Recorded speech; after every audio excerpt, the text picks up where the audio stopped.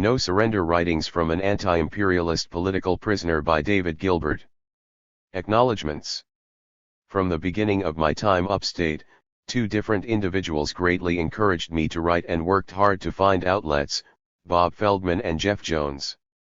I'm indebted to editors who were willing to publish me in periodicals like Toward Freedom and Metr Holland, and especially to James Rensenbrink and Allison Mass, who gave me a regular, completely uncensored book review column in Downtown. Jamie M. was the one who proposed collecting some of those writings into a book, and he has done the lion's share of the formidable production work. When our very limited resources inevitably led to major production obstacles, many political supporters and friends rallied to help: Matt Copri, Jonathan Cohen, Linda Evans, Sam Green, Peter Clapp, Richard Clapp, Helen Hudson, Claude Marks, Matt Spurlock, Callie Williams, Donna Wilmot, the Anti-Colonial Working Group, Arm the Spirit, Jericho Amnesty Movement, Political Prisoner Calendar Committee, Prairie Fire Organizing Committee, I Presenti, Performance Troupe, Resistance in Brooklyn, and Socialism and Democracy. A special thanks to Lisa Roth for designing the beautiful cover of this book, and to Teresa Agrelo and Betsy Mickle for their arduous copy editing. Throughout the years in prison, I've been sustained and enriched by a wonderful community of family and friends much stronger and more vibrant than I could have imagined. I won't try to list all the names here. I hope that I regularly express, and that each person involved feels, my love and appreciation.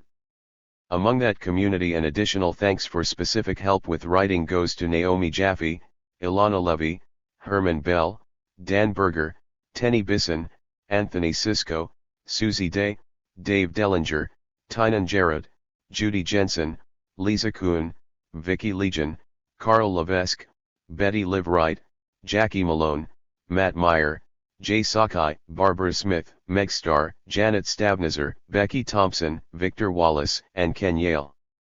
A special lifetime thank you to Chisa, Kathy, Beamerdine, and Bill. David Gilbert. Contents. Forward Sundiata Acoli 10. Forward Marilyn Buck 1013. Chapter 1 Starting Points, Becoming Politically Conscious about David Gilbert Political Autobiography 17 Coming of Age Politically at Columbia 18 First Court Statement 26 Opening Trial Statement 27 Our Politics in 17 Syllables 30. Chapter 2 Fighting White Supremacy. Savage Inequality 33.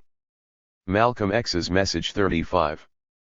Petrified Pioneers 37. The Paper Trail to Genocide 40. Mumia Must Live 42 3 Haiku for Mumia Abu Jamal 46. Chapter 3 Lessons from History, Race and Class in America 49. Chapter 8 Truth and Roses, Voices of / for Women of Color Subtle and Lovely, Her Writing Invisibly Caresses Our Hearts 69 Descent into Hell 72 Women's Plights and Fights Around the World 75 Truth and Roses 78. Chapter 5 Thinking About Women, Challenging Male Supremacy Thinking About Women 85 On Becoming Men 86 Salt of the Earth 88 What Love's Does Got to Do with It 89 Feminizing the Revolution 93. Chapter 6 No Respect for Human Life. The Criminal Justice System The War at Home 99 Prison Culture and National Politics 102 The Criminal Justice System 107 113. Chapter 7 AIDS in Prison, Global Health. Bomb on Sunday 121. Proposal for a Prisoner Education Project on AIDS 122 AIDS Education in Prison 123 The Struggle for AIDS Education in Prison 124 Postscript, AIDS in Prison Today 126 Alert, Danger in Using Bleach to Clean Needles 127 129 AIDS Holocaust in Africa 150 The Global Village for Microbes 155. Chapter 8 Global Lords of Poverty, The Nature of Imperialism Naming the System 161 Revolution in Africa 162 Night Vision 168 Technological Advance and Social Decline 172 The Collapse of Communism 177 179. Chapter 9 But Today We Say Enough, Popular Struggles and Human Rights Internationally 189 The Doherty Case 191 Facts of Death 194 Human Rights in Our World 197 In Times of Despair, Hatred, and Vengeance Takeaway 199 Manufactured Genocide 202 State of Siege 205 Democratorship 208 People's War or War on the People 210 But Today We Say Enough 214 Chapter 10 Life in the Balance, The Environment Life in the Balance 221 Pollution at the Core 223 Chapter 11 Busting a Grape, Humor How I Busted a Grape 229 Transfer Request 230 Dearest Chisa 231 Linguistics and the Common Man 233 Chapter 12 Children's Stories The Big Feet 237 The Vortex 239 Chapter 13 Lessons to Help Liberate the Future Students for a Democratic Society 247 The Weather Underground Organization 250 How I Met Marilyn Buck 254 The Townhouse Explosion Taught Hard Lessons 255 Political Prisoners in the U.S. 258 The Anti-War Movements, Now and Then 260 Strategies for Movement Building 267 Chapter 14 Epilogue, September 11th and Beyond September 11th, The Terrorism That Terrorism Has Wrought 273 Postscript 280 Political Prisoner Support Organizations 283 Sundiata Acoli Hashtag 39794-066 P.O. Box 3000 USP Allenwood White Deer, Pennsylvania 17887 USA Marilyn Buck Hashtag 00482-285 5701 St. Camp Parks, Unit B Dublin, California 94568 USA David Gilbert Hashtag 83A6158 Clinton Correctional Facility P.O. Box 2001 Dannemora, New York 12929 USA Forward Sundiata Acoli The reader will find No Surrender a remarkable excursion into the mind of David Gilbert on a diversity of topics of acute interest to all concerned about the pressing political issues of our times. David has judiciously selected and reviewed a series of books on each important question of our day for the edification of the reader and quick penetration to the heart of the matter, whereupon David forthrightly states his position on the issue and moves on. In addition, he employs an enjoyable parade of personal interviews, autobiography, letters, telephone conversations, haiku, skits, children's stories, and humor to diversify the means but accomplish the same end. It's refreshing, even breathtaking, to witness David's masterful handling of the material. He touches all the bases: race, class, gender, women, nationalism, white supremacy, armed struggle, political prisoners, AIDS, imperialism, human rights, the environment, and many more. In the end, the reader comes away with a thorough political education in both global and local affairs, painlessly and pleasurably delivered. Even in those rare instances where I found myself in disagreement, they were but minor differences of opinion or questions in which the definitive jury is still out, one being the extent of unnecessary AIDS deaths among blacks, and other people of color, due to their belief in AIDS conspiracy theories. David provides a unique insider's view into the history of Students for a Democratic Society and the Weather Underground Organization and the latter's armed propaganda actions in solidarity with the then ongoing armed struggles of peoples of color and other revolutionary groups in the U.S. and abroad. He sums up by drawing lessons from the past that provide the reader with valuable insights to approaches that will help liberate the future. No Surrender is a much-needed and highly relevant work for which I'm honored to write this preface in tandem with, and for, two of my most beloved PP/POW comrades, Marilyn Buck and David Gilbert, respectively. I met David Gilbert in 1967 at a Students for a Democratic Society conference. He had been a student at Columbia, a recent University of Texas dropout. He was one of the acknowledged ideologue activists within the legions of SDS, where many of us were led more by our outrage against the war in Vietnam and racism inside America than by ideology and strategy. In a grueling debate over the inclusion of women's liberation as part of the SDS program, David stood out as one of the men supportive of women's liberation. That impressed me. I first had been moved to political activism because of my own experience as a young woman in this society. That fall I worked at the SDS National Office on New Left Notes, the SDS newspaper. There, I read an ideological piece on praxis, written by David 10. Gilbert, Bob Gottlieb, and Gary Tenney. Though I know I didn't agree with the new working class analysis or how it has been interpreted since, the fact that I remember reading such an article 35 years later is significant to me. The need for analysis slapped me in the face. I was one of the ardent Texas anarcho-hippie anti-intellectuals in those heady days of liberatory possibility and dreams.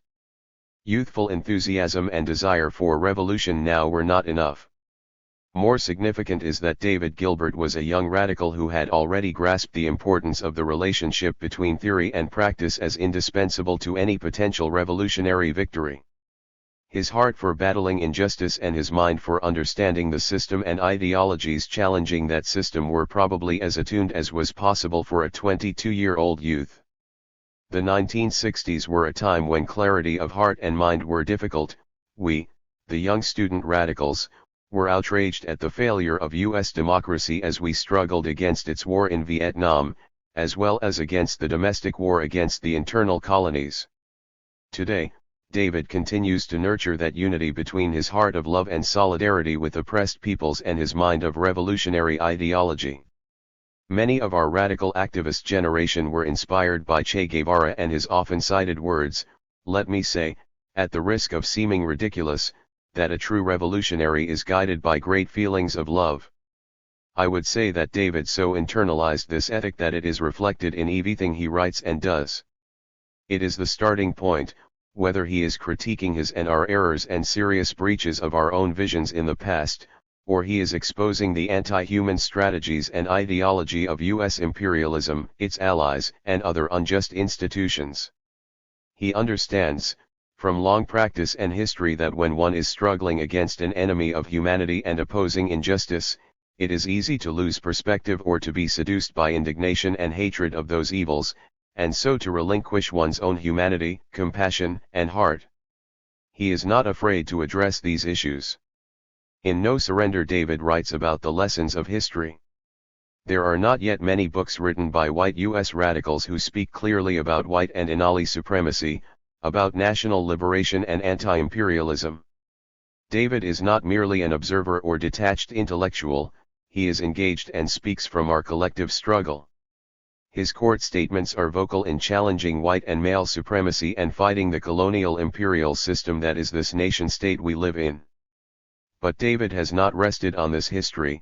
He continues to examine his and our practice and ideas. He is critical, but always out of a love for the struggle and a desire to contribute to our collective understanding of the past and the present in order to stir the imagination and vision of new, liberated societies free from oppression and corruption. In his histories of SDS and the Weather Underground, he looks at the many strategic and analytical errors, as well as at the role that our white privilege played in thwarting our ability to further social change and equality between nations and peoples, and women and men. Then in selections from Enemies of the State, an interview with David, Laura Whiteham, and myself, he discusses his thoughts for building a contemporary 11. movement and reminds us that revolutionaries act out of love. David's writing is an act of love and resistance. David begins with his own political development. He does so with insight and even humor. After all, how does one express one's politics in 17 syllables, in a haiku poem?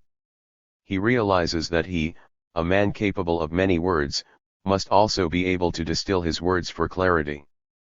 Humor and humility are important threads in David's writings and reflect the breadth of who David is, locked away from society at large. After 20 years of imprisonment for his political acts and stance in support of the Black national liberation struggle, David has not stopped growing intellectually or as a human being. His intelligence and unwavering commitment to social and economic justice echo beyond the walls of Attica Prison, one of America's notoriously cruel dungeons, his present location. His voice is strong. As a prisoner myself for nearly 20 years, I know how difficult it is to create and to engage with the world. It is a never-ending effort to get hold of reading materials and to keep them, or to do research, much less to read, study, and think. Thought is constantly disrupted, arbitrary rules and interruptions create a chaos in which sorrow, discontent, and rage are the generalized response to and currency of the harsh cruelty, brutality, and absences of imprisoned women's and men's lives. Noise, stress, fear, even mental breaks fill the time and space of the prison world. But in reading his words, that in and of themselves are a triumph of the human spirit, we experience resistance, commitment, and courage. David is present. Like Mumia Abu-Jamal, a former Black Panther and notable journalist, even from death row where he has resided for over 2 decades, David comments on the most current of events. He offers a sharp political analysis of the attack on the World Trade Center and Pentagon on September 11, 2001. He mourns the loss of life and condemns the U.S. financial military empire that created the very forces that have now turned against their sponsors. He reminds us that we must measure the value of all human life, in every nation of the world, not only the lives of particular populations here in the U.S. David is not only a prison intellectual. He is an activist. Along with other brave prisoners, he played an important role in the early days of the AIDS/HIV crisis that inundated the whole country, especially the prison system. These early, inside the walls activists challenged ignorance, prejudice, and the cruel mistreatment of prisoners who were HIV positive. They went up against the New York State prison system and fought for AIDS education, adequate medical treatment, and peer counseling. That work was important not only in New York prisons, but also in prisons nationwide. Because that work threatened the status quo, David and his comrades were separated, ultimately transferred to more hostile prison situations, and hindered in doing AIDS education. But David did not stop. He didn't take the easy path and rest on that which had been accomplished. He continued to challenge misinformation and to expose the right-wing origins of the more popular views about the origins of AIDS, in AIDS conspiracy theories, tracking the real genocide. 12. One of David's principal vehicles for analysis and commentary are the numerous book reviews he has written over these many years. He is a voracious reader. His reviews not only do justice to the content of the books he reviews, he also brings insight, compassion, and interest to whatever he reads. You meet the writers, as well as David, face to face. His love for justice and liberation is seen through these reviews, that is, in what he chooses to read and review, books that analyze and challenge white supremacy, women's oppression, and the relations between race and class. He argues that the interests of oppressed nations are not separate from the interests of oppressed women, and that the struggle for the Earth's environment is not separate from internationalism and the struggle against neoliberalism and global imperialism. David offers us, the readers, more than historical analysis or book critiques. He offers us possibility, the power of the creative, of engagement in the world, to change it, no matter what one's situation might be. We should never minimize creativity, artistic, intellectual, or physical. Creation is possibility. A viewer, a reader, another activist may pounce upon an idea, or a historical encounter or practice, and not only make it her or his own but also use it as a springboard for a collective vision of how to move forward. We can never know what may awaken any one of us to participate actively in the world, to embrace other peoples in solidarity, and to struggle for the life of the planet. David's history, my history, our history, offers lessons and possibilities, especially for the generations that follow in our footsteps to seek justice and liberation worldwide. These articles, statements, essays, book reviews, and poetry present the reader with a principled, clear view of the radical and revolutionary political activism from the 1960s to the present. You may FMD that you have a different starting point, you may bring a different ideological foundation and orientation, and you may not agree with all his analysis or conclusions, but you will be moved to reflect. You will gain insights, and perhaps become curious about the politics and world that motivated David and so many others of us. No Surrender nears its close with several selections of David's humor. He is very funny at times, sometimes corny, sometimes subtle. By the time you reach this section, you will have seen that his seriousness is leavened with humor. I recognize in his development and use of humor my own. Humor is essential to survival in this prison world that we inhabit along with other political prisoners and a monumental number of men and women from oppressed nationalities and the working class. Humor is subversive, and enables us to hold on to humility, humanity, and imagination. There are many days in prison when imagination flees to the comers to hide from the grim sorrows of our days. Humor bolsters imagination, sets it free to fly beyond the walls to join with women and men worldwide who struggle against the grimness of oppression, starvation, death, and humiliation. Our imaginations flow through the veins of sorrow to erupt into the possibility of new days. This ability to hold on to humor enhances David's humanity, his ordinariness, and his uniqueness of spirit as a thinker and an actor on this human stage of struggle. David's voice is a joyful voice of liberation and resistance. Listen. 13. My warm welcome and greetings. My appreciation goes out to you, the reader. To even find and pick up this book, you most likely are someone who finds conditions in this world intolerable and who believes in struggle for qualitative change. My hope for this book is that it can contribute in some small way to the dialogue needed to build more effective revolutionary movements. The title No Surrender comes from the Nazim Hikmet poem and was chosen to stress that even after capture, prisoners of war and political prisoners try to find ways to continue to contribute to the struggle. POW/PPS in the US have managed to do so in a variety of creative and courageous ways, from artwork to AIDS education, from sponsoring outside community self-reliance projects to insightful strategy initiatives. Political writing has been a major vehicle. Jalil Muntakim and Ray-Luc Levasseur, to name just a few, have produced valuable bodies of work. A POW/PP who particularly inspired me in the decade before my October 1981 arrest is Sundiata Acoli. I appreciated both his political clarity and his regular use of book reviews as a format.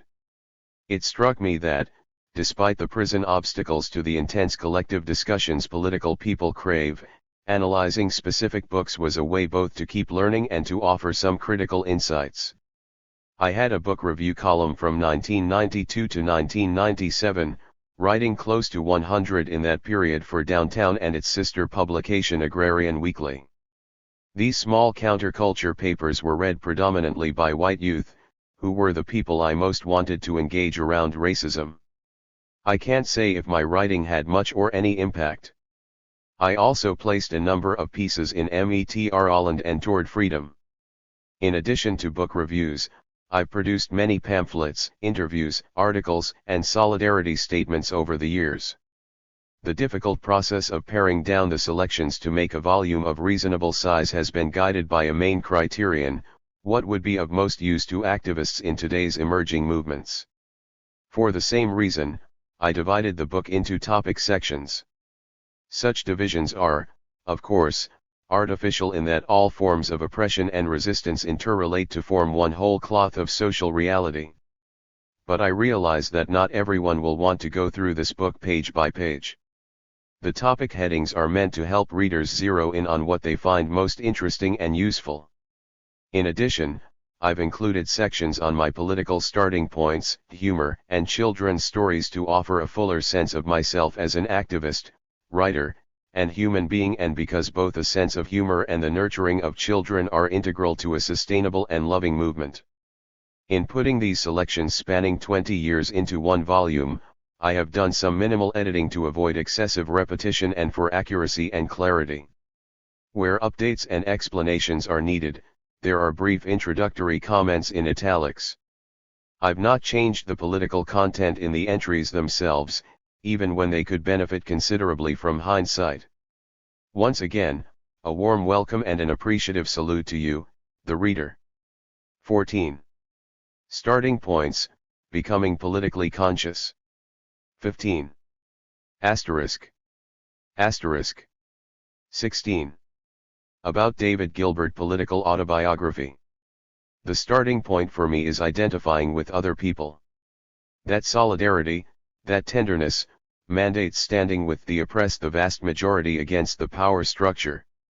The 50% of children in sub-Saharan Africa suffering from severe malnutrition, the women and girls sold into sexual bondage in Thailand, the homeless kids scavenging in the streets of Sao Paulo, the prisoners with AIDS locked in isolation cells in Alabama.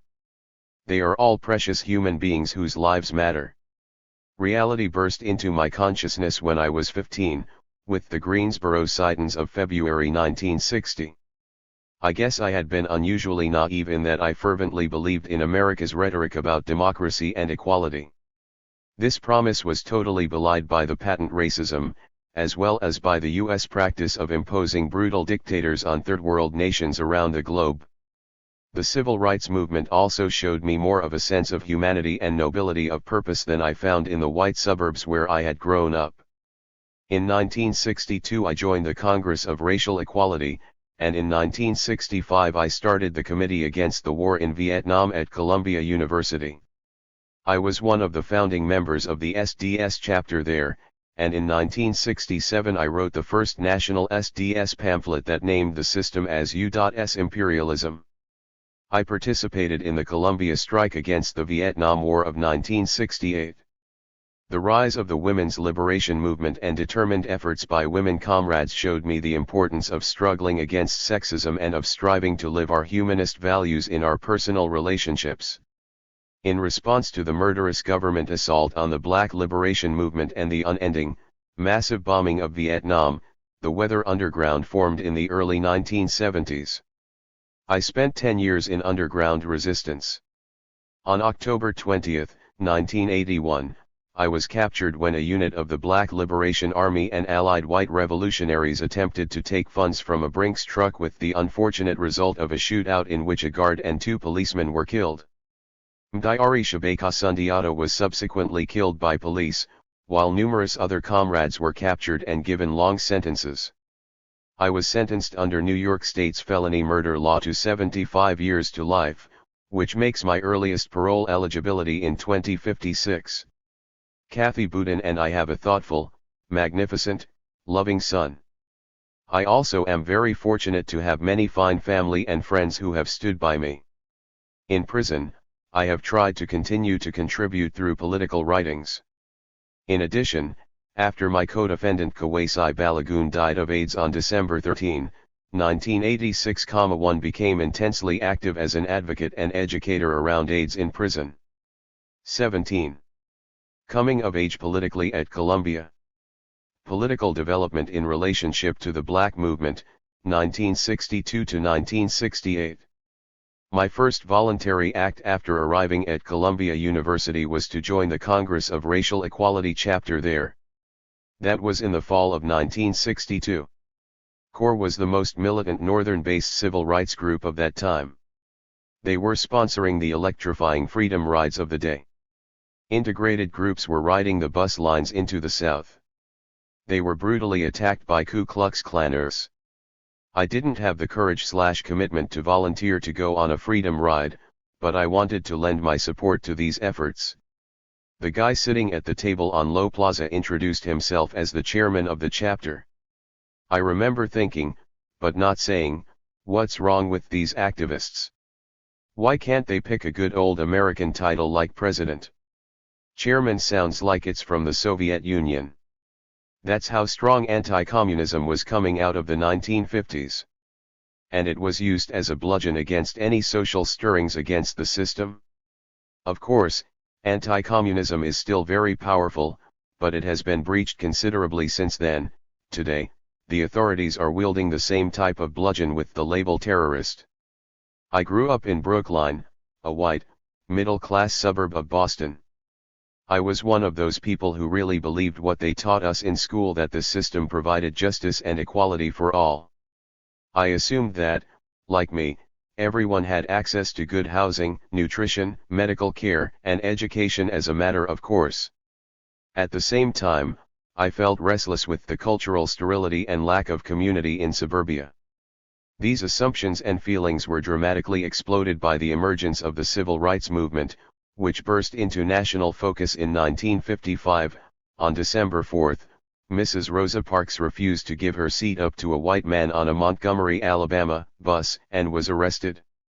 This act initiated a massive black bus boycott led by Rev. Martin Luther King Jr. The beginning of sustained direct action came with the February 1, 1960, lunch counter sit-in in Greensboro, North Carolina. This action became the impetus for forming the Student Nonviolent Coordinating Committee. So, by 1960, I began to see that many people in the U.S. didn't even have the necessities of life, let alone equality and justice. I was also inspired by the nobility of purpose of the civil rights movement, which stood in stark contrast to the individualism and careerism that predominated in my community. I remember seeing Dr. King on television, and a ripple went through my chest as I felt, this is what it's like to be human, to be moral, to care about other people. So, in many ways, I came to Columbia looking to get involved in civil rights. Before school started, there was a week of orientation for freshmen. I only 18. Remember two things about it. First, that all the student activities skits were obsessed with sex in the sense of scoring rather than as an expression of caring and intensity between people. Really, the impression they gave you was that you should go up to the first Barnard woman you saw and tear her blouse open. The second thing was that the dean got up and said, very dramatically, don't go into Harlem, especially with a Columbia sweatshirt on. So, of course, on the very next night, a friend and I cut the regular program and went into Harlem. For us, coming straight from the suburbs, it was like stepping into another country. Certain blocks were alive with activity, teeming with people out socializing at night.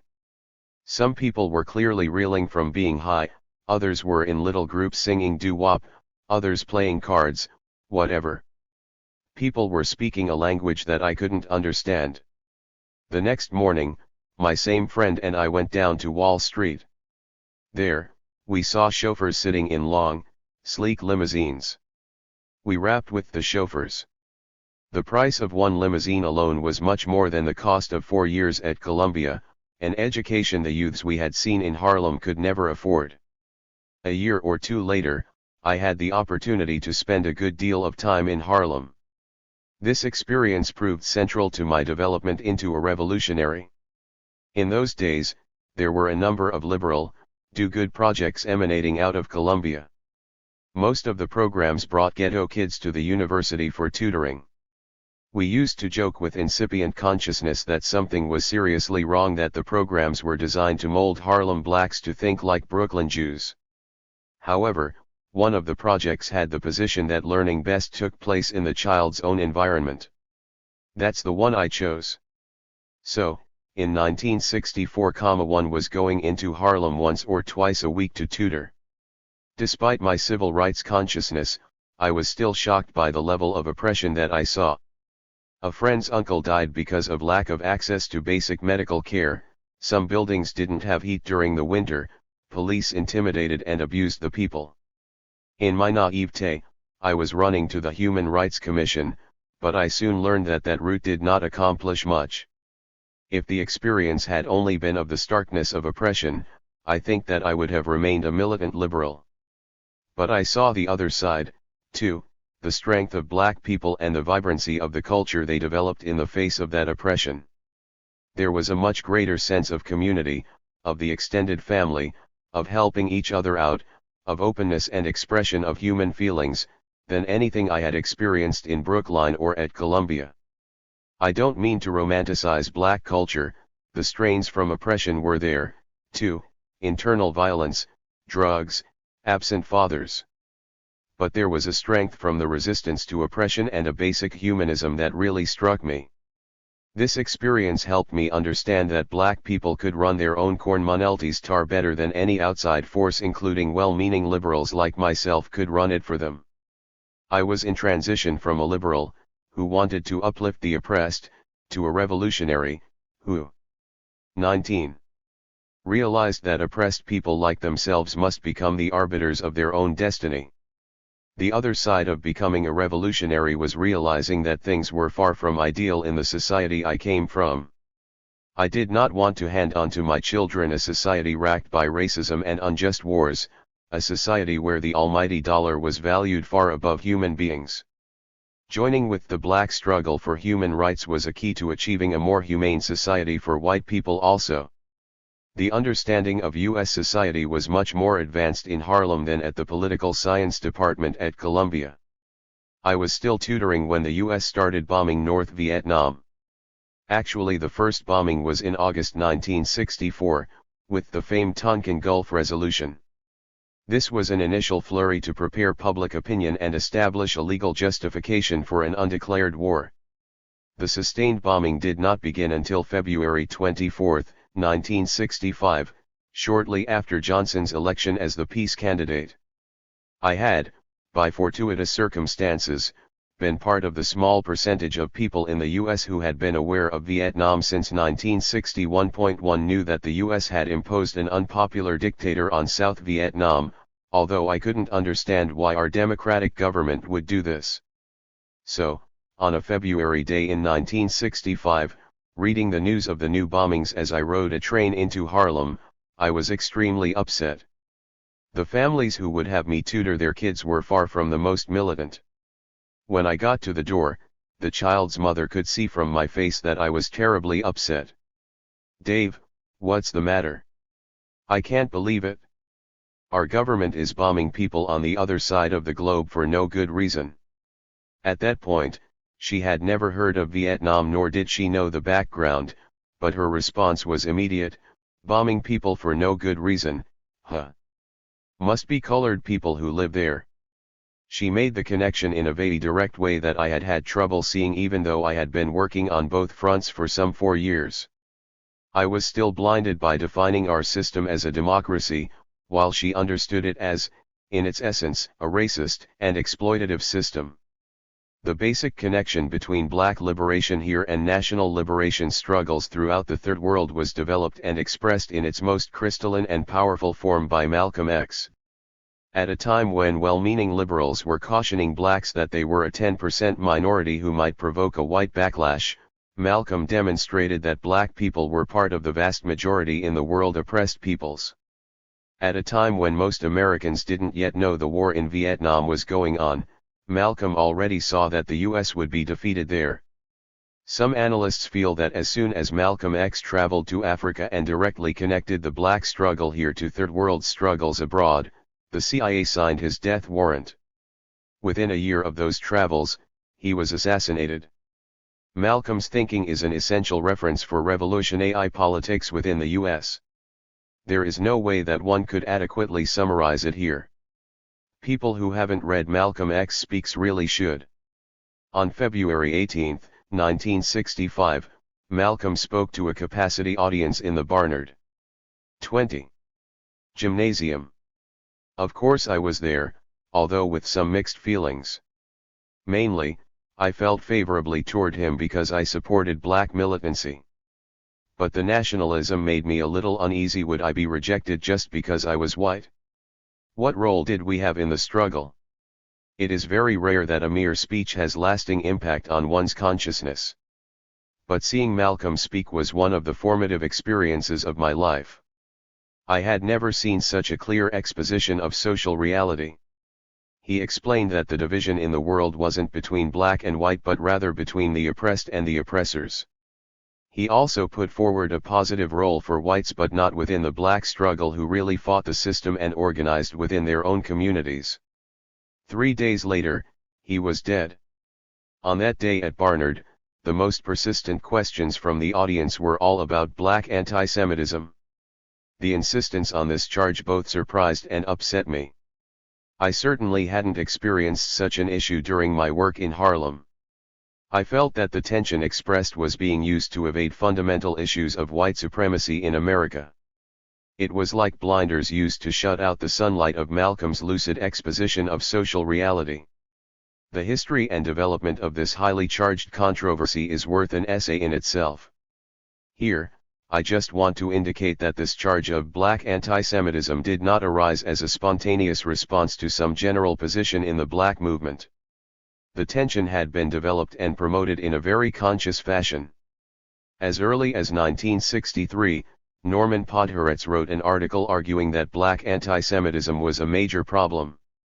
At the time, he had a certain amount of left cover for his charge.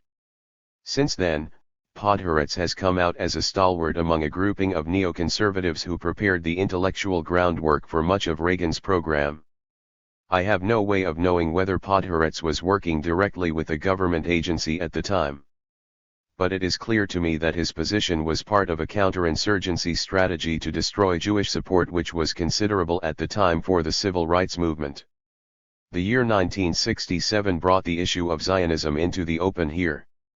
With the Six-Day War, the State of Israel stood in much clearer relief as an enemy of Third World people. SNCC and some other black organizations came out, quite justly, in opposition to Israel at that time. Actually, so did SDS, but the furor and backlash was overwhelmingly against the black movement. I experienced the reality of Zionism as a form of racism in a very painful and personal way.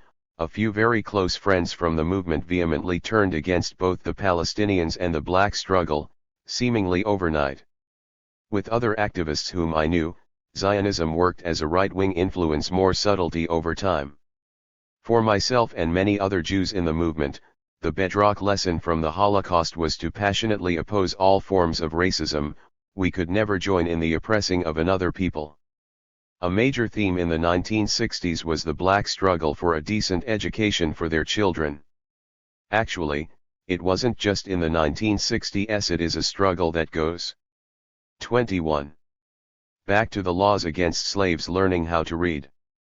After the Civil War, the two main demands among black people were for land and free education. The approach in the early 60s was to fight for school integration. The white schools had the best trained teachers, the best resources, far more money. Rev. Milton Galamison led a popular movement to integrate the New York City schools that included conducting a massive school boycott. There was one particular high point, a march of thousands to the Board of Education. I remember the exhilaration of crossing the Brooklyn Bridge among such a large and spirited group of people. 18 years later, I found out that also marching across the bridge on that sunny day was a junior high school girl named Judy Clark, later my comrade and co-defendant. The city was adamant against school integration, and the movement was defeated for the time being. After Black Power became a popular slogan, people tried a new strategy: community control. The idea was for the black community to supervise its schools to ensure that their children received a relevant, respectful, and quality education in their own neighborhoods. Despite strong community support, this program was smashed through a combination of a frontal attack led by the teachers' union and a sophisticated co-optation effort led by the Ford Foundation. In 1968, during the height of the struggle, the UFT called a teachers' strike in direct opposition to community control. Some white left groups actually supported this racist strike as a working-class struggle. During the strike, a number of teachers, including some led by Columbia SDS graduate Ted Gold, broke into the locked schools to help teach freedom classes. The city, having blocked school integration, also smashed community control to upgrade education within the black community. The system, as it had for 350 years, again proved adamantly opposed to black people getting a decent education.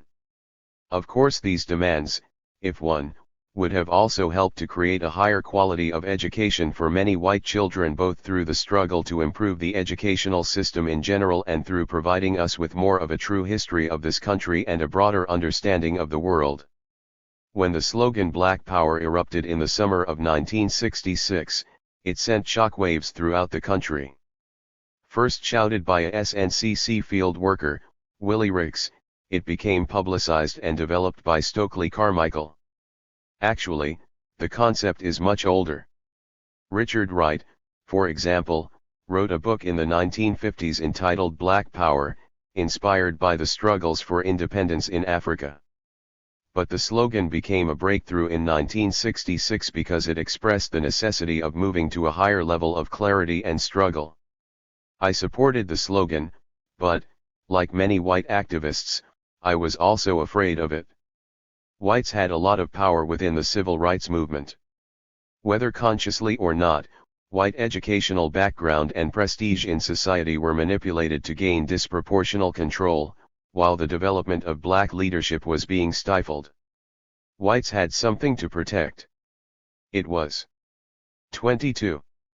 Comfortable to be at the peak of a morally prestigious movement for change while black people were taking the main casualties for the struggle. On the other hand, the challenge presented to us to organize within our own communities was a very difficult one to take on. Also, behind the Black Power slogan was a struggle around nonviolence. Most whites in the movement tended to be ideologically committed to nonviolence. The young black field workers of SNCC had seen too many blacks murdered, many began to advocate armed self-defense. The name was soon changed so that the N of SNCC stood for national rather than nonviolent. Despite my initial defensiveness, Black Power made fundamental sense on many levels. First, it expressed the basic reality that black people had to develop their own leadership and set the terms of their own liberation. Second, it challenged us to organize a revolutionary consciousness within the white community, thus focusing us on our primary responsibility. Black Power also taught a very important political lesson: the need was not, as we had thought, to shake the moral conscience of America. Those in power knew very well what they were doing. The point, rather, was to shift or overturn who had power from the handful of oppressors to the vast numbers of oppressed people. So the slogan Black Power also became a fountainhead for the development of a revolutionary tendency within the white student movement. Meanwhile, the war in Vietnam was growing as a major issue on campus. I'm really not documenting this aspect of the struggle in any detail in this article. But it is important to remember that the civil rights movement had done a lot to open up consciousness and create a more fertile soil for the growth of the anti-war movement. Where civil rights and the war were synthesized, we would tend to have the strongest politics and action. For example, at Columbia University in May of 1965, a coalition of CORE and the International Vietnam Committee blocked the Naval ROTC ceremony. I believe this was the first such campus action in the country directed specifically against the war. When Black Power came out, it helped to set a more militant context and direction for the anti-war movement, too, expressed in such things as draft resistance and disruption of the war machine. Unfortunately, a large segment of the anti-war movement lost that sense of connection to the struggle for black liberation. It seems a lot easier for people to support self-determination overseas than it is to support it right here at home. This failure to develop solidarity with the black and other liberation struggles within the U.S. is one of several factors that caused our movement to fall apart in the mid-70s. The revolutionary sector of the student movement continued to develop in response to the black liberation movement. After 1966, several black organizations tried to put the teachings of Malcolm X and the electricity of Black Power into programmatic form: SNCC, the Black Panther Party, the Republic of New Africa, the Revolutionary Action Movement, and others. The Panthers were the most widely known and in the sharpest. 23. Confrontation with the police. All these groups were revolutionary nationalists. The nationalism meant, most basically, that black people must direct their own struggle and that the goal was to achieve control of their own communities and/or land, as well as the other means of livelihood. The revolutionary meant that this could not be achieved without a struggle, including violent struggle, and that independence had to serve the interests of the most oppressed sectors of the nation, not those of a new black bourgeoisie. These groups also tended to identify with and support national liberation struggles in the Third World. As with previous periods of history, Black nationalism inspired a high tide of militancy, especially within the ghettos. This piece is not the place to chronicle the upsurges of that period. The reader is probably aware of the many urban uprisings that rocked the U.S. in 1964, 1965, 1966, 1967, and 1968. Hundreds of black people were shot down by the National Guard and police, who valued protecting private property way above black human lives. The U.S. government found itself facing the prospect of fighting a two-front war in Vietnam and at home. There were many different trends in the white student movement. Some activists argued that we could only organize people around their immediate needs such as student power. Others argued that we should go to the working class and organize them around their immediate needs such as a shorter work week and higher wages. But reality showed that people were most motivated to move around the issues most reflecting the general crises in society: the war, the black struggle. Some of the politically most advanced and militant struggles were those that synthesized these two issues. When that connection could be related to the concrete realities of the institutions or communities where we lived, there were good conditions for sustained, militant struggle. These were some of the conditions that produced the famous Columbia strike of 1968. I won't try to tell the history of the strike here. I just want to make a couple of basic political points about the strike. The strike cannot be understood solely in terms of events and developments on campus. We were very much catapulted forward by world events. The Tet Offensive, the turning point in the war because it showed that the U.S. could not win in Vietnam, started in February of 1968. Martin Luther King Jr. was assassinated on April 4, which was followed by black uprisings in cities across the country. These events provided both the urgency and the inspiration for a higher level of struggle. The Columbia strike began in late April. The burning issues in society also had very specific expression at Columbia. While the administration initially lied outright, we subsequently proved that the university was doing war research. Also, Columbia, which we already knew to be one of the main slumlords of the city, moved to take over scarce parkland in Harlem to build a school gym. Students, in addition to taking a stand on the great issues of the day, were saying 24. Something about what kind of institution we wanted to be part of. We could not be free, grow, acquire the knowledge we needed in a structure based on oppressing other people. We demanded that Columbia stand on the side of humanity. The Columbia strike was an event of tremendous importance for our movement. Spurred on by the actions of the black students, large numbers of white people participated in shutting down a major institution, in solidarity with third world peoples. This development was significant enough for ruling class elements to do their best to defeat and deflect it. Strike leaders and many participants were kicked out of school. The press grossly distorted the goals and methods of the strike, and the Ford Foundation moved in as a friend of the students. They funded a group called Students for a Restructured University. This group argued that the real issue of the strike was student participation in the decisions of the university. The Ford Foundation was willing to let us have all sorts of democracy within this elite, white institution as long as it could sever us from solidarity with national liberation struggles. SRU then became a base to try to create a liberal versus radical split among the strikers over the questions of militancy and on the centrality of the demands around war research and the gym. This contradiction around a white, upper-class form of democracy produced an amusing personal anecdote from the strike. As an alumnus who knew many professors, I was sent as a strike representative to a faculty assembly meeting. I had been up the whole preceding night. Most of the faculty were hostile to the strike, which threatened their bread and butter. Some of the slicker professors set a trap for us based on our commitment to, but confusion around, democracy. They had surveys showing that, while about 2/3 of the students supported us on the issues, a comparable majority would vote against the strike as a tactic.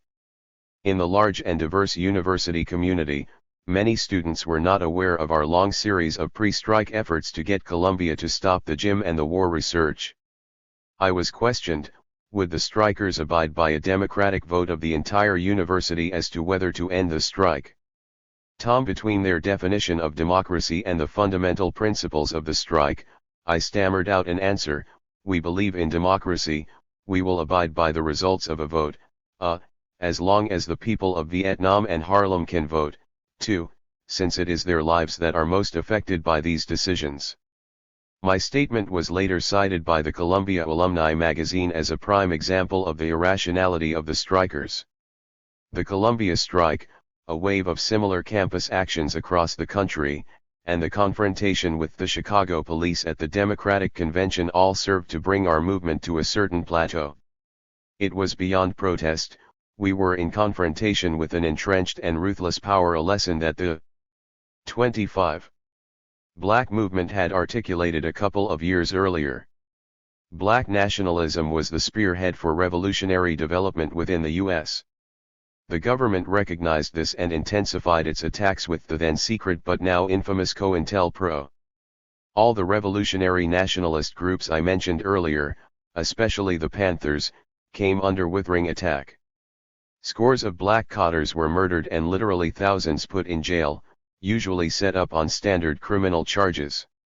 At the same time, police infiltrators waged a campaign, taking advantage of real weaknesses and contradictions within the movements, to create antagonistic splits as well as to break off white solidarity. Meanwhile, the Nixon administration was responding to the prospect of defeat in Vietnam by widening the war to Laos and Cambodia and by intensifying the genocidal policy of bombings and chemical warfare. 6 million people were killed, wounded, or made homeless in Indochina during the Nixon years. And still, the Indochinese people fought on to victory.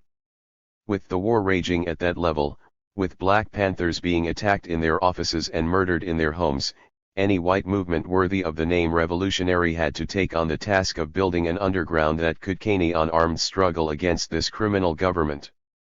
At the same time, we needed to develop a militant mass movement that would fight against imperialist war, support black liberation, oppose male supremacy, and organize increasing involvement of working-class sectors of our population. These pressing tasks would set the terms for the successes and failures of the 1970s. Beyond the 70s, the same underlying themes of oppression and struggle are very much alive in the world and on the campuses today. First court statement. This statement came at our first opportunity to speak in court at the beginning of pre-trial hearings. It is here that Kawesi Balagoon, Judy Clark, and I refuse to recognize the legitimacy of the court and refuse to participate in any criminal proceedings. Throughout the trial, we only spoke when there were opportunities to raise the fundamental political issues. On several occasions we were physically ejected for doing so. The government that dropped napalm in Vietnam, that provides the cluster bombs used against civilians in Lebanon, and that trains the torturers in El Salvador calls us terrorists. The rulers who have grown rich on generations of slave labor and slave wages violently imposed on black people label us criminals. The police forces of America who have murdered 2,000 Third World. 26. First court statement. People in the last 5 years and who flood the communities with drugs say that we have no respect for human life. We are neither terrorists nor criminals. It is precisely because of our love of life, because we revel in the human spirit, that we became freedom fighters against this racist and deadly imperialist system.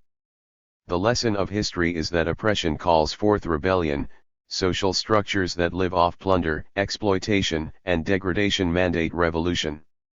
The 400 years of the rip-off of the labor and ingenuity of African people in the New World created their absolute right of self-determination and national liberation.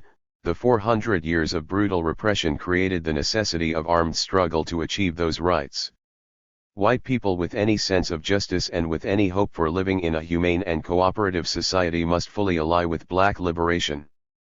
There should be no illusions that these proceedings will be fair and impartial. The courts, along with the army and the police, are very much a part of the repressive apparatus that maintains this criminal and thoroughly illegitimate social system imperialism in power. This court has no right to try us. I will not participate in these hearings. The mass media, controlled by big money, serve these same ends. The FBI/police/media have waged a massive campaign of slander against us, a campaign highly political and reactionary in character. Can we now expect that the courts and media will provide us a comparable forum to answer their lies and racism? Let no one be fooled by their cries of law and order and stop crime. If those were the real concerns, war criminals like Nixon and McNamara would be in prison, killer cops would no longer be walking the streets, the Ku Klux Klan would have been wiped out, the corporations that grow fat from apartheid in South Africa and from racism would have been seized long ago. The only way we will get justice is to build a revolutionary movement that fights for it. Opening trial statement. This opening was written for the first day of trial. I never got to say it in court. Kwesi Balagoon made the first opening to affirm the history and right of the struggle for new African independence. Kwesi was stopped and ejected halfway through his statement. Judy and I walked out with him. David Gilbert's mugshot 1981. 27. My name is David Gilbert. I am a revolutionary and a freedom fighter. I fully support and ally with the struggle of black people for human rights, for self-determination, for land and independence. The courts in the U.S. function to maintain the current social order at all costs. They certainly aren't about justice because they actually serve and protect the worst criminals, the biggest criminals of all, the war criminals and mass murderers like Nixon and General Westmoreland, the big corporations who rob billions of dollars from the sweat and blood of the people, the FBI and police forces who plotted the assassinations of numerous black leaders. While they proclaim the U.S. a democracy, in reality the U.S. is the richest and most extreme empire in world history. The conquests and plunder by Genghis Khan, Julius Caesar, Alexander the Great, and Xerxes are peanuts in comparison. The U.S. was first built on chattel slavery and on the massive theft of native and Mexican lands. It went on to directly conquer Puerto Rico and the Philippines. Today the U.S. has a military presence in something like 60 countries around the world. It rakes in economic plunder at great human costs across the continents of Latin America, Africa, and Asia. And within the colonizing nation, within white America, this same government and corporations control and exploit the working class. This system is most accurately defined as imperialism. The U.S. is not alone, but it is the leader of the imperialist countries, which include Western Europe and Japan. Imperialism can be most simply described as the relentless quest for profits, operating on a world scale, profits primarily for the large corporations and banks, that is conquered and protected by the government and military apparatus. This relentless and expanding quest for profits displays no sentimentality about the human lives that may be trampled on the way. What are the human costs of this system in the Third World? 40 million people, half of them children, die of malnutrition and starvation every year. That is 7 times the number of people who died in all the Nazi concentration camps, a Holocaust each and every year because of the economy of imperialism. 570 million people are suffering from malnutrition, 1.5 billion people have little or no access to medical care, 800 million adults are illiterate, 250 million children do not attend school. And the imperialists want to accuse us of crimes. Human beings don't just accept such intolerable conditions. They are imposed upon them by force and violence. That is why the U.S. government builds up military elites and brutal dictatorships in these countries. It is not so much that the U.S. tends to back the wrong side in the Third World, rather the U.S. is the wrong side. There is not a single example of people in the Third World being able to achieve qualitative economic and social change by peaceful means. Not in Chile, not in India, not in the Congo, not in South Africa, not in Palestine. Nowhere. Imperialism has too much of a stake in the current economic order and is willing to use force and violence wherever needed. So revolution has become the only path for survival, for life, for self-respect in these nations. And in the process of 28. Opening trial statement. Participating in the development of people's war, the wretched of the earth also transform themselves, take history in their own hands, create collective social forms, develop the participation and leadership of women, lay the basis for a new society. The control of the labor and resources of whole nations. In essence, colonization is not something that happens only in faraway places. When they massacred the Native Americans, drove them off their land, and confined them to reservations, that's colonization. When they kidnapped millions of African people, assigned them specific economic roles and social status, continue to exploit and abuse them as a people for 400 years, that's colonization. When they sent an army in to conquer and steal the northern half of Mexico and then took over the land and the lives of the people, that's colonization. When they invaded Puerto Rico with 15,000 troops, then went to massacre and imprison the opposition, covering 13% of the land with U.S. military bases, and extracting incredible wealth, that's colonization. Nor is all of this ancient history by any means. My comrade Kawasai Balagoon has just eloquently described the history and conditions of new Africans in America. If you're black in America, it is twice as likely that your baby will die in infancy, 3 times as likely that your family will live below the poverty level, 10 times as likely that you will go to jail, 22 times as likely that you will be shot dead by the police. The ongoing colonization against new African people, the continual violent repression, and the courageous resistance that black people have upheld throughout history all constitute a state of war. This war is not nearly as developed as Vietnam or El Salvador, but the same broad terms apply. The continuity of intolerable oppression and violent repression against new African people reveals why there is an absolute necessity for a black liberation army. A BLA that not only carries on the tradition of resistance but that also becomes a spearhead for the mobilization and participation of the masses of new African people in their own liberation. The events of October 20, 1981, can only be understood in this context. The attempted expropriation was part of a response to generations of robbery and murder on the grandest scale possible. It was an effort to reclaim an infinitesimal portion of the wealth stolen from the labor of black people and to use it for the needs of the black community and to advance the struggle for land and independence. Most importantly, the action is in the context of an absolutely just struggle for national liberation, a right that is recognized by international law and by progressive people around the world. It is imperialism itself that has made armed struggle a necessity. But revolutionary violence can in no way be equated with the violence of the system, they are quite the opposite. Since imperialism lives by the suppression of the vast majority of humankind, the violence it uses must be massive and designed to intimidate. It is terrorist violence. For example, the dropping of napalm in Vietnam, the dropping of cluster bombs on civilians in East Beirut, the disappearing of left-wing activists in Latin America, the gunning down of 2029 I/L. Third world people over 5 years by police forces in the U.S. Revolutionaries, on the other hand, focus violence on finding the most effective means of destroying the power structure. The revolution could and would never match the system's colossal weaponry and ruthlessness. Revolution only wins through the support and participation of oppressed people themselves. So revolutionary action must be geared toward winning and mobilizing the oppressed. This is the opposite of the state's terroristic violence. We have tremendous respect for human life. That is what compelled us to become freedom fighters against this deadly imperialism in the first place. The responsibility and risks of fighting are great, the cost of not fighting, the human toll from the ongoing rule of imperialism, is infinitely greater. Everything changes.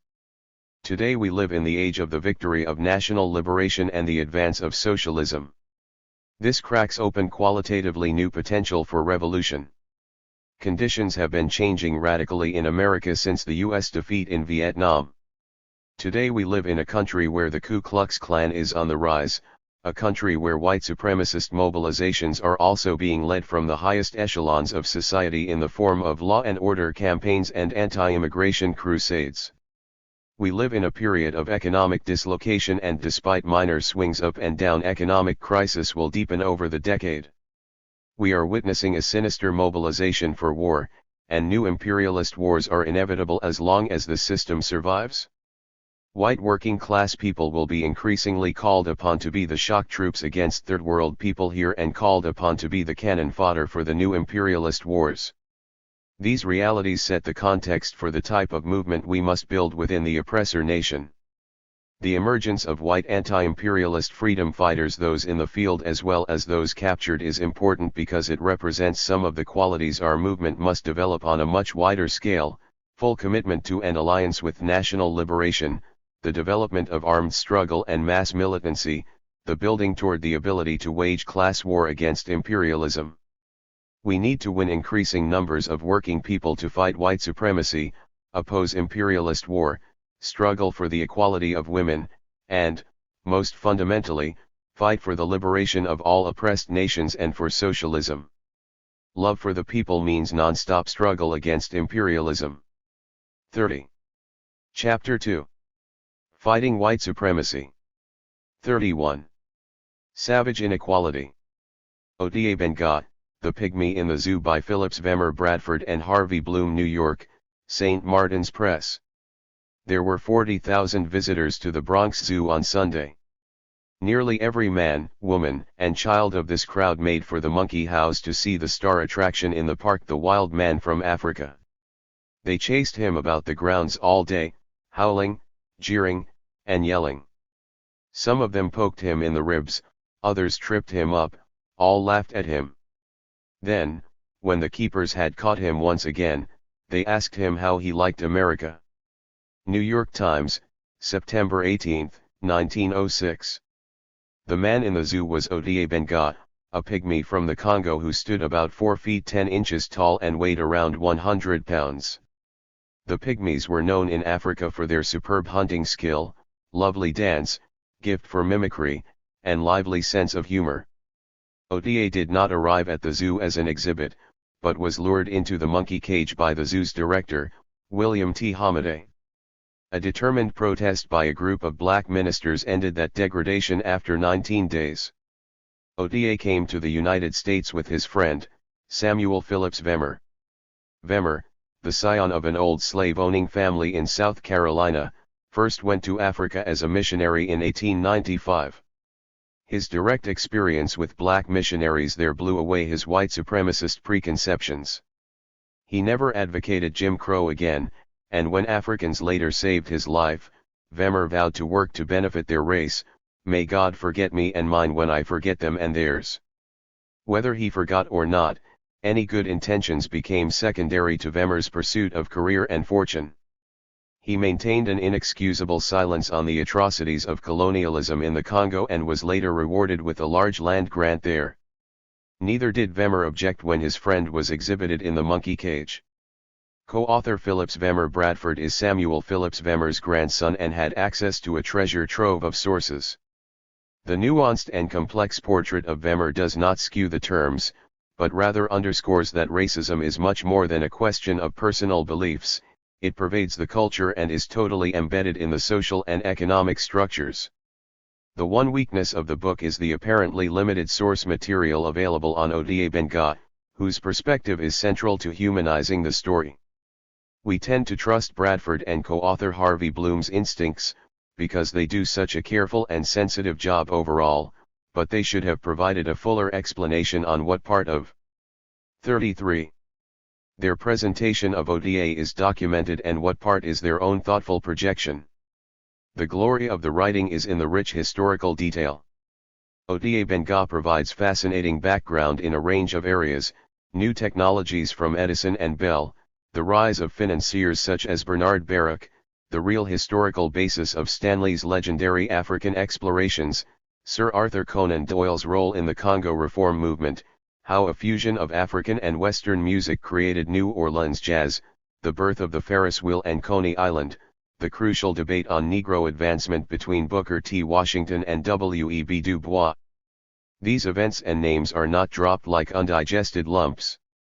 Rather, each is a thread that is woven with splendid craft into a colorfully patterned and extremely durable whole cloth. The authors never rail abstractly against the evils of racism. Instead, a starkly powerful indictment emerges out of their perceptive attention to detail. A stellar example is their description of the St. Louis World's Fair of 1904. The anthropology wing displayed a panoply of inferior races, the Congo Pygmies, the Ainus of Japan, Eskimos, the Igorots of the Philippines.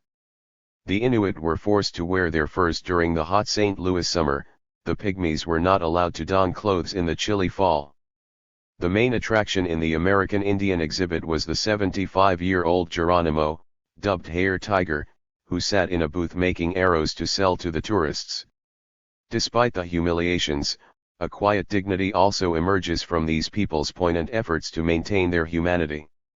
Over the course of the description, we can't help but see that the real savagery here is among those who display, prod, and jab other human beings. As Ota's compatriot in the African exhibit, Latuna, pointedly remarked about hospitality. When a white man comes to our country, we give them presents, and divide our elephant meat with them. The Americans treat us as they do our pet monkey. They laugh at us and poke their umbrellas into our faces. They do the same to our monkey. After Ota was freed from the zoo in 1906, he lived in black institutions that managed to carve out some degree of independence and self-respect in segregationist America. By 1916, however, abandoned by Vemer and penniless, Ota despaired of ever being able to return to his native land. Singing a traditional song, he shot himself through the heart. He is buried in an unmarked grave in Lynchburg, Virginia. 34. Malcolm X's message. Malcolm X speaks. Selected speeches and statements. Edited by George Brightman. New York, Grove Weidenfeld. There is a tendency to drain the radical message of a dynamic, living activist into an abstract icon, to replace radical content with pure image. Manning Marable. The hit movie and the best-selling autobiography have revived widespread interest in Malcolm X. He towers as a powerful symbol of black pride and dignity. Treatments of Malcolm's life have tended to focus on two aspects: his heroic rise from the depths of ghetto vice to become an inspiring voice for African American rights, and his evolving attitude toward white people. Unfortunately, very little attention is being given to the actual content of his penetrating political positions that the establishment found very threatening indeed. We are now in danger of being left with a Malcolm as a benign symbol, gutted of his insightful analysis and revolutionary approach that are still so urgently relevant today. The best source for the content of Malcolm's politics is his speeches, and the fullest collection of speeches from the last year of his life is Malcolm X Speaks. What made Malcolm the most brilliant thinker of the era was his bold ability to cut through the conventional wisdom that was so dominant that few dared to even imagine different terms. He understood how the media systematically inverts reality. The press is so powerful in its image-making role, it can make a criminal look like he's a victim and make the victim look like he's a criminal, will have you hating the people who are being oppressed and loving the people doing the oppressing. Malcolm tore off the blinders. At a time when even protesters wrapped themselves in the American flag, he made a clean break. No, I'm not an American. I'm one of the 22 million black people who are victims of Americanism. I don't see any American dream, I see an American nightmare. His core philosophy was black nationalism, which he defined in essence as black people controlling the politics and economy of the black community and at the same time getting together to remove the afflictions destroying the moral fiber of the community. He moved the debate beyond integration versus separation by identifying the central feature of segregation as outside control and oppression. When you're under someone else's control, you're segregated. And he trenchantly defined the situation of blacks as basically a colony within the U.S., with the police functioning as an occupying army. As a black nationalist, Malcolm saw the major struggle as one for independence.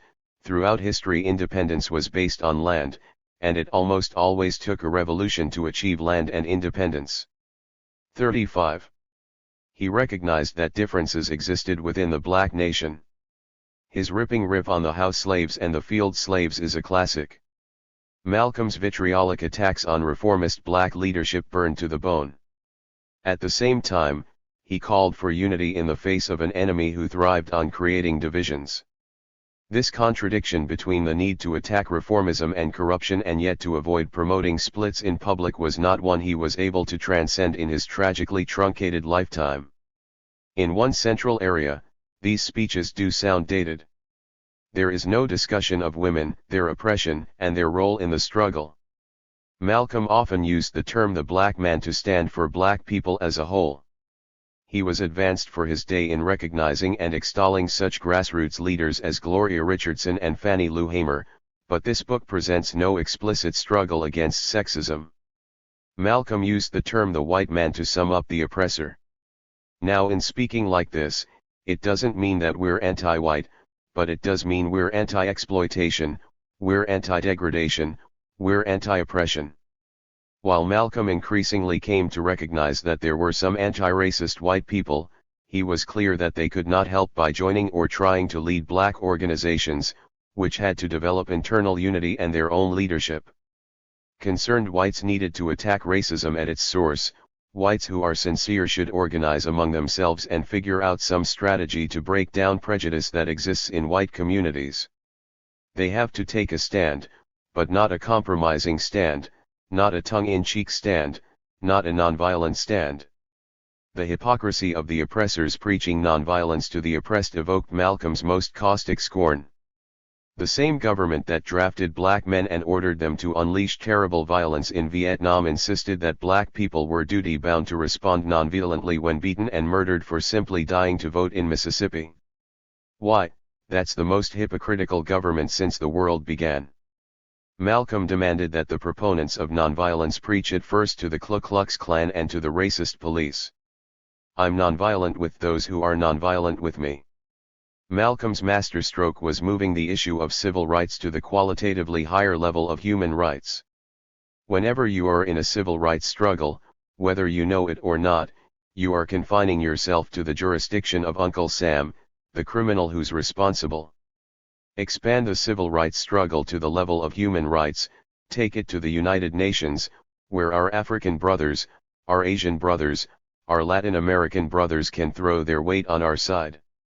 His initial success in interesting some African governments in such an approach prompted deep consternation in high levels of the U.S. government during what turned out to be the last year of Malcolm's life. The human rights perspective was not just a clever maneuver but rather was rooted in Malcolm's heartfelt internationalism. He deeply identified with 36. Malcolm X's message. Oppressed people throughout the Third World. Some of his most stunning speeches involve cogent explanations of what was happening in the Congo, and how the press was manipulating people to side with colonialism and totally depreciate the value of African lives. At a time when almost no one questioned U.S. foreign policy, Malcolm condemned the war in Vietnam. He understood the U.S. as the center of an imperialist system, with global reach, that is economically dependent on cheap raw materials, starvation wages, and captive markets in the Third World. Washington exercises the same forms of brutal oppression against dark-skinned people in Vietnam, or in the Congo, or in Cuba or in another place on earth where they are trying to exploit. Malcolm's internationalism broke through the constant intimidation of African Americans as a small, isolated minority within the U.S. by placing them squarely as a part of a large world majority. The oppressed people of this earth make up a majority. We approach our problem as a majority that can demand, not as a minority that has to beg. And he grasped that in the modem world, real power is international. In these 1990s days of New World Order, it may be hard to feel the explosiveness of his 1960s message, the combination of the national liberation struggles raging around the world and the rising of people of color within the U.S. could revolutionize society. But Malcolm illuminated a real and volcanic potential, one that made rulers tremble. His passionate internationalism is sorely needed today, as oppressed groups are so bitterly played off against one another. The very power of imperialism, the vast number and range of people it exploits, still constitutes the heart of its ultimate vulnerability. For Malcolm's birthday, on May 19, give yourself a precious gift. Read Malcolm X Speaks.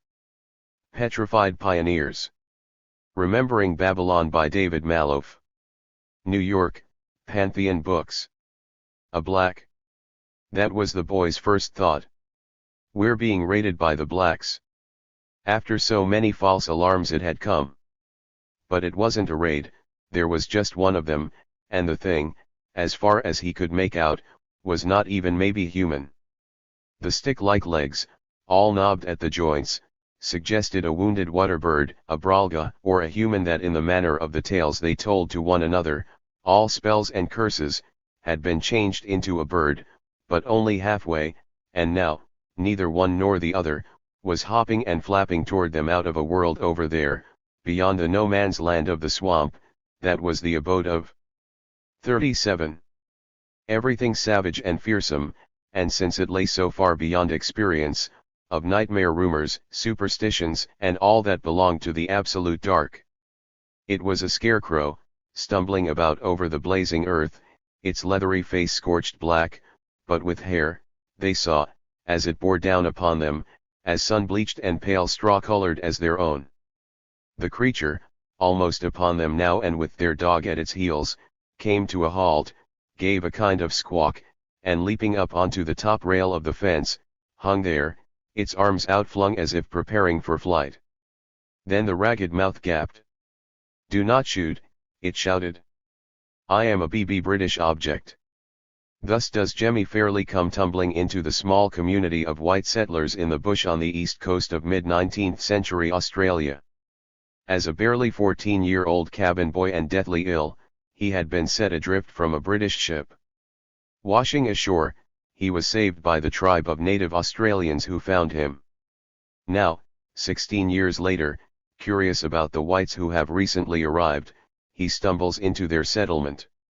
His hazy and faulty memory of English using object for subject is unintentionally prescient about the British attitude toward the Aborigines. While Jemmy is totally pivotal, this novel isn't mainly about him. As the Australian author David Malouf said in an interview in the New York Times, no white person here understands the Aboriginal world enough to write about it. Nor does the author ever clarify to what degree Jemmy's docile and fragile nature represents tribal culture or instead resulted from the traumas and abuse he suffered as a street urchin in England. But the presence of Jemmy, this white black man, is a glittering foil for flashing light on the white community he lives in for 2 years. Malouf, the author of numerous previous novels and books of poetry, sets his crafted and subtle writer's art to this intentional examination.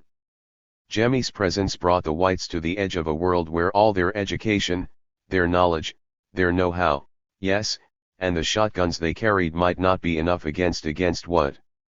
Some vulnerability to the world that could only be measured, was measured still, by the dread it evoked in them. They lived in a strange and unruly land, that had never been plowed, where nature ran amok with a lushness and quick bloom followed by a dank putrescence. And their unacknowledged recognition of the wrong they did to the natives weighed on their conscience in the form of nightmares about hostility and retaliation. Good reason, that for stripping as soon as you could manage of every vestige of the native. No wonder Jemmy gradually loses strength from the choice between paranoid distrust or condescending pity the whites offer him and flees back to his tribe. But this novel isn't limited to a broad-stroke sketch of collective social consciousness. Malouf's forte is detailed attention to individual. 38. Petrified pioneers. Characters, in their variety and complexity. For example, the description of the changes in the father of the most humane of the pioneer families. And Jock, in his disappointment, his shame too, perhaps, at having promised so much and provided so little, began to refine in himself the stringy, hard-bitten qualities of doughness and harsh self-discipline that the land itself appeared to demand, and which, for all the fierceness of its own sunlight, dashed out the last of sunniness from him. Malouf draws the settlers with considerable sympathy, taking us back, for example, to the suffocating life of the Scottish coal mines, or revealing the intense sense of worthlessness frantically denied through vehement disdain for the blacks, or taking us on the field trips of the minister with a genuine love for botany. And there is an almost magical moment of soulfulness when the pubescent Janet finds the calmness to stand statue still while covered by a swarm of bees, able to see the moment through Jemmy's eyes. Malouf, with a skill reminiscent of Nadine Gordimer but without her intensely political context, is deft at drawing out the internal thoughts, the self-consciousness, insecurities, unreal hopes at counterpoint to the verbalized conversation in social situations. For example, George sensed the little catch of interest in her and felt his confidence lift. If he was let down by anything, it was the state of his shirt cuffs, which were very grubby. He pulled the sleeves of his jacket down to hide them, and noticed, as he did, the dirt that was ingrained in the knuckles of his big hands. Even Hector's, he saw, were cleaner. How careless he had allowed himself to become. The author has the annoying habit of occasionally using a pronoun that doesn't refer to the antecedent noun and of offering portents of dramatic events that never really come in the book, but these are small faults in a textured writing that otherwise does a seamless job at drawing us into the feelings of the characters and the feel of the place. This novel is not a strident polemic against white settler colonialism in Australia, although such would be justified and even necessary for understanding that country. But it is an insightful and nuanced look into the psyche of the pioneers who fled hardship and oppression in Europe to struggle to establish a new life, but who are haunted by their fears of the people and the land they subdue in the process. They can't appreciate the potential Eden they have found because they are all too anxious to reshape it as the Babylon they remember. 39. The Paper Trail to Genocide. The FBI Files. Leonard Peltier Defense Committee. Lawrence, Kansas, self-published. On March 20, 1996, the very day that activists engaged in nonviolent civil disobedience in Washington, D.C. to demand Leonard Peltier's freedom, the U.S. Parole Commission denied parole to this preeminent Native American political prisoner. After serving 20 years for murders he didn't commit, he was told his next reconsideration hearing would be in December 2008. Those demonstrators aren't the only people outraged about this epitome of government prosecution. During his incarceration, 27 million people worldwide have signed letters and petitions, and Amnesty International has expressed grave concerns about the improprieties and injustices of his conviction, as have the European Parliament, Nelson Mandela, numerous congresspersons, and many Native American groups. The case's basis lies in the continuation of genocidal wars against American Indians. Responding in February 1973 to a long pattern of insufferable abuses, traditionalist Indians, accompanied by the American Indian Movement, occupied the Wounded Knee trading post on the Pine Ridge Reservation in South Dakota. A 72-day siege ensued, during which the FBI and U.S. Marshals used armored personnel carriers, helicopters, and assault weapons. This was followed by a far less publicized reign of terror. Within 3 years, 60 AIM members or supporters were killed and hundreds were wounded. The FBI never solved, in fact, never bothered to investigate any of these murders. But on June 26, 1975, they did send 2 armed guards with lots of backup to the home of AIM supporters on the pretext of finding a pair of stolen cowboy boots. The agents didn't even have the warrant the FBI claims they were trying to serve. Given the atmosphere of violence, this armed FBI incursion led to a shootout. AIM member Joe Stuntz kills Wright and FBI agents Jack Kohler and Roland Williams were killed. On the same day, puppet tribal president Dick Wilson was in Washington, D.C., illegally signing away an eighth of the reservation to the U.S. Park Service. The shootout served as a launchpad for the intensified waves of repression that finally decimated AIM. Whenever police or FBI agents are killed, the government imperative is to obtain rapid convictions and harsh punishments to set an example even if they can't find the actual perpetrators. In this case, AIM activists Dino Butler and Rob Robideau were charged, but later acquitted on the basis of self-defense. After that, the government's full fire was concentrated on Leonard Peltier, who was extradited from Canada based solely on affidavits later admitted to be fraudulent. At the trial, evidence of the prevailing climate of fear that had proven decisive. 40. The Paper Trail to Genocide. In the Butler/Robideau trial wasn't allowed. For the prosecutors, the convincing evidence was the claim that ballistics analysis showed that a bullet casing at the scene came from a rifle they linked to Peltier. but documents illegally withheld from the defense and only uncovered years after the trial state that the FBI's tests actually showed that the casings didn't come from Peltier's rifle or any other weapon linked to him. Other exculpatory evidence may be hidden in the thousands of pages of FBI documents yet to be released. Nevertheless, this leader of the movement for Native American self-determination is still serving a double life sentence. Peltier's defense committee recently published a fascinating booklet called The FBI Files, which contains 50 of the 13,799 pages of documents released thus far, along with relevant excerpts from affidavits and court proceedings. A short introduction sets the context, tags indicate each document's significance. Unfortunately, too much emphasis is placed on the point that there were other likely suspects and not enough on the political context that justified self-defense for whoever did shoot back. In such a crucial case, a collection of documents isn't an adequate substitute for thorough description and analysis. Fortunately, this was provided by Peter Matheson's In the Spirit of Crazy Horse. Ward Churchill and Jim Vander Wall presented a shorter but very cogent summary in Agents of Repression. Yet for those already familiar with the background, the committee's booklet is an invaluable supplement. Here are some of the salient points revealed by the documents.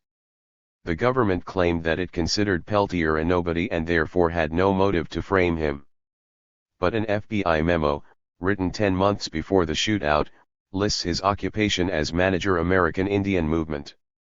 2 months prior to the incident, the FBI developed a position paper on acting in lieu of the use of troops, to deploy FBI special agents in a paramilitary law enforcement situation.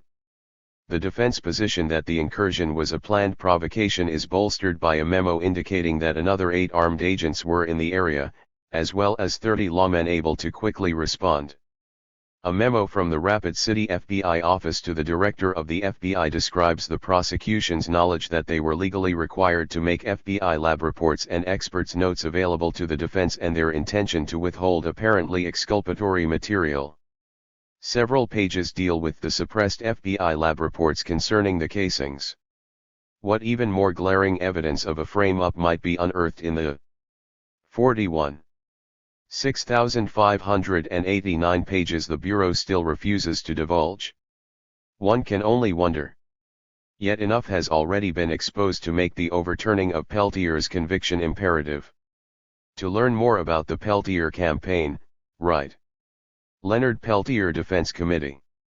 P.O. Box 583. Lawrence, Kansas 66044 USA. Email, lpdc@freepeltier.org. Website, www.freepeltier.org. Mumia Must Live. Live from Death Row by Mumia Abu Jamal. New York, Addison Wesley. Perhaps we can shrug off and shred some of the dangerous myths laid on our minds like a second skin, such as, the right to a fair trial even. They're not rights, they're privileges of the powerful and rich. Don't expect the media networks to tell you, for they can't. Because of their incestuousness, with government and big business. I can. Even if I must do so from the valley of the shadow of death, I will. From Death Row, this is Mumia Abu Jamal. This preface sets the tone for the immediacy and hard-hitting reality of Live from Death Row. The author had been a member of the Black Panther Party as a youth and later became a supporter of the Radical Move organization. By 1981, Mumia Abu Jamal was an award-winning journalist and an outspoken critic of police brutality in Philadelphia, when he was given the death penalty for the murder of police officer Daniel Faulkner. Despite a plethora of apparent injustices and legal irregularities in his case, Mumia is now stalked more closely than ever by an execution date of August 17, at 10 p.m.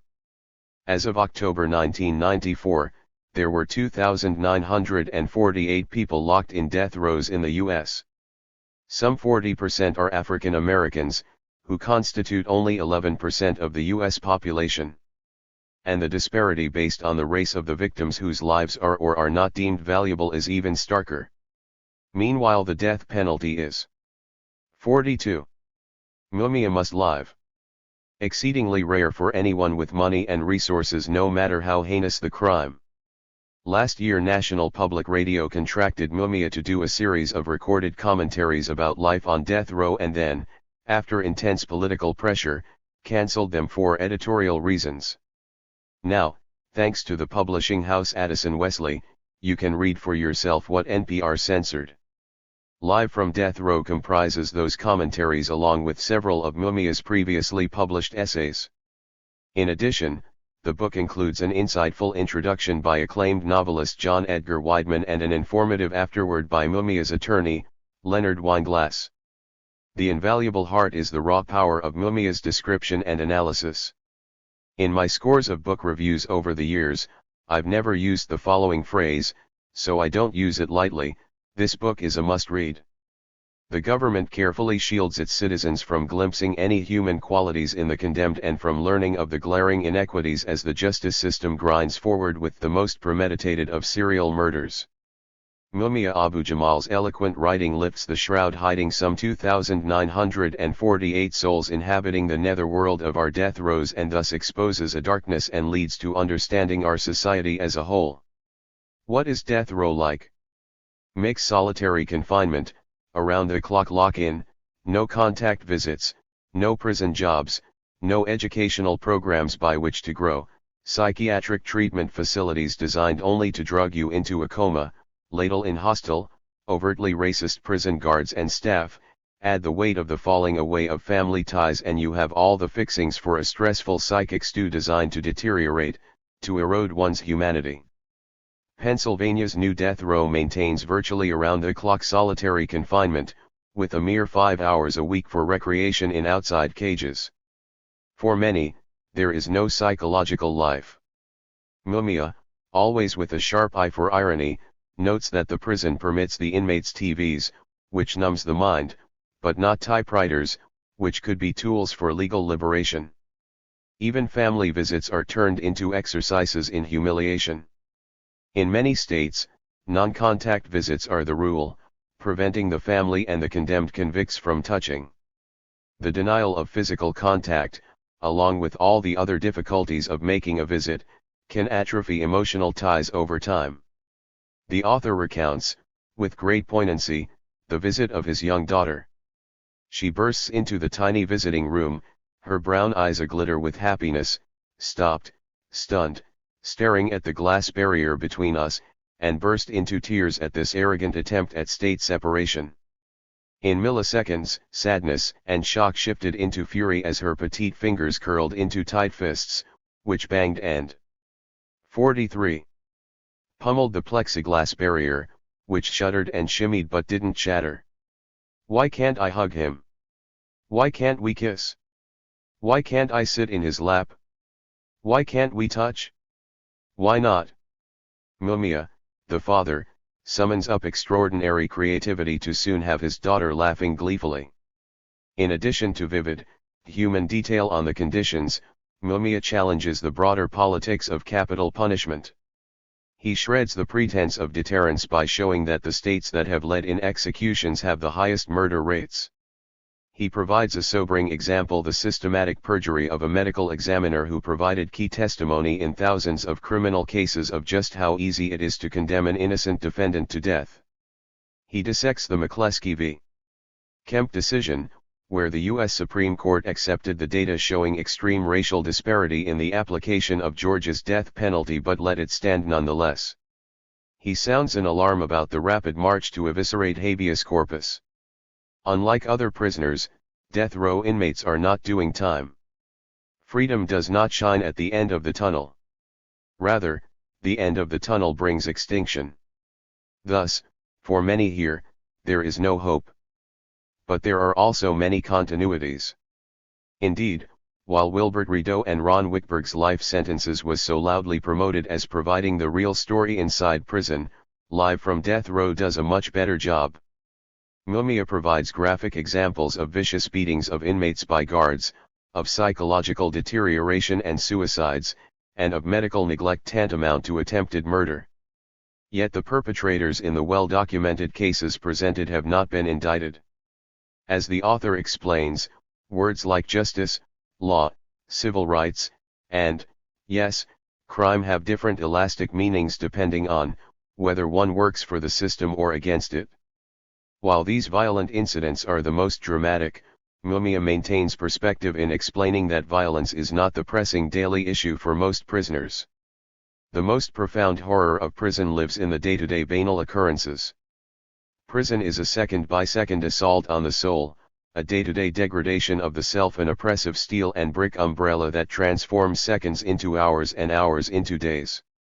The strength of Mumia's writing is best seen in his vivid descriptions of prison life and his ability to always adduce the human element, even in brief sketches.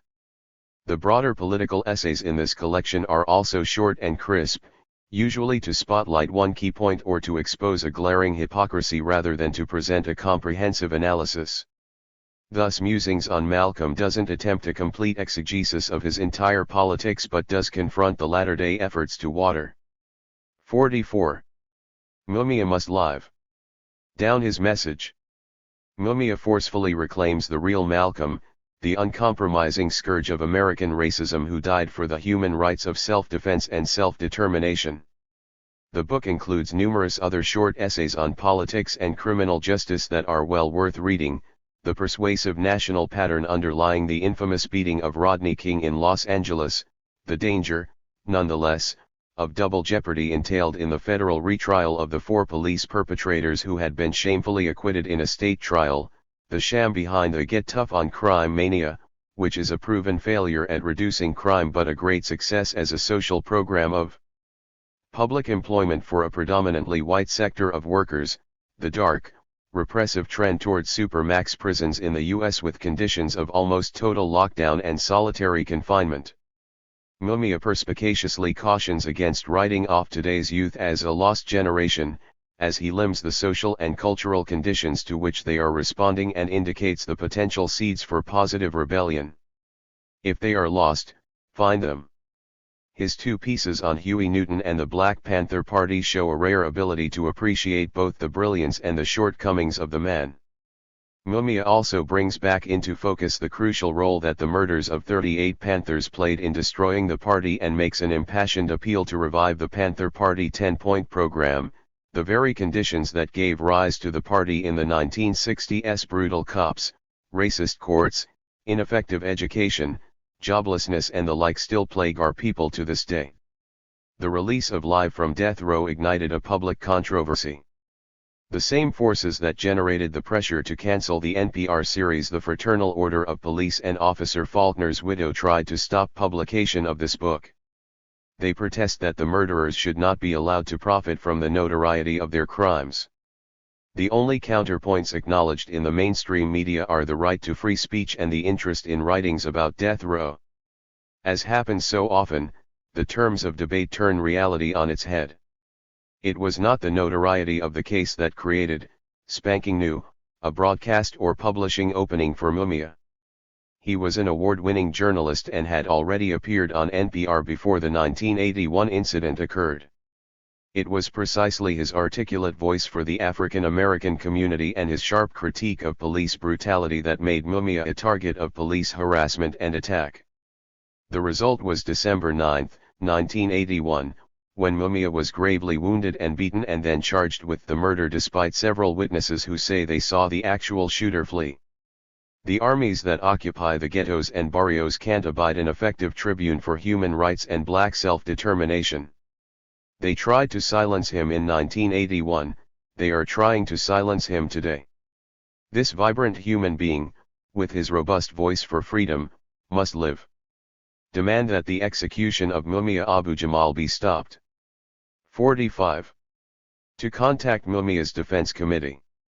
International Concerned Family and Friends of Mumia Abu Jamal 4601, Market Street, Philadelphia, Pennsylvania, 19143 USA. Phone, 476-8812. Email, icffmaj@aol.com. Website, www.mumia.org. 3 Haiku for Mumia Abu Jamal. Young Panther, then bold journalist. His crime, speaking the truth to power. With huge heart, wry wit, and ardent analysis, a torch for freedom. Sunny, slightly sly smile slips through barren bars to sprinkle us with life. 46. Lessons from History, Race and Class in America. 47. One of the supreme issues for our movement is summed up in the contradictions of the term white working class. On one hand, there is the class designation that should imply, along with all other workers of the world, a fundamental role in the overthrow of capitalism. On the other hand, there is the identification of being part of an oppressor nation. Historically, we must admit that the identity with the oppressor nation has been primary. There have been times of fierce struggle around economic issues, but precious little in the way of a revolutionary challenge to the system itself. There have been moments of uniting with black and other third world workers in union struggles, but more often than not in opposition to full equality and a disrespect for the self-determination of other oppressed peoples. These negative trends have been particularly pronounced within the current era of history. White labor has been either a legal opposition within or an active component of the U.S. imperial system. There have been two basic responses to this reality by the white left. The main position by far has been opportunism. This has entailed an unwillingness to recognize the leading role within the U.S. of national liberation struggles, a failure to make the fight against white supremacy a conscious and prime element of all organizing, and, related to the above, a general lack of revolutionary combativeness against the imperial state. More specifically, opportunism either justifies the generally racist history of the white working class and the left or romanticizes that history by presenting it as much more anti-racist than reality merits.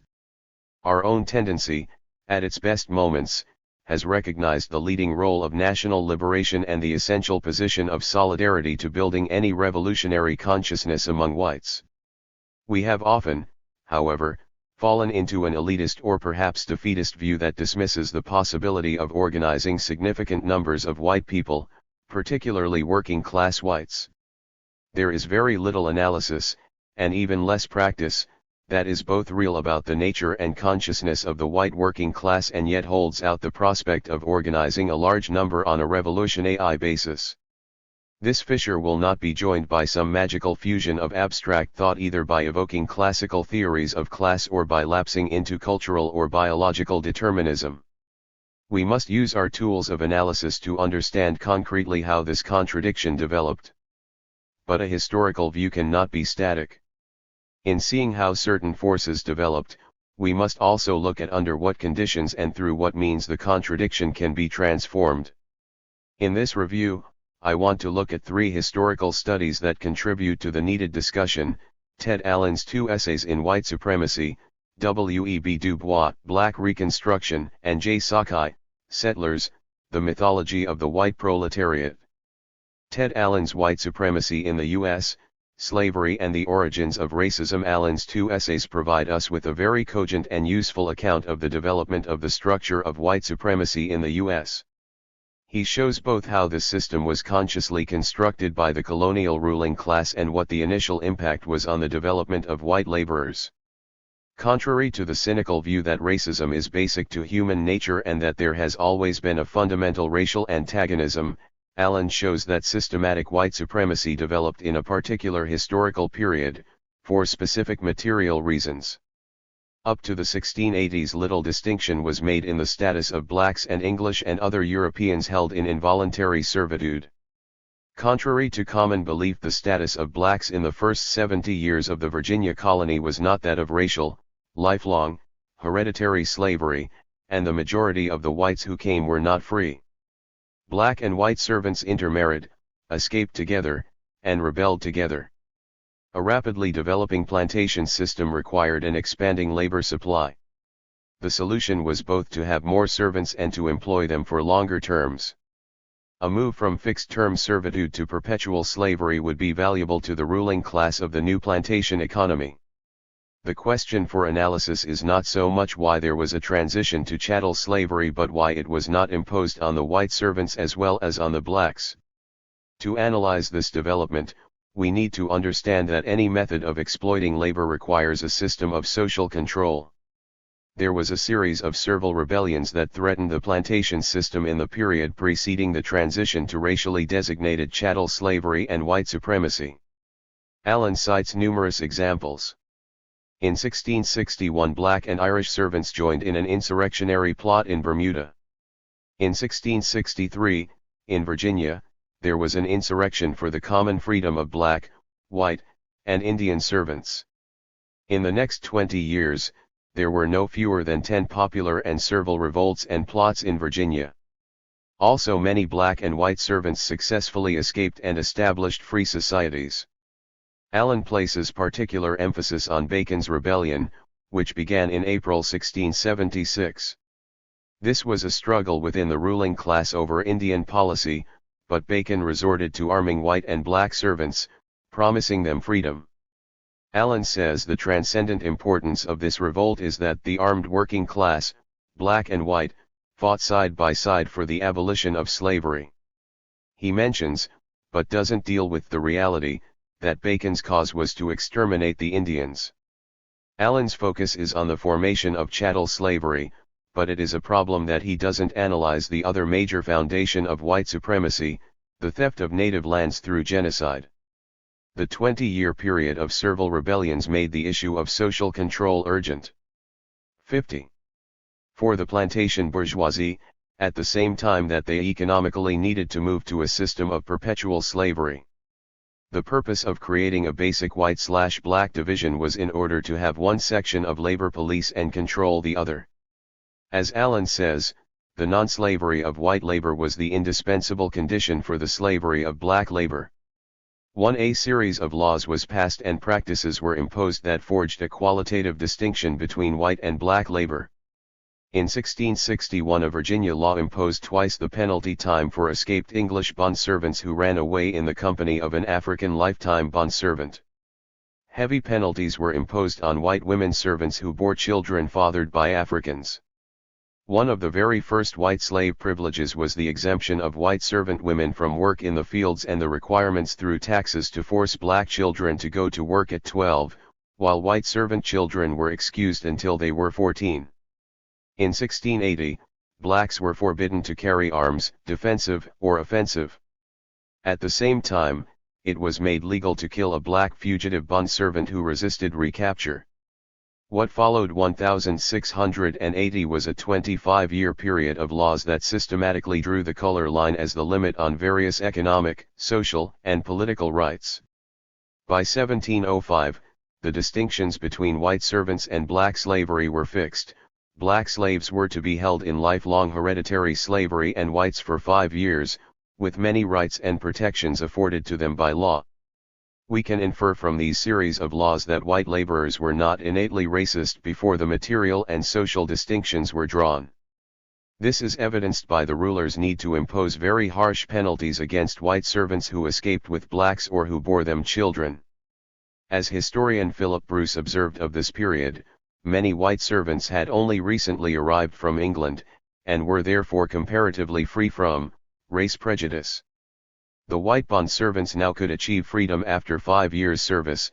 The white women and children, at least, were freed from the most arduous labor. The white bondservant, once freed, had the prospect of the right to vote and to own land. These privileges did not come from the kindness of the planters' hearts nor from some form of racial solidarity. Quite simply, the poor whites were needed and used as a force to suppress the main labor force, the African chattel slaves. The poor white men constituted the rank and file of the militias and later, the slave patrols. They were given added benefits, such as tax exemptions, to do so. By 1705, after blacks had been stripped of the legal right to self-defense, the white bondservant was given a musket upon completion of servitude. There was such a clear and conscious strategy that by 1698 there were even deficiency laws that required the plantation owners to maintain a certain ratio of white to African servants. The English Parliament, in 1717, passed a law making transportation to bond servitude in the plantation colonies a legal punishment for crime. Another example of this conscious design is revealed in the Council of Trade and Plantation report to the King in 1721 saying, 51. That in South Carolina, black slaves have lately attempted and were very nearly succeeding in a new revolution and therefore, it may be necessary to propose some new law for encouraging the entertainment of more white servants in the future. It would be important to have a concomitant analysis of the role of the theft of Indian land and of the impact of the slave trade itself. Allen's analysis too of early plantation labor, however, provides an invaluable service. When black and white labor were in the same conditions of servitude, there was a good deal of solidarity. A system of white supremacy was consciously constructed in order to extend and intensity exploitation and have shock troops to suppress slave rebellions. Thus the 1680 to 1705 period 3 is a critical benchmark essential to understanding all subsequent North American history. As Allen tells us, it was the bourgeoisie's deliberately contrived policy of differentiation between white and black labor through the system of white skin privileges for white labor that allowed the bourgeoisie to use the poor whites as an instrument of social control over the black workers. Allen refers to, but doesn't fully develop, the impact of white supremacy on the white laborers. His general analysis is that by strengthening capitalist rule it reinforced exploitation of whites too, white supremacy the keystone of capitalist rule which left white labor poor, exploited and increasingly powerless with respect to their rulers and exploiters. But since the mass of poor whites was alienated from the black proletariat and enlisted as enforcers of bourgeois power, it would be useful to have more analysis of the interplay of these two contradictory roles, exploited/enforcers. In any case, the overall effect was to break the white workers from their proletarian class struggle alongside blacks and to bind them more tightly to their own ruling class. W. E. B. Du Bois' Black Reconstruction 1860–1880 Du Bois' work is a classic study, and absolutely essential to understanding U.S. history. The book deals not only with the Reconstruction period that followed the Civil War but also with the war itself and the period of slavery preceding it. This review will only focus on the insights about the relationship of white labor to black people and their struggles. There are, however, two essential theses that Du Bois puts forward that should be pointed out here. 1. The slaves were not freed by Lincoln's or by the Union's benevolence. The slaves essentially freed themselves. First, they fled the plantations in great numbers, depleting the South of labor for its wartime economy. Second, they volunteered to fight with the Union to defeat the slavocracies.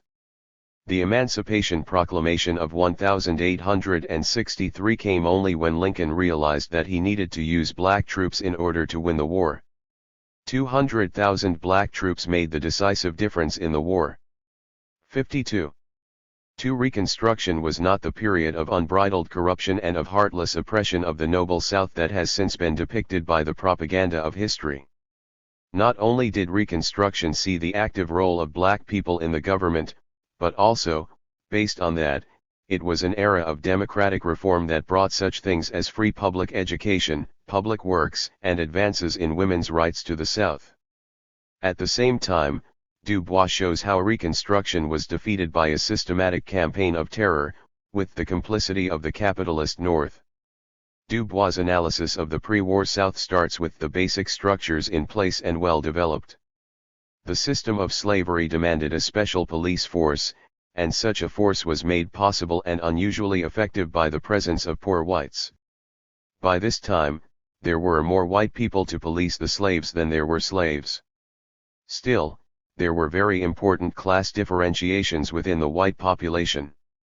7% of the total white Southern population owned 3/4 of the slaves. 70% owned no slaves at all. To Du Bois, a basic issue is why the poor whites would agree to police the slaves.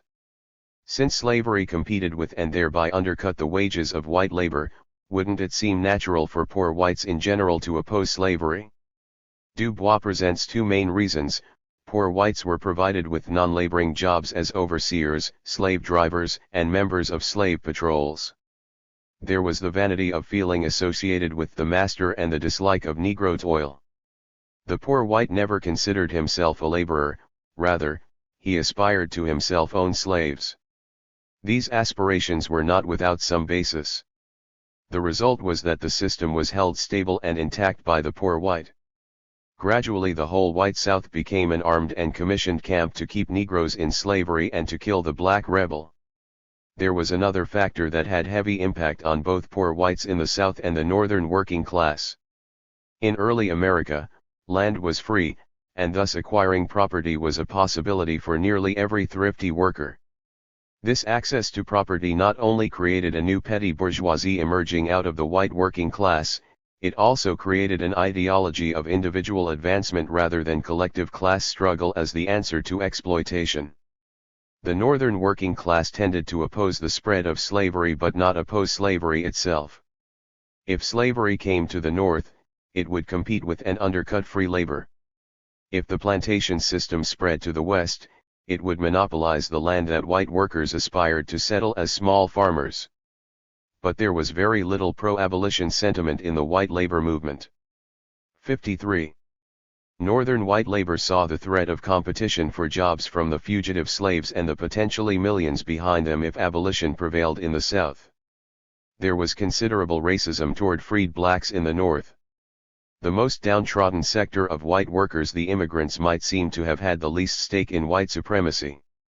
But the racism had its strongest expression among these sections because at the bottom layer of white labor, they felt most intensely the competition from blacks for jobs and blamed blacks for their low wages. During the Civil War, the Irish and other immigrant workers were the base for the anti-draft riots in the northern cities. These were really straight-out murderous race riots against the local black population. For Du Bois, the position of the northern working class appears somewhat irrational. Freed slaves did represent, it's true, potential competition for jobs. However, Du Bois argues, what they failed to comprehend was that the black man enslaved was an even more formidable and fatal competition than the black man free. This analysis seems inadequate. As materialists, we have to wonder why such a formidable consensus of a class and its organizations would hold a position over a long period of time that was opposed to their interests. In addition to the issue of competition, we must ask if the super-exploitation of black labor was used to provide some additional benefits for white labor. In a way, did the formation of the U.S. empire anticipate some of the basic oppressor/oppressed worker relations described by Lenin with the development of imperialism?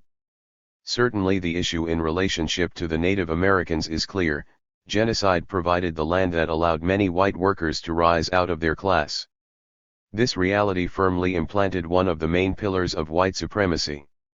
There were undoubtedly also some direct benefits from the super-exploitation of slave labor for the white working class that Du Bois does not analyze. Data presented in Settlers, the mythology of the white proletariat, indicates that white American workers earned much higher wages than their British counterparts. Du Bois sees the material basis of white labor antagonism to blacks as based in competition for jobs and its impact on wage levels. On the other hand, he sees the existence of a slave trade as even worse competition. But how did this second aspect play itself out? Perhaps as direct competition only for the white working class in the South. But here there was the counterforce of slavery being the direct basis for a large section of whites to become petty bourgeois, while others got jobs overseeing and controlling black labor. It isn't clear how slavery in the South would directly compete with northern labor. On the contrary, some benefits might be passed on as a result of the super-exploitation of black labor. Certainly first the wealth generated by King Cotton and then the availability of the cheap raw materials were cornerstones of the northern industrialization that provided and expanded jobs. Further, this issue cannot be treated in isolation from the other main pillar of white supremacy, the availability of land based on genocide of the Native Americans. It is doubtful that the capitalist class would have opened up the West. 54. For settlement without the guarantee of still having an adequate supply of cheap labor for industrialization. Earlier in England, to prepare the way for manufacturing, there had been the brutal enclosure movements that forced peasants off their land in order to create a large supply of cheap labor. In North America, the movement was in the opposite direction. People were actually settling the land, becoming peasants, while manufacture was developing. It is unlikely that this would have been allowed without slavery to guarantee cheap labor for the main cash crops and raw materials and an influx of immigrant labor into the northern cities. In any case, The predominant position among Northern labor opposed the spread of slavery but did not favor abolition. These positions were punctuated by occasional race riots with a white working class base. In addition to the aspiration to rise to the petty bourgeoisie, a labor aristocracy began to develop in the pre-war period, usually based in longer established white settlers as opposed to immigrant workers. After 1850, unions of skilled labor began to separate from common labor. These skilled labor unions established closed shops that excluded blacks and farmers.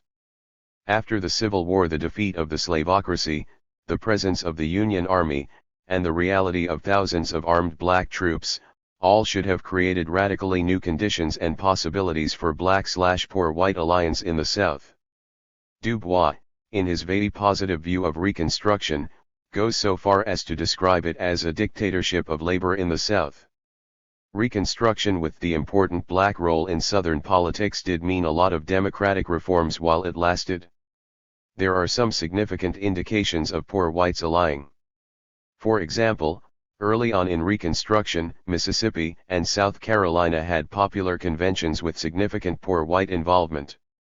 The Jim Crow laws, later passed in Mississippi, found it necessary to place severe strictures against whites associating with blacks.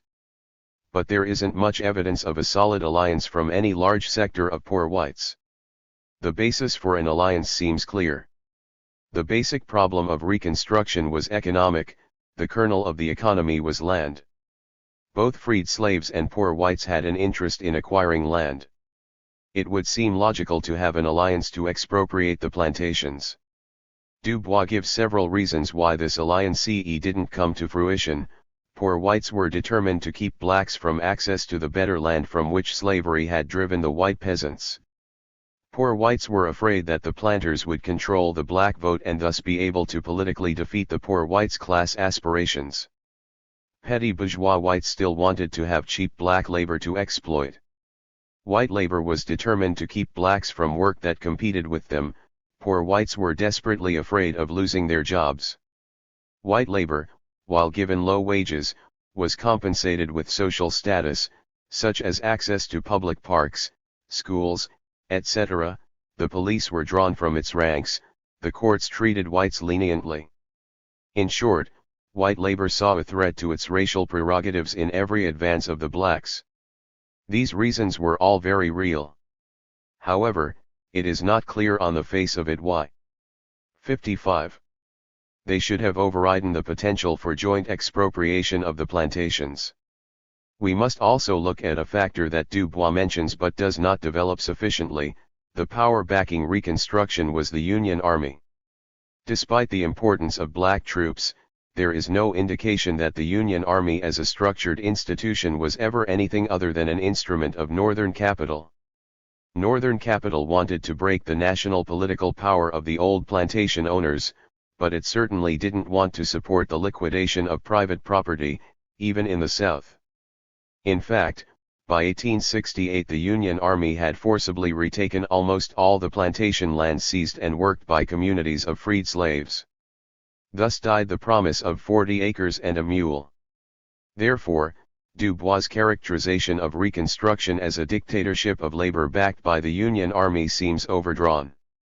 He is much more on the mark when he says, "It was inconceivable, therefore, that the masters of Northern industry, through their growing control of American government, were going to allow the laborers of the South any more real control of wealth and industry than was necessary to curb the political power of the planters."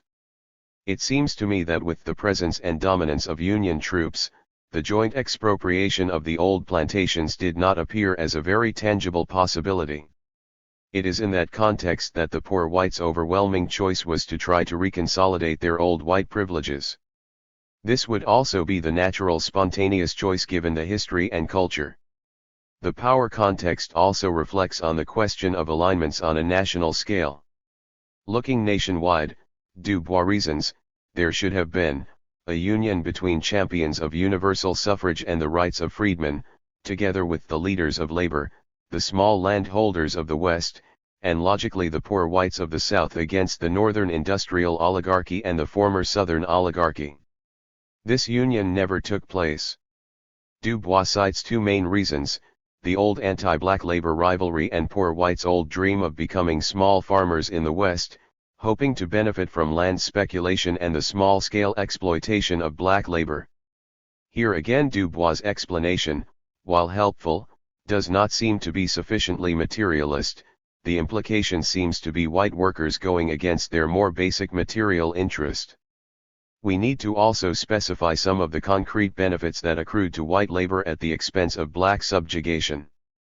Also, to reiterate, these choices took place in the context of a vigorous and rising U.S. capitalism.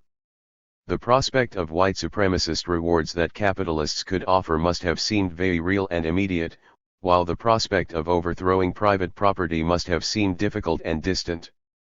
By the 1870s, the labor movement in the North saw the growth of craft and race unions.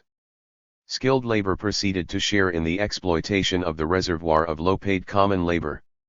The position of common labor was greatly weakened since their strikes and violence could not succeed with skilled labor and engineers to keep the machinery going. 56. In the South, the poor whites became the shock troops for the mass terror that destroyed the gains of black Reconstruction. Du Bois explains that the overthrow of Reconstruction was a property, not a race war. Still, the poor whites involved were not simply tools of property. They perceived their own interests in attacking the black advances. In fact, some of the early examples of Klan-style violence that Du Bois provides show such bands attacking the old planters as well as the freed slaves. Du Bois documents, state by state, the war of terror that defeated Reconstruction. Here, I will indicate it with one example. In Texas, during the height of the war, there was an average of 60 homicides per month. Black Reconstruction was also defeated with the complicity of Northern Capital, which agreed to the withdrawal of Union troops in 1877. The defeat of Reconstruction meant that the color line had been used to establish a new dictatorship of property in the South.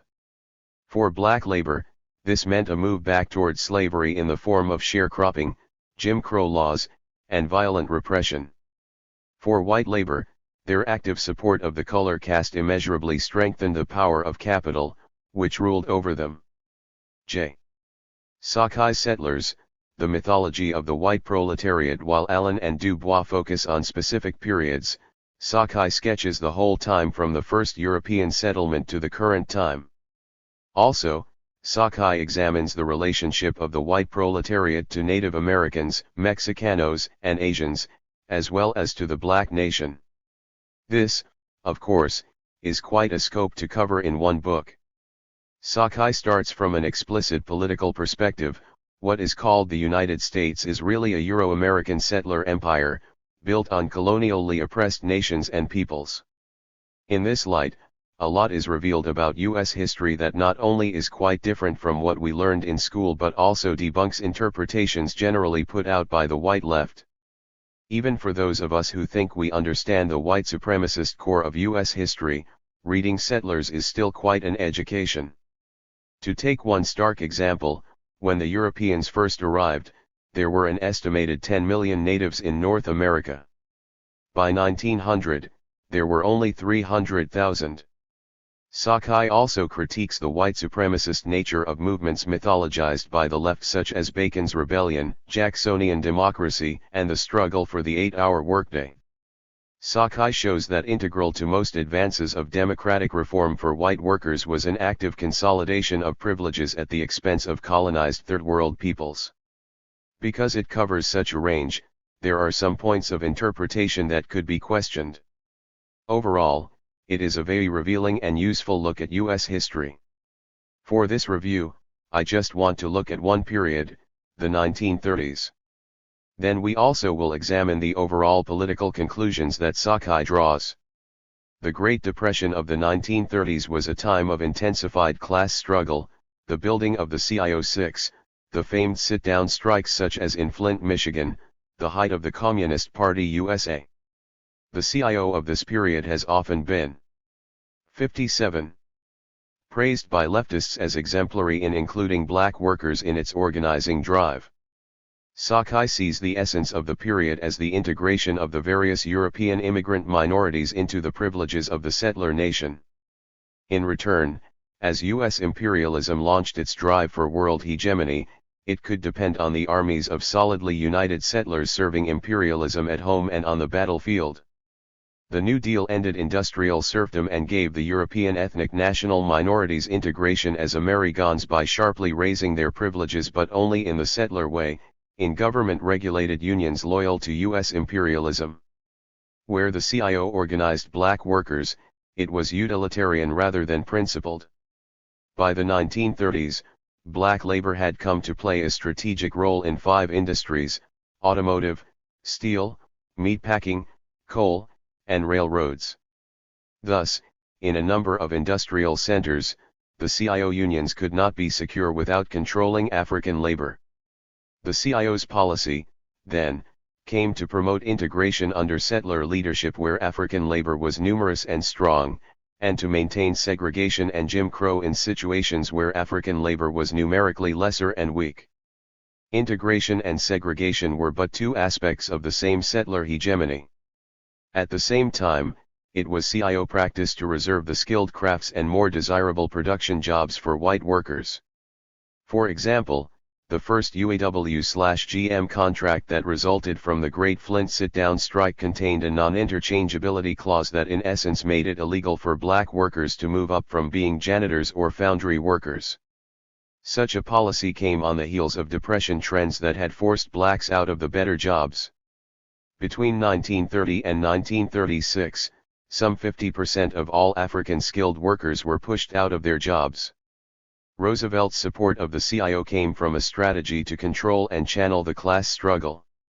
A significant factor in the success of the 1930s union organizing drives was the government's refusal to use armed repression. No U.S. armed forces were used against Euro-American workers from 1933 to 1941. 7. This policy was in marked contrast to, for example, the attack on the Nationalist Party in Puerto Rico. In 1937, 1 month after President Roosevelt refused to use force against the Flint sit-down strike, U.S. police opened fire on a peaceful nationalist parade in Ponce, Puerto Rico. 19 Puerto Rican citizens were killed and more than 100 wounded. While leftists committed to organizing in the 30s might want to bring in different examples and argue Sakai's interpretations, I think that overall the subsequent history of the CIO has been clear.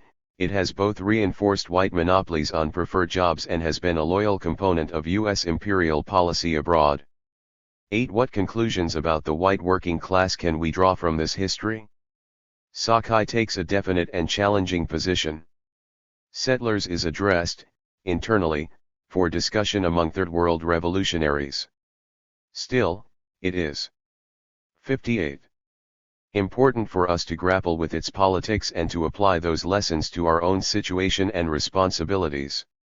Sakai's general view of history is that the masses of whites have advanced themselves primarily by oppressing Third World people, not by any means of class struggle.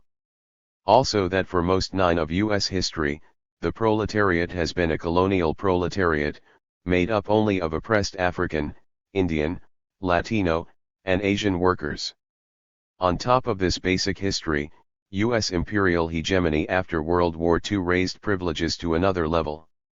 Those expansionist years of 1945 to 1965, saw the final promotion of the white proletariat. This was an en masse promotion so profound that it eliminated not only consciousness, but the class itself. Thus, for Sakai, there is an oppressor nation but it doesn't have a worker class, at least not in any politically meaningful sense of the term. To buttress this position, Sakai discusses the superclass cultural and ideological unification in the white community, points to the much higher standard of living for white Americans, and presents census statistics to indicate that whites are predominantly bourgeois, middle class and labor aristocracy. Here, Sakai enumerates class based solely on white male jobs in order to correct for situations where the woman's lower status job is a second income for the family involved. This method, however, fails to take account of the growing number of families where the woman's wages are the primary income. The methodological question also relates to the potential for women's oppression to be a source for a progressive current within the white working class. In a way, Sakai puts forward a direct negation of the opportunist Marxist position that makes class designation everything and liquidates the distinction between oppressed and oppressor nation. Sakai's survey of U.S. history understates the examples of fierce class struggle within the oppressor nation that imply at least some basis for dissatisfaction and disloyalty by working whites. Still, these examples defined primarily around economic demands and usually resolved by consolidation of privileges relative to third world workers cannot be parlayed into a history of revolutionary class struggle. Class consciousness cannot be defined solely by economic demands.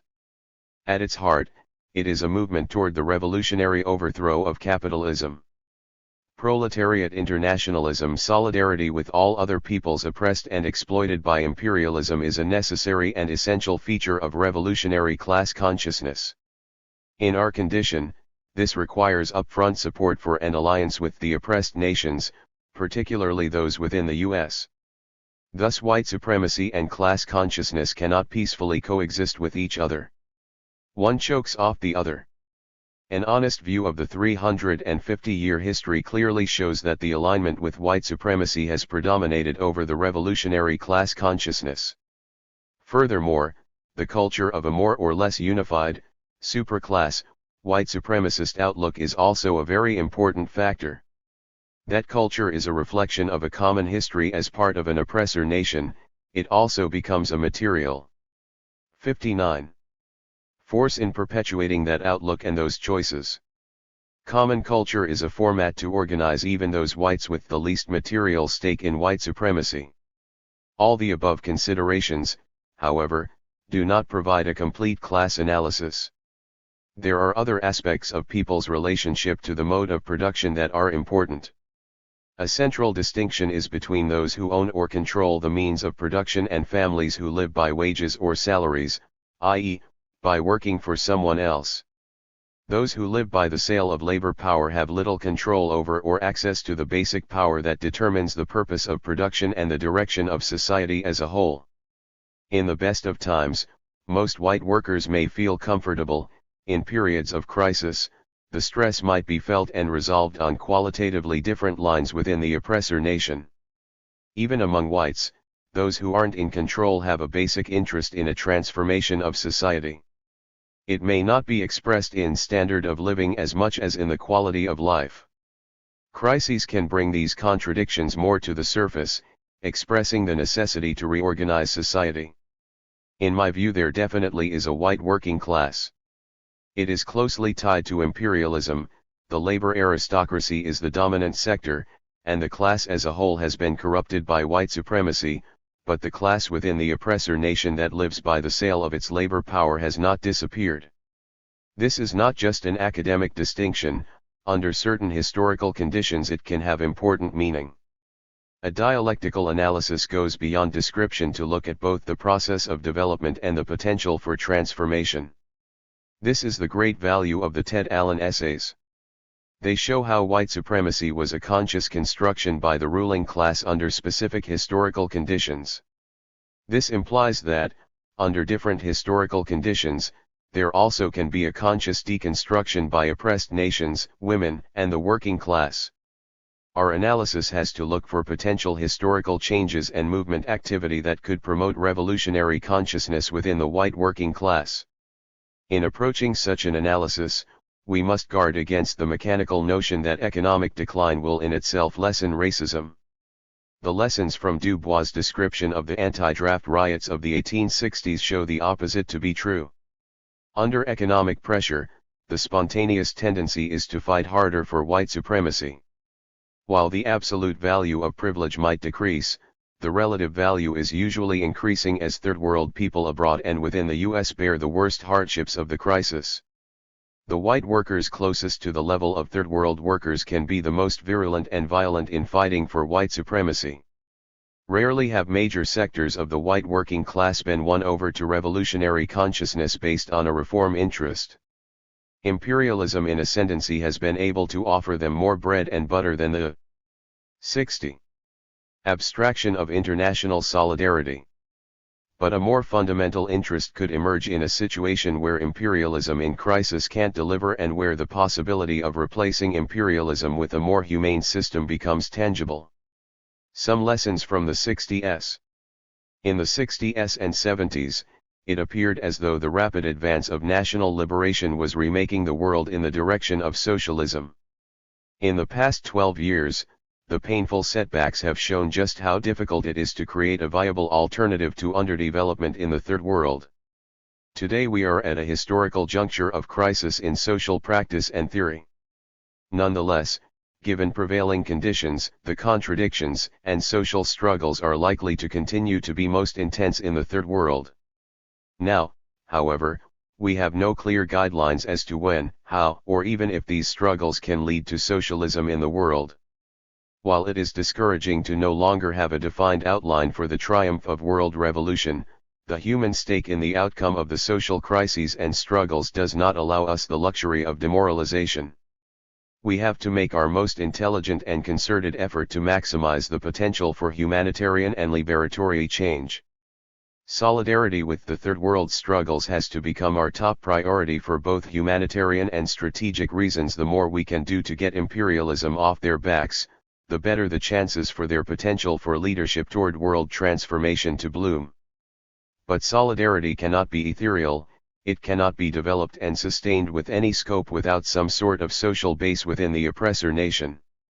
Class may very well not be a primary form for such a social base, but we still need to establish more realistic and useful terms for the role class can play in the next period of social upheaval and motion. The historical lessons we examined make it clear that it would be unreal to talk about the white working class as a whole or even the majority of it, as a revolutionary force. But, on the other hand, the predominance of white supremacy is not genetically determined nor is it carved in stone historically. We need to look for what conditions and movement activity can promote anti-imperialist organizing within the white working class, both to build solidarity forces and to point the direction toward a genuine long-term emancipation of working people from a system based on exploitation, dehumanization, and war. The movement of the 1960s showed the potential for positive response from whites to the rise of national liberation struggles, along with a desire for a more humane and cooperative society. It is true that this response came first from elite students, the children of the petty bourgeoisie and professionals. These sectors felt more secure in their privilege and felt less immediately threatened by advances for black people than did the poorer sectors of whites. Also, students and intellectuals are frequently the group that early on, albeit subjectively, responds to emerging contradictions in a given society. The movement was a real reflection of the objective advance of national liberation and the need to 61. Transform U.S. society. As the war in Vietnam dragged on, increasing numbers of working-class youth became involved in the movement. This fledgling success and glimmer of potential of the 60s also provided some historical lessons that we have not done nearly enough to analyze and codify. The movement involved more than the traditional unrest of students. Broader cultural identification played a major role in generating a larger youth movement. First and foremost, it was the impact of black culture, with its more humane values of social consciousness, emotional expressiveness, and sense of community, primarily through the genesis of rock and roll. The cultural rebellion also importantly involved an opening of sexual expression that challenged the previous straitjacket of repression. Paradoxically, and counter to the grim realities we've come to understand, at that time drugs were seen as liberation from repressive control and promoting anti-authoritarianism. Civil rights and anti-war activity among whites started mainly on the campuses, and the student movement was a spearhead for political consciousness throughout the 60s. Most white working-class youth were initially indifferent if not downright hostile to these first stirrings. But over the years there were increasing cultural links that laid the basis for a broader movement. For example, white working-class youth who dropped out of the daily work grind and were often into drugs gravitated to communities near campuses. Anti-draft counseling offices brought many into more direct political contact with the movement. The burgeoning of community colleges meant that more working-class youths were themselves students. By the late 1960s, the growing disenchantment with and anger about the war in Vietnam provided a unifying focus and sense of identity for all the disaffected. When soldiers in Vietnam started to turn against the war, that added a new dimension to the movement, as well as significantly deepening its class composition. The main base for the anti-imperialist movement of the 60s was a social movement of youth, heavily impacted and in many ways generated by black culture. As the movement developed, it involved increasing numbers of working-class youth, who played a major role in the movement's growth and heightened militancy. This extension showed the ability of culture to be a bridge to deepening the class base of a social movement, the increasing ways the draft, in the context of a bloody and losing war, made the interests of some working-class people intersect with those of national liberation, and the contagious effect of victorious revolutions and liberatory vision. The New Left did have an intelligent strategy for extending the movement and deepening its class base, but abandoned it at the very moment it was achieving stunning success. The revolutionary youth movement strategy called for the extension of what had started as a primarily elite student base to a broader, particularly working-class youth base by doing more work around the draft, with GIs in community colleges, and among youth in working-class neighborhoods. The movement, still heavily male supremacist, had little sense of the role of 62 women and often lapsed into very negative sexist posturing. However, even here, the freedom, energy, and rhetoric of the movement provided a new opening for women's liberation.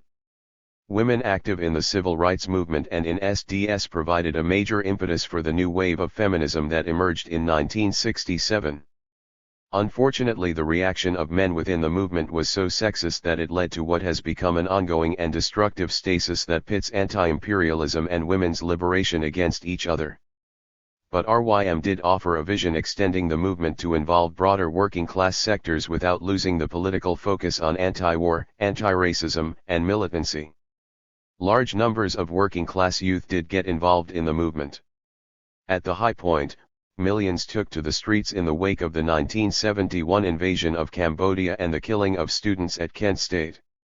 This movement was, of course, not magically free of racism, as painfully illustrated by the failure to make issues of the killings at Jackson State and of Chicano anti-war activists in Los Angeles.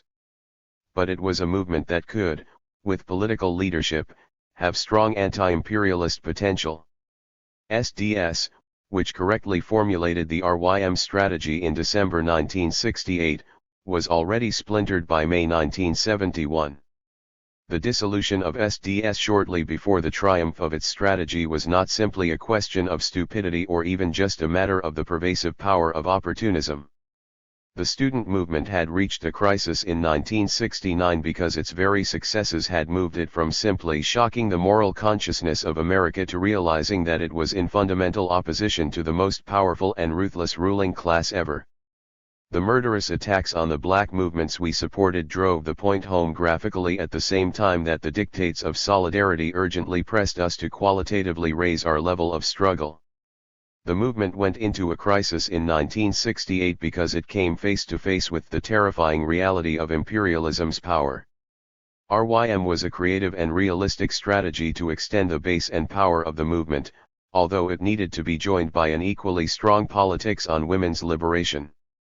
But for all of its value as a transitional strategy, RYM was in itself nowhere near an adequate basis for overthrowing bourgeois power.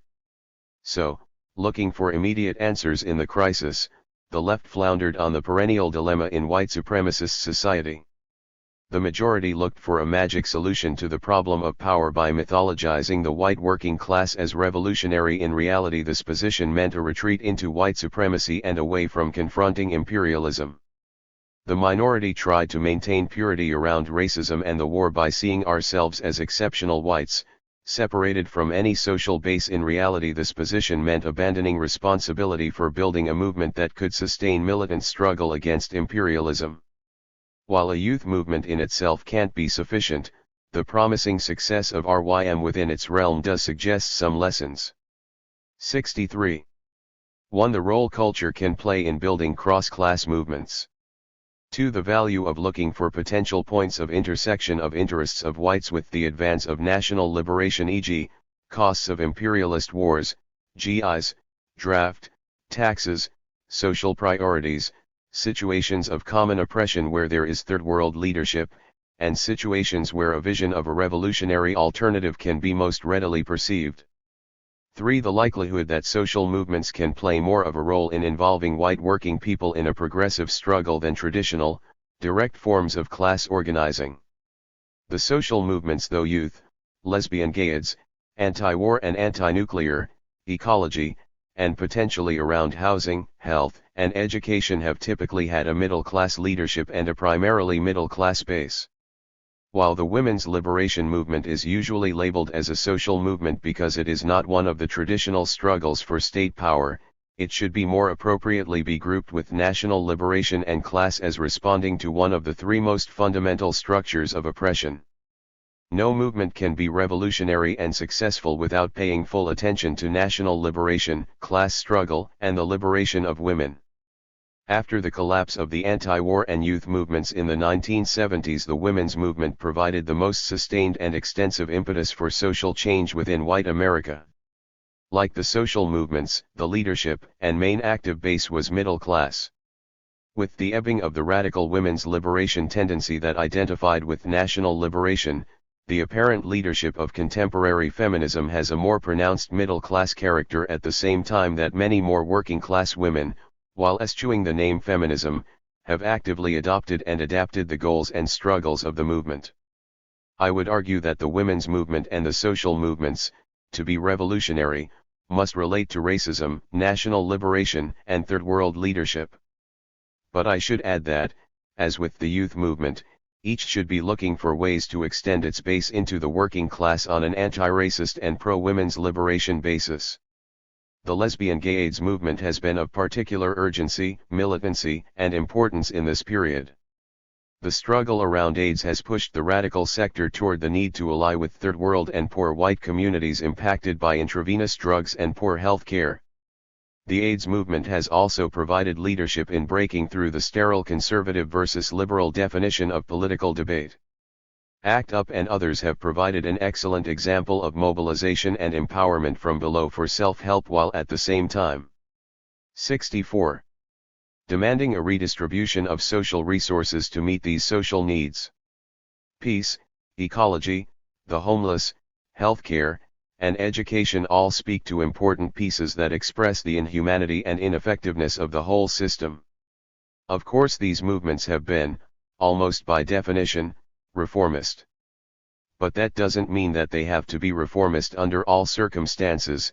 Example: a deeper crisis in imperialism where it has less cushion from which to offer reforms, a situation where revolutionary alternatives are strong enough to be tangible, a political leadership that pushes these movements to ally with national liberation, promote women's liberation, and deepen their class base, while at the same time drawing out the connections among the different social movements into a more coherent and overall critique of the whole system. Under such circumstances and leadership, the social movements could not only involve far more white working class people in anti-systemic struggles, but could also serve to redefine and revitalize class issues and class struggle itself. Lessons from the 60s certainly don't offer a blueprint for the 90s, which are a very different decade. Clearly we are not now in a period of progressive social upheaval. Economic dislocation, at least initially, provides fertile ground for white supremacist organizing. National liberation struggles are not at this point achieving a clear path to socialism. What is certain is that there will be changes and, at points, crises. We can't afford to repeat the old errors of once again floundering on the dilemma of either joining the working class's white supremacy or of abandoning our responsibility to organize a broader movement. While there is no blueprint, the basis for a real starting point is an analysis of actual historical experience. In sum, revolutionaries must be realistic about the history of white supremacy, the impact of material wealth and dominance, and the mushrooming of job and status differentials among workers, both nationally and internationally. There is nothing approximating the Marxist revolutionary proletariat within white America. At the same time, the distinction between those who control the means of production and those who live by the sale of labor power has not been completely obliterated. A system of white supremacy that was historically constructed can be historically deconstructed. A key factor for whites is the tangibility of a revolutionary alternative as opposed to the more immediate relative privileges that imperialism has had to offer. In this regard, we have no map of what the future will bring. The experience of the 60s does offer some possible lessons for when the system is under stress. Anti-imperialist politics are more important than initial class composition. Culture, especially with ties to third world people, can be an important force for building progressive cross-class movements. In seeking to extend such movements, revolutionaries should look for intersection points of white working class interests with the advance of national liberation, such as the draft. Women's liberation must play a central role in all movements we build. The various social movements, if we can fight for an alliance with the national liberation and the presence of women's politics and leadership, can be important arenas for extending our base to include 65. Working class people, mutually redefine class and social issues, and make the connections to an overall anti-systemic perspective. Notes. 1. There were several reasons why blacks were the planters' choice for perpetual slavery. After the English Revolution of 1640 to 1666, the demand for labor expanded in England and limited the supply of English labor available to the colonies. The alliance against feudalism that the English bourgeoisie had by necessity forged with the lower classes limited their ability to impose wholesale slavery. In the colonies, it would be harder for escaped black slaves to blend in with the dominant white settler population. 2. He notes that black historian Lerone Bennett Jr. also developed the same basic analysis. 3. Many black nationalists cite this period as when an oppressed black nation was within North America. This set of laws and color restrictions clearly went beyond the class exploitation of laborers to the systematic oppression of Africans as a people. 4. The most frequently cited examples of competition are black workers lowering wages or, in later years, being used as strike breakers. But in reality the role of the white immigrants wasn't that passive. Before 1850, black workers predominated in many trades in both northern and southern cities. A huge influx of white foreigners, particularly after the Irish famine in 1846, caused a radical change. The unskilled Irish, in particular, pushed blacks out of these occupations. 5. Even prominent European Marxists who came here soon dropped the demand for abolition. 6. Initially Committee for Industrial Organization, then Congress of Industrial Organizations. 7. This point could be misleading. There were several bloody clashes between workers and local and/or state police forces, e.g., at Flint and during the general strike in San Francisco. Here, though, Sakai is emphasizing the role of the federal government and the broader ruling class strategy led by Roosevelt. 8. For a version of the same history that emphasizes the CIO's commitment to organizing black workers, see Philip Foner, OPCIT, Chapter 16. Foner emphasizes that after 5 years of the CIO's organizing, the number of black trade union members rose from 100,000 to 500,000, with many trade union benefits for those workers. He admits, however, that such militant activities made no real dent in Negro joblessness and that the CIO also did little to break down the discriminatory lines in industries where blacks were employed. 9. For certain periods, immigrant Europeans were genuine workers until they, too, were integrated into the settler-privileged. Truth and Roses, Voices of / for Women of Color. 67. Subtle and lovely. Her writing invisibly caresses our hearts. 17 syllables. And Other Stories by Hisei Yamamoto. Latham, New York, Kitchen Table Women of Color Press. Haiku is a form of Japanese writing where the entire poem is exactly 17 syllables long. When well done, it can express an amazing density of meaning and feeling within that diminutive space. The impact is accomplished as much by elliptical suggestion as by the intensity of the imagery. 17 syllables is not a volume of poetry, but Hisei Yamamoto does write with a verbal economy and an elegance of connotations that is reminiscent of haiku. This book brings together 15 of her short stories, written over a period of 40 years, including 2 that served as the basis for PBS's 1991 film Hot Summer Wind. Yamamoto draws deeply from her own life experience as a second-generation Japanese-American woman, the relationship between immigrant parents and their American-born children, the constraints on the lives of women, internment in the concentration camps, and other encounters with racism. But there are no social treatises or soapbox speeches here, just keen observation with a nuanced appreciation of interior emotional life. The title story is about a Japanese immigrant, a housewife and hard-working farmer, who finds her outlet for beauty and self-expression in writing haiku. This flowering lasts for only 3 months. Her husband becomes increasingly resentful and surly about the time she devotes to her art. The climax comes during peak harvest day as they are rushing to pack up the tomatoes before the heat ruins them. The editor of the Japanese paper in San Francisco arrives to award the housewife first place in the haiku contest, and she, elated, invites him in for tea as she unwraps her prize, a beautiful drawing. Her husband, sorting tomatoes in the heat, rushes into the house and furiously smashes the picture frame with an axe and bums the artwork.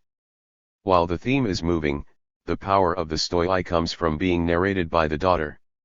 Rosie, a sophomore in high school, is experiencing the sexual awakening of her first kiss with Jesus Carrasco's.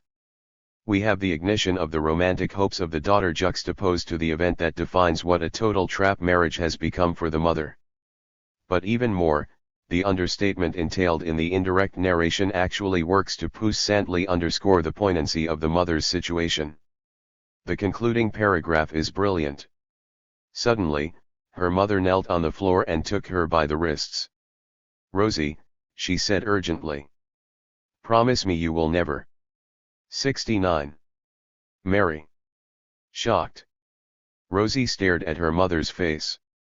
"Jesus, Jesus," she called silently, not certain whether she was invoking the help of the son of the Carrascos or of God, until there returned sweetly the memory of Jesus' hand, how it had touched her and where.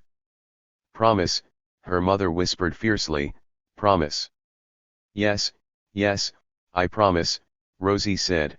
Her mother, hearing the familiar glib agreement, released her. Rosie, covering her face, began at last to cry, and the embrace and consoling hand came much later than she expected. In one compact encounter, we see the mother's desperation about her life, the totally different perspective of a girl newly touched by sexual stirrings, the connection yet great gulf between the 2 generations, papered over by glib agreement, "Yes, I promise."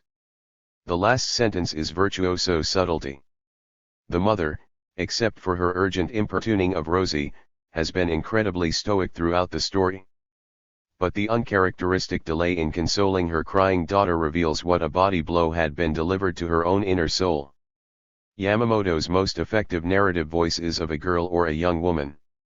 Yonko's Earthquake is another beautiful example of how the obliqueness of the daughter's perspective, oblivious to most adult concerns, does a brilliant job of slowly leading us to see, through indirect hints, just how great the emotional turmoil in the adult's life must be.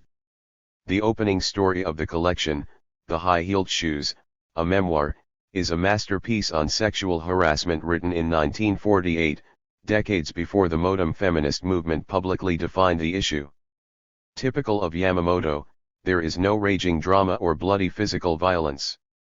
A lewd phone call from a man calling himself Tony sets the woman narrator off on a reverie about a slew of incidents of sexual harassment. There was a man in the theater with groping hands.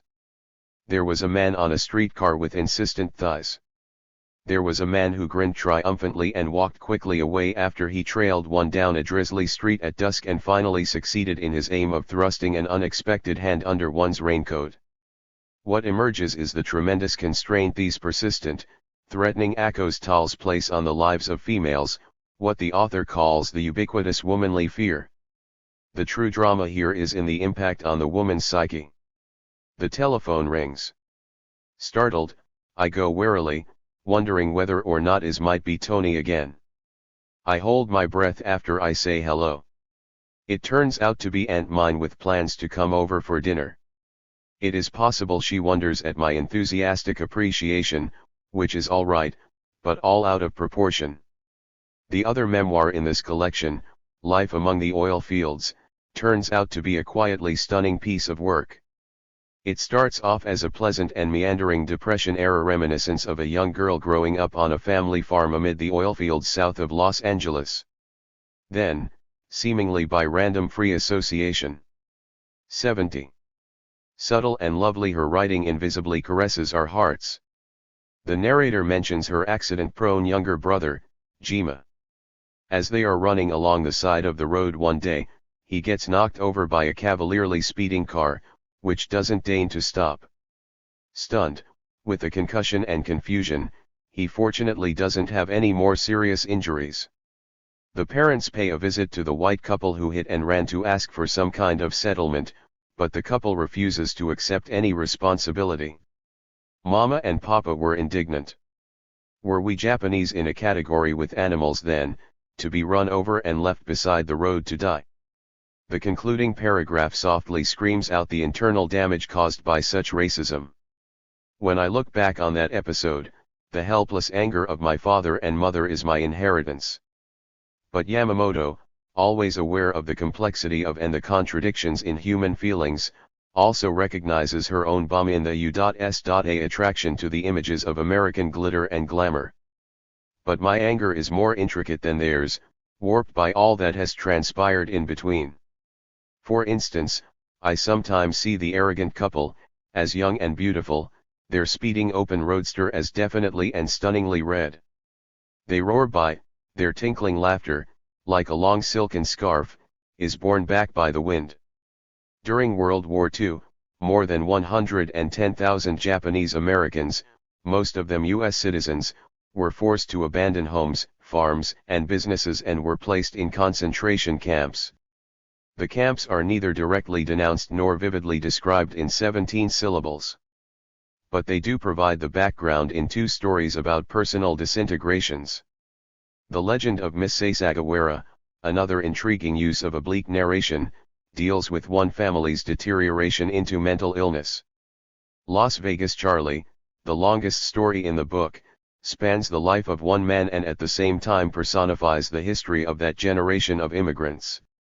Kazuyuki Matsumoto found the Arizona concentration camp not too unbearable and grew content with the free food and card games with friends. But, removed from his family farm after losing a son on the Italian front of the war, he slides back into the obsessive gambling that Lai had earlier put aside for the sake of his family. Matsumoto typifies a decent-hearted but very flawed and limited human being. In old age, he becomes a burden to his remaining son, whose conflicting emotions about his father conclude the story. Hate for rejecting him as a child, disgust and exasperation over that weak moral fiber, embarrassment when people asked what his father did for a living, and finally, something akin to compassion, when he came to understand that his father was not an evil man, but only an inadequate one with, the most shining intentions, only one man among so many who lived day. 71. Today as best they could, limited, restricted, by the meager gifts fate or God had doled out to them. The Brown House is a lively, variegated, and wryly humorous account of how the Hattori family is debilitated by the husband's gambling addiction.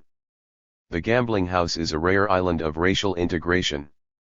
Yet Mr. Hattori ultimately beats his wife for her sheltering of his fellow gambler, a black man, during a police raid on the illegal casino.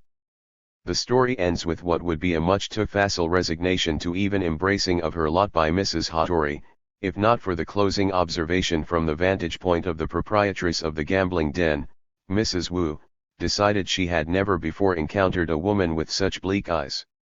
Yamamoto paints with a multi-hued palette of pastels. As in any collection, there is some unevenness, but it is surprising how many of these stories are superb. Yet, this book is the exact opposite of a page-turner. You will want to read slowly to catch the graceful hints and exquisite human timbers. As in tasting a series of quality wines, it helps to clear the palate in between stories, so as to be fully sensitive to the very specific bouquet of each one. A note must be added about the excellent quality of this edition. The introduction by Professor King Kok Chung is a refreshing break from the usual platitudinous praise. Instead, we are treated to a substantive essay that provides valuable biographical and historical background and helpful literary interpretation. Additionally, the striking cover of this paperback won first prize in its category in the New York Book Show. This award is quite a coup for a small independent publisher. Kitchen Table Press is worth special mention in its own right. It is the only publisher in the U.S. run by and committed to writings by women of color. As with most ventures of the oppressed, they are always scrambling for economic survival. They have published many outstanding works, including the excellent anthologies The Bridge Called My Back and Home Girls. Kitchen Table Women of Color Press folded, due to lack of funds, in 1997. Descent into Hell. A modern form of slavery. Trafficking of Burmese women and girls into brothels in Thailand by Asia Watch and Women's Rights Project New York, Human Rights Watch. 72. Lin was 13 years old when she was recruited by an agent for work in Thailand. Her father took $480 from the agent with Descent into Hell. The understanding that his daughter would pay the loan back out of her earnings. 3 days later she was taken to the Randipram brothel. Lin did not know what was going on until a man came into her room and started touching her breasts and body and then forced her to have sex. For the next 2 years, Lin worked in various parts of Thailand in 4 different brothels. The owners told her she would have to keep prostituting herself until she paid off her father's debt. Lin is just one of 20,000 Burmese women and girls pressed into sexual bondage in Thailand. With a rapid turnover, an estimated 10,000 new recruits come in every year. The Burmese are only a fraction of the between 800,000 and 2 million prostitutes, women, girls, and boys working in Thailand. As immigrants, often illegal, not speaking the language, and with no local resources, they are subject to some of the worst conditions within an inherently abusive trade. The Women's Rights Project and Asia Watch, both divisions of Human Rights Watch, have performed an invaluable service by bringing this contemporary descent into hell to our attention. Their research was based on interviews with 30 of the Burmese females in Thailand, as well as on written sources and on the work of non-governmental organizations. Forget all the Broadway plays and Hollywood movies about the happy hooker with the heart of gold. There is absolutely nothing sexy about forced prostitution. What a modern form of slavery's detailed report makes painfully clear is just how exploitative and brutal the trade is at each stage, from fraudulent recruitment to rape to harsh and punitive lock-ups to repression when returning to Burma to, in the majority of cases, a death sentence from AIDS. The pull for this giant economic machine that devours human flesh is the lucrative sex trade in Thailand. This industry got a big boost in the late 60s when Thailand became a rest and recreation area for U.S. armed forces stationed in Vietnam. Now $3 billion a year from sex tourism, including men from Japan, Europe, and the U.S., is Thailand's leading source of foreign exchange. The domestic use of prostitutes by Thai men is even bigger. The push on the young Burmese females is the tremendous poverty of and repression against peasant families and ethnic minorities in eastern Burma, under harsh military dictatorship. Lin didn't know she was being recruited into prostitution, only 4 of the 30 interviewees did. Most thought they were going to Thailand for jobs as maids or waitresses that would enable them to send money home to their families. When they get to Thailand, sometimes having been raped en route, they find themselves in brothels where they have to work off the debt for the money given to their families. Usually there is a 100% interest charge, and any costs above their meager daily allowance, such as rare medical attention, are added to. 73. Their debts. Since the brothel owners keep all the accounts, as with most forms of debt bondage, these women and girls are in fact held as long as the owners want them. If they try to escape, they are beaten up by pimps. If they do get away, they are likely to be returned by police, who work closely with the brothels, or to be turned over for deportation to Burma, with rumors that HIV-positive prostitutes are executed there and more certain prospects of prison time or being impressed as porters for the army operations against ethnic minorities. Going home is the greatest hope of most of the Burmese women and girls we interviewed, but deportation as illegal immigrants is one of their greatest fears. HRW goes to great pains to show how all aspects of the Thai and Myanmar government's policies violate provisions of national and international law. Suffice it to say here that there is official collusion at every step of the way. The Thai police are frequent users and protectors of the brothels. The young, immigrant females, among the most vulnerable members of society, are also subjected to inhuman prison conditions and sexual abuse when arrested or in deportation centers. The enslaved females are young. Those interviewed ranged from 12 to 22 years old, with the average age 17. Client fears about AIDS drive the brothel owners to find even younger girls to create an image of virginity. Working conditions are inhuman. The women and girls work about 12 hours a day, 25 days a month.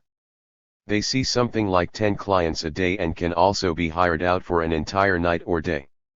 Each lives and works in a small cubicle, they are rarely allowed out and have little access to health care. While condoms are usually available, it is completely the client's choice whether to use them.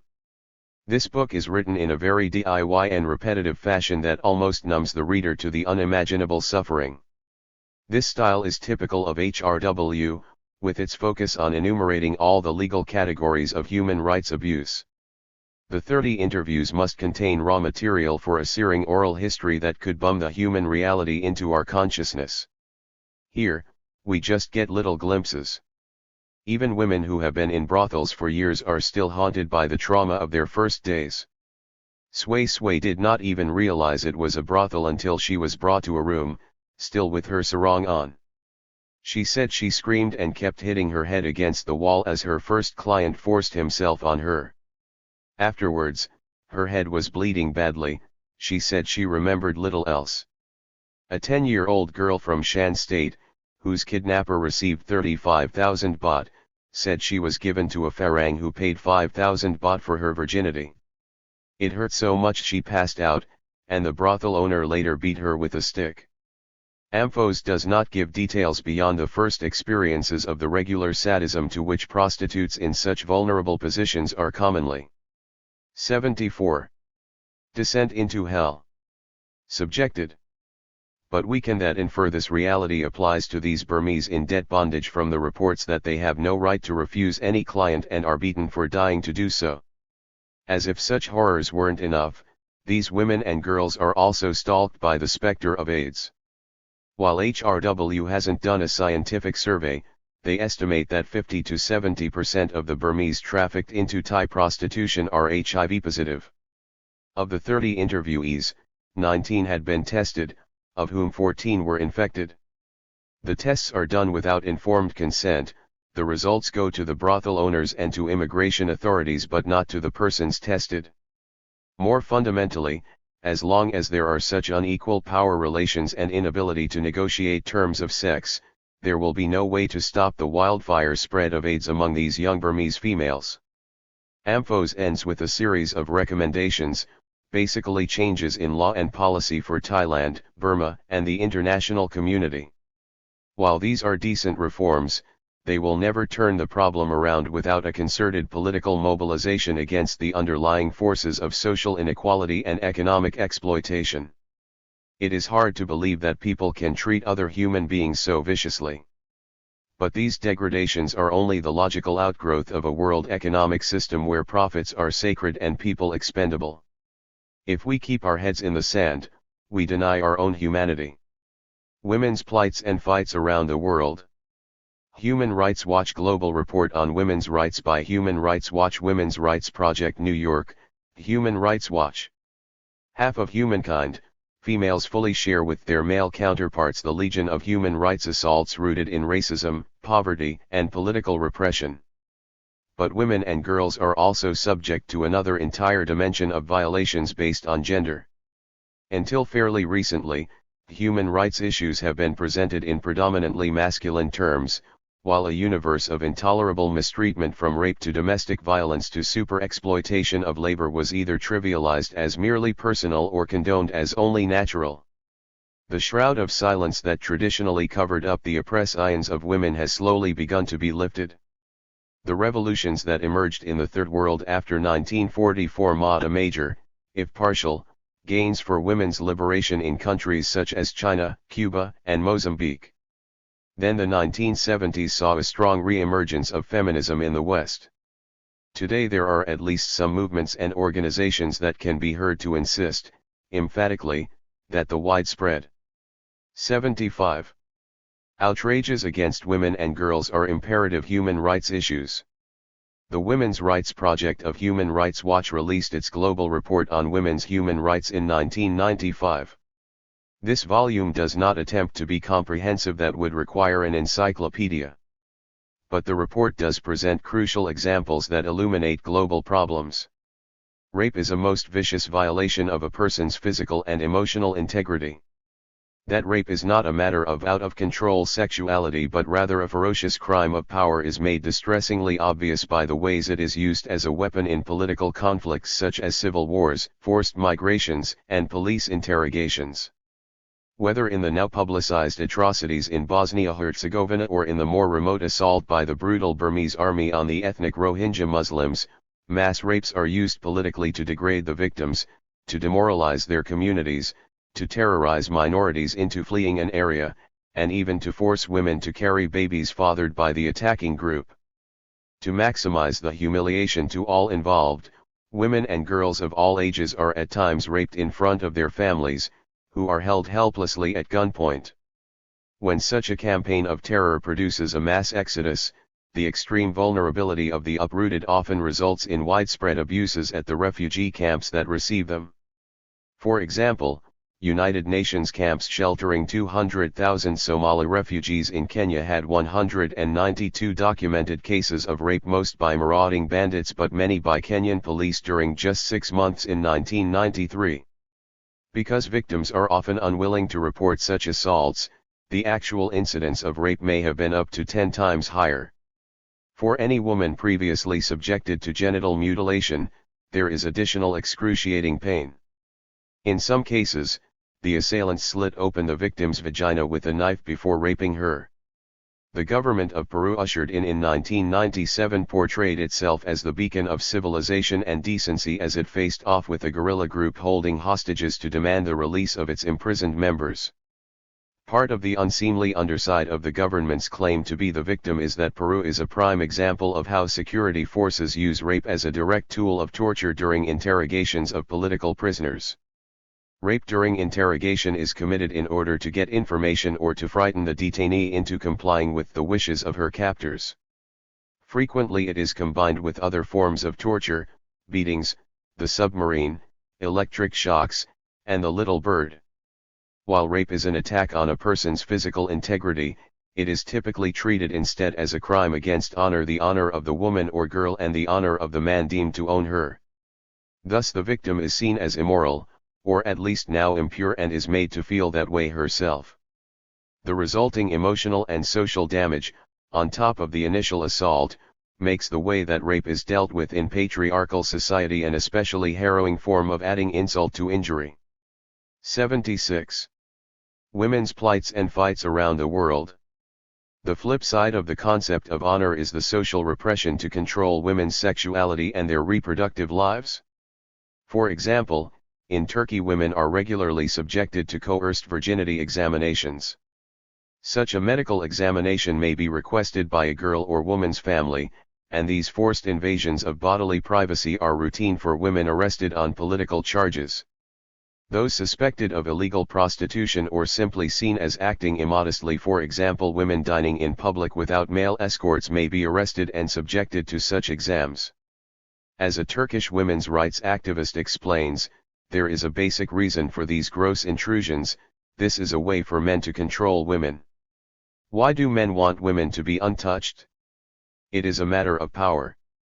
Sexual and physical assault is not limited to the arenas of public conflict. In Brazil, for example, Surveys indicate that over 70% of all reported crimes of violence against women occurred in the home.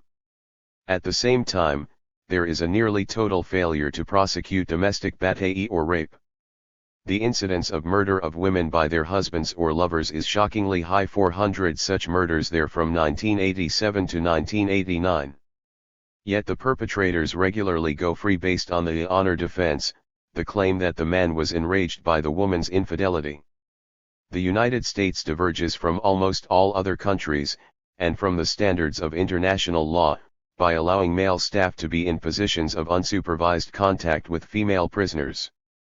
The extreme isolation and powerlessness makes these women particularly vulnerable. HRW investigated 6 prison systems in the U.S. and found verbal degradation, unwarranted visual surveillance while naked, inappropriate sexual contact, physical assault, and rape of female inmates by male staff to be widespread. Even when sexual interaction does not appear to be forced, the gross power inequalities mean that it can never be truly consensual. Women prisoners who have nothing often feel compelled to trade sex for favors to meet pressing needs, from food to stamps to drugs. And any woman who wants to end such a sexual liaison can easily be subjected to harsh retaliation, from trumped-up disciplinary charges to physical beatings. What makes this all even worse is that many women prisoners, probably the majority, were previous victims of domestic violence and/or sexual molestation. The festering emotional wounds make the sexual exploitation of women prisoners the dirty little secret of corrections. Women's labor is, of course, widely exploited, often more severely and injuriously than men's. Take the plight of domestic workers imported into Kuwait. These women are pushed to migrate by the poverty and unemployment in Sri Lanka, Bangladesh, the Philippines, and India. They work full-time as live-in maids for about $100 a month in order to send money home to their families. As aliens, they have virtually no political or legal protection. These domestics often aren't allowed out of the house, where they may be subjected to forms of debt peonage as well as beatings and rapes. Some of these 77 maids became so desperate that they jumped out of second or third-story windows to try to escape hellish conditions. The importation of such laborers as well as the incidence of violence and molestation against them have seen a marked increase since the U.S. liberated Kuwait in 1991. As much of this survey reveals, it can't begin to cover the range and depth of human rights violations against women. For one thing, HRW barely touches on the general social and economic conditions that create so many life and death problems for women in the Third World. Those harsh realities also intensify the more gender-specific horrors such as sexual trafficking in women and girls. HRW even proffers the anomaly of progressive international financial institutions without at all engaging the decisive role of such powers in creating the oppressive foundation of the problems. Global Report is not simply a collection of horror stories. We can glimpse some reflected rays of light in how efforts by women's and human rights organizations have exposed and fought many of these violations. For example, revelations about rampant rape in the UN refugee camps in Kenya led to some improvements in physical security, the beginning of counseling and medical services, and the right of women in danger to request transfer to another camp. The Brazilian women's movement's mass protests against domestic violence led to the creation of special police stations, wholly staffed by female officers, where such assaults can be reported. Women prisoners and advocates in the U.S. have initiated civil rights suits that have forced 2 of the corrections systems surveyed to begin remedial measures. But so far, the results in all of these areas have been mainly cosmetic, new regulations that sound better but that aren't implemented in practice. Achieving real change will take a much deeper transformation of attitudes and of power relations. A tobacco company, evidently extolling women's right to equal rates of lung cancer, used to blare the trifling slogan, "You've come a long way, baby." The human reality of women and girls throughout the world engenders an opposite, both weighty and urgent, call: the struggle has just begun. Truth and Roses. The Truth That Never Hurts. Writings on Race, Gender, and Freedom by Barbara Smith, New Brunswick, Rutgers University Press. The truth that never hurts is this: Black lesbians and specifically black lesbian writers are here to stay. In spite of every effort to erase us, we are. 78. Truth and Roses. Committed to living visibly with integrity and courage and to telling our black women's stories for centuries to come. This bold affirmation is fully embedded in a fierce and loving struggle against all the major ways human beings are demeaned and limited: race, class, gender, sexuality, disabilities, and provides a crucial cornerstone for building effective coalitions for justice.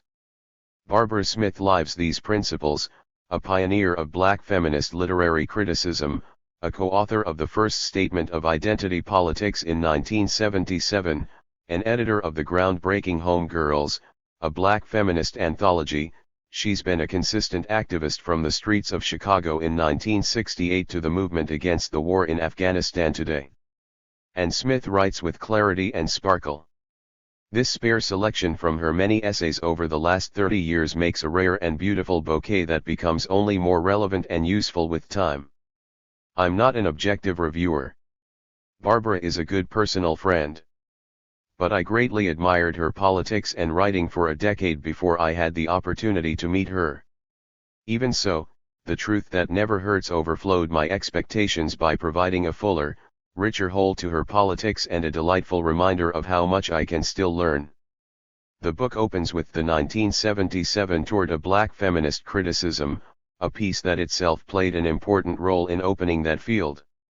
It starts us on a 4-essay, fascinating tour of literature, the crucial bonds between black women that were so necessary to survival as seen in Toni Morrison's Suzie, the powerful evocation of black women's lives in Zora Neale Hurston's 1937 Their Eyes Were Watching God, with, for example, a grandmother's determination not to let men make a spit cup out of her Janie, and the complex, authentic, and passionate portrayal of black lesbians in Audre Lorde's autobiographical Zami. These and other insightful discussions generate strong magnetic pulls back to these works themselves. The 4 essays give a strong sense of the path-breaking work of such foremothers of black women's literature as Audre Lorde, Pat Parker, and Alice Walker. The catalytic role of her own essays notwithstanding, Smith understands that the fundamental basis for black feminist literature is the development of a strong political movement to provide support and power for and interest in these emerging voices. It's no surprise, then, that most of the rest of the book is about political issues and building movements. Smith fights fully on 4 major fronts: race, class, gender, and sexuality. From the daily hostilities, such as a waitress nastiness, to a frightening attempt on Smith's life, the insults and dangers of white supremacy are always present. To this day, racism is systematically institutionalized in every aspect of the United States political, economic, and social life. She sees both the resulting damage to relationships among black people and the love and community they forged. She's explicit about white supremacy's centrality to capitalism and the long-term need for revolution. For Smith, feminism must be the political theory and practice that struggles to free all women. Anything less than this vision of total freedom is not feminism but merely female self-aggrandizement. While fully affirming her 79. identity, she cautions against equating lesbianism with separatism. She feels a strong bond with black men in fighting racism and a core commitment to coalitions that work to free all the oppressed, women, poor and working class people, and people of color in this country and in the colonized Third World. At the same time, Smith directly confronts the heterosexual left's practice of trivializing homophobia with the unvarnished reality of the life-destroying impact of lost jobs, children, friendships, and family, the demoralizing toll of living in constant fear of being discovered by the wrong person, and the actual physical violence and deaths that gay men and lesbians suffer at the hands of homophobes. The counterpoint is the contribution that lesbian/gay/bisexual/transgender liberation can make in challenging key buttresses of the capitalist system, the imposition of rigid gender roles, the repression of sexuality, the negation of women's autonomy, the subordination of women and children within the nuclear family. Smith has an amazing ability to battle on all fronts without sounding frantic or overwhelmed. She consistently and constantly confronts racism in the women's and 1/G/B/T movements and sexism and homophobia in the black community with anger but without rancor and without giving up on people. This strength must stem from her identification with all oppressed people and her bone-deep commitment to building coalitions. She's also conscious not to dismiss those whose identities are defined by privilege. The callousness and destructiveness of this system damages everyone's humanity. No one can be blamed for where she or he was born, nor can one emerge magically free of the prevailing racism and sexism. The real issue is one of choices, whether or not to be an active ally against oppression and for a more humane society. Truth is striking in how clear, direct, and brief the writing is. For this review, I'd often flip back through an essay expecting, based on all it said, it to be 12 pages, only to find it was 5. This rare and refreshing ability comes from her firm grounding in activism. Smith deliberately avoids the abstract and convoluted formulations common in academia, instead making the conscious effort to be accessible and useful to grassroots organizers. The one somewhat long and complicated entry is about the relationships between blacks and Jews in the women's movement. This essay makes a rare contribution to dialogue by addressing the tangle of sensitive issues in an open and forthright way. Smith takes anti-Semitism very seriously as pervasive and pernicious. At the same time, she's unequivocal that Jewish women of European descent must not exempt themselves from being part of white privilege and racism. Jews and other whites oppressed in various ways still have a core responsibility to struggle against the white supremacy at the heart of America. Two selections are especially lyrical and moving. We Must Always Bury Our Dead twice beautifully evokes the funeral of the superb writer James Baldwin. Smith transports us by capturing the rich emotional experience of this deeply spiritual black funeral. This rapture is followed directly by starkness. Not a syllable was breathed that this wonderful brother, this writer, this warrior was 80. Truth and roses. Also gay, that his being gay was indeed integral to his magnificence. The impact is a stunning, simultaneous sense of what was fully splendid and what was sorely lacking in this event. The concluding essay, A Rose, honors the author's dear friend Lucretia Lou Medina Diggs, who died in January 1997. The tribute is framed by an account of the horrifying brutalization of Haitian immigrant Abner Louima a few months later. New York City police beat and then tortured Louima in the station house by ramming the wooden handle of a plunger up his rectum, causing life-threatening internal injuries. They then took the soiled handle and forced it into his mouth, breaking 2 teeth. At first, it doesn't seem possible to combine in one essay such grotesque violence with a loving tribute to friendship. But her closeness with Lou, 20 years Smith Sr., was bomb in the trenches of the nearly impossible task of keeping the first women of color press in the U.S. kitchen table alive. Desperate financial straits meant that at times they worked, quite literally, out in the cold. Reeling from the gruesome police assault on Louima, Smith more deeply misses the discussions, emotional support, and practical help Lou always offered. A Rose concludes, I am better able to face what life puts before me, both the brambles and the roses, because of knowing her. Smith's analysis can help us cut through a contemporary debate, an identity politics seen as a very narrow, small group mentality that creates divisions versus a universalism that tacitly leaves the dominant values and culture in place. In a movement context, this tension is often expressed as a conflict between those who insist on explicit struggle and independent organization around race, class, gender, and sexuality and those who feel that such efforts detract from the common effort around globalization or war or the environment. Identity politics did not arise as a way for every conceivable group to have its self-validating little niche, while disdaining other struggles. Instead, it was a battle cry by those who had been crushed and silenced for far too long.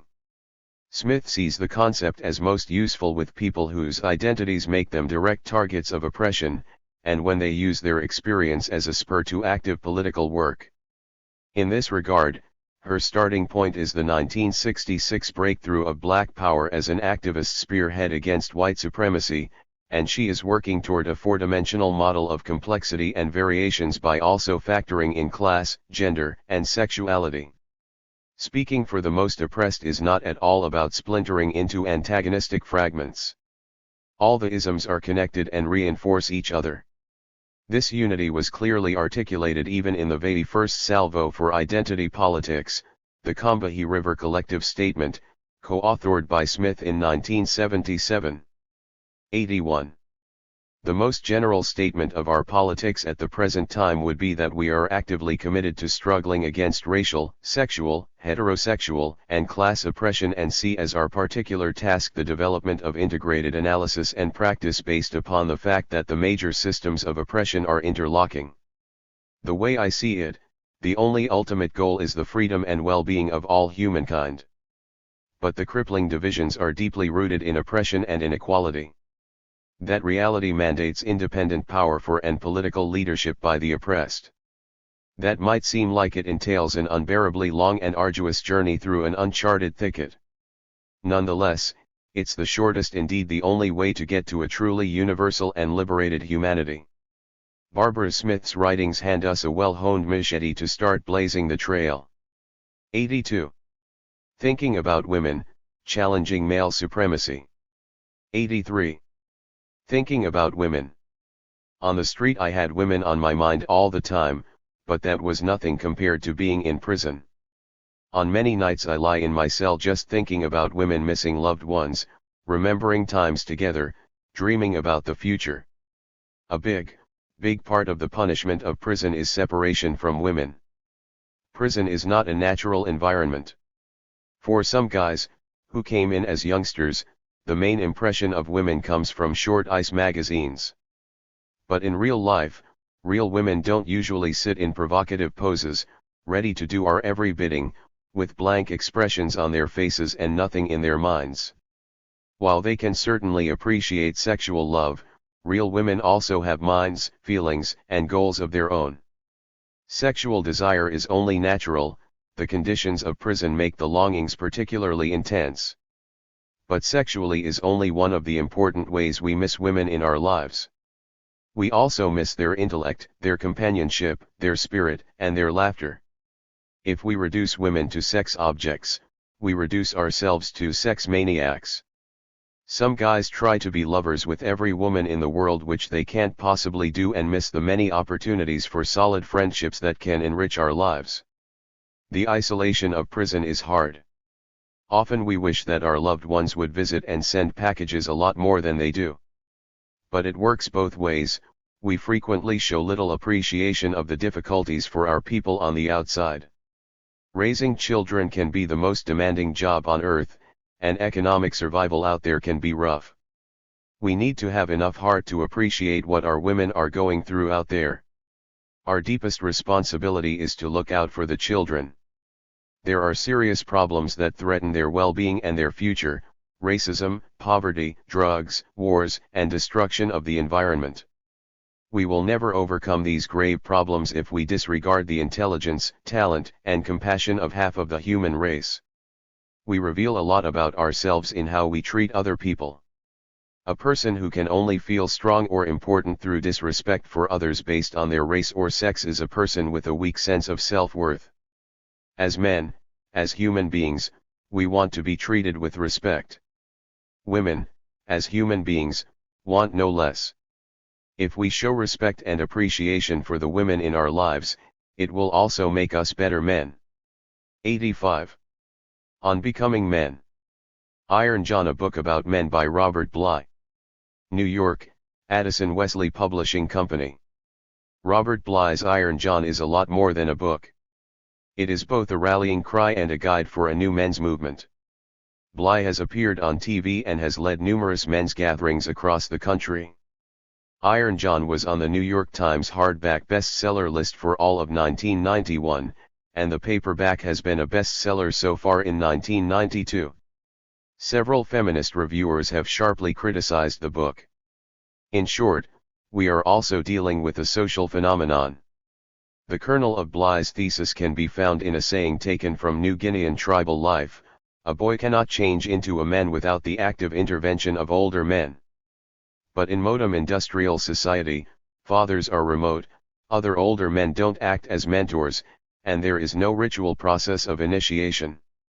The result is men who haven't properly completed the transformation and are damaged in various ways. The device of the book is an exegesis of the fairy tale Iron John as a paradigm showing the basic stages, and their importance, of the initiation of a boy into manhood. Bly brings in a plethora of other references from mythology, poetry, psychology, and personal anecdotes to illustrate and amplify his thesis. It isn't necessarily sexist to focus on men's needs, feelings, and changes. Bly is careful to say on a few occasions that his work on the development of men is not directed against women or the gains of the women's movement. But in these denials, the gentleman doth protest too much. His text is studded with references to an unhealthy male passivity in response to feminist anger. He complains that separatist feminists are trying to breed the wholesome fierceness out of men and bemoans that a major male response to feminism is to accept a role as recipient of anger. He goes so far as to say that we don't live under a patriarchy and also that most contemporary men are involved in some way at looking at their feminine side, trying to become soft males to please women. I don't know where Bly lives, but on planet Earth there has been no such radical inversion of aggressiveness and power, and the majority of men have certainly not responded to feminism with a new softness and passivity. It would have been healthier if Bly criticized feminism explicitly, for an open debate. His numerous side comments portray women and feminists as immediate obstacles for the new man. Yet, Iron John cannot simply be dismissed as a chauvinist tract. Some insights hit on real problems men have, and some themes resonate with the human soul.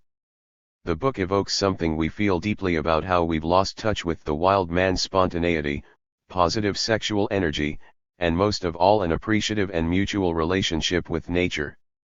There is certainly a need for fathers to be more engaged in raising children, and for older men to act more as mentors. 86. On becoming men. There could be a great value in rituals that help each child pass into manhood or womanhood. Bly also occasionally has psychological insights that ring true.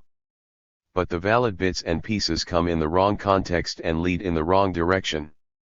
Bly's position is flawed in a fundamental way. He is reactionary in the classic sense of reacting to the alienation of modern society by looking backward and yearning for some idealized version of earlier epochs. While Bly skips across time and place, often accepting at face value myths that had served to justify the ruling order of their day, he fails to do any relevant social analysis. His ranging references and images form an unreal conflation of the relationship to nature of the earliest human bands with the values of the sacred king and the interior warrior. For better or worse, we don't live in the world presented in myths and fairy tales. The real world is characterized by real structures of power and oppression. The situations of men and women are not simply balanced halves yin and yang that can be understood in parallel. It is not women, by and large, who rape men, who earn one-third more, and who predominate in every arena of power and decision-making. In this context, Bly's failure in his 271-page book about men to deal with homosexuality and the prevalence of homophobia, the terror men feel at the prospect of being placed in the female role, makes sense if you won't admit that society is vehemently male-dominated. If Bly's work was the first effort to draw men together to look at themselves, we may be able to view it as a mixed phenomenon, as naive and crude in not understanding the relation to the oppression of women, but with some useful insights that could be strands toward a more positive development. But in fact the new men's movement arose as an alternative to a smaller movement that emerged in the 70s, Men Against Sexism. In this approach, also, men get together to discuss their experiences, feelings, hurts, and desires to become whole, but in the definite context of examining and working against the oppression of women. In addition to talking about feelings on both these levels, Men Against Sexism entails definite actions such as taking on child care responsibilities or working against violence against women, which can be far more relevant and fulfilling than wild man dreams. We cannot become whole men by perpetuating myths in the service of domination over women.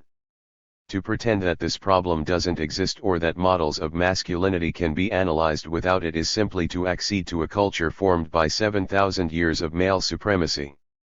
This reality doesn't mean that all men are the enemy or that we have to reduce ourselves to quivering gel zero bowls of guilt. The reality does mean, however, that there is no route to becoming whole men that does not involve examining actual power relations and working to change them. An active commitment to women's liberation can not only help overturn a terrible injustice but can also enrich all of society and in the process help us become better men. 87. Salt of the Earth. Pigs in Heaven by Barbara Kingsolver. New York, HarperCollins. It sounds like a story tom out of recent front-page news, an agonizing custody battle threatening to separate a child from her adoptive mother. Barbara Kingsolver's third novel, Pigs in Heaven, brings us into the heart of this conflict but adds another dimension of reality, the profound need for Native Americans to regain their children and to maintain their identity. Taylor Greer is a spirited, working-class white woman and a gritty single mother who is totally devoted to her 6-year-old adoptive daughter Turtle. Taylor had been handed the child during a trip through Oklahoma 3 years earlier, with an explanation that the mother had died and the daughter was being badly mistreated. Clearly traumatized by abuse, the child had been given her name because she clung to Taylor like a snapping turtle. The love and rapport they share have worked to start drawing Turtle out of her shell. Anna Wake Forkiller, a bright, young Cherokee attorney who has gone to law school to acquire the tools to defend the human rights and integrity of her nation, grieves from the breakup of her own family under pressures of reservation poverty, alcoholism, and the erosion of traditional values. The keenest loss is her twin brother, Gabriel, who at the age of 10 was adopted out by social workers to a white family. Unbeknownst to Taylor, her adoption of Turtle wasn't legal. The Indian Child Welfare Act of 1978, a response to the crisis in which a third of Indian children were being adopted out to white families, requires explicit consent by the nation. A series of creative and entertaining events leads to Anna Wake's discovery of Turtle as an adopted-out Cherokee. The stage is set for a here-trending clash.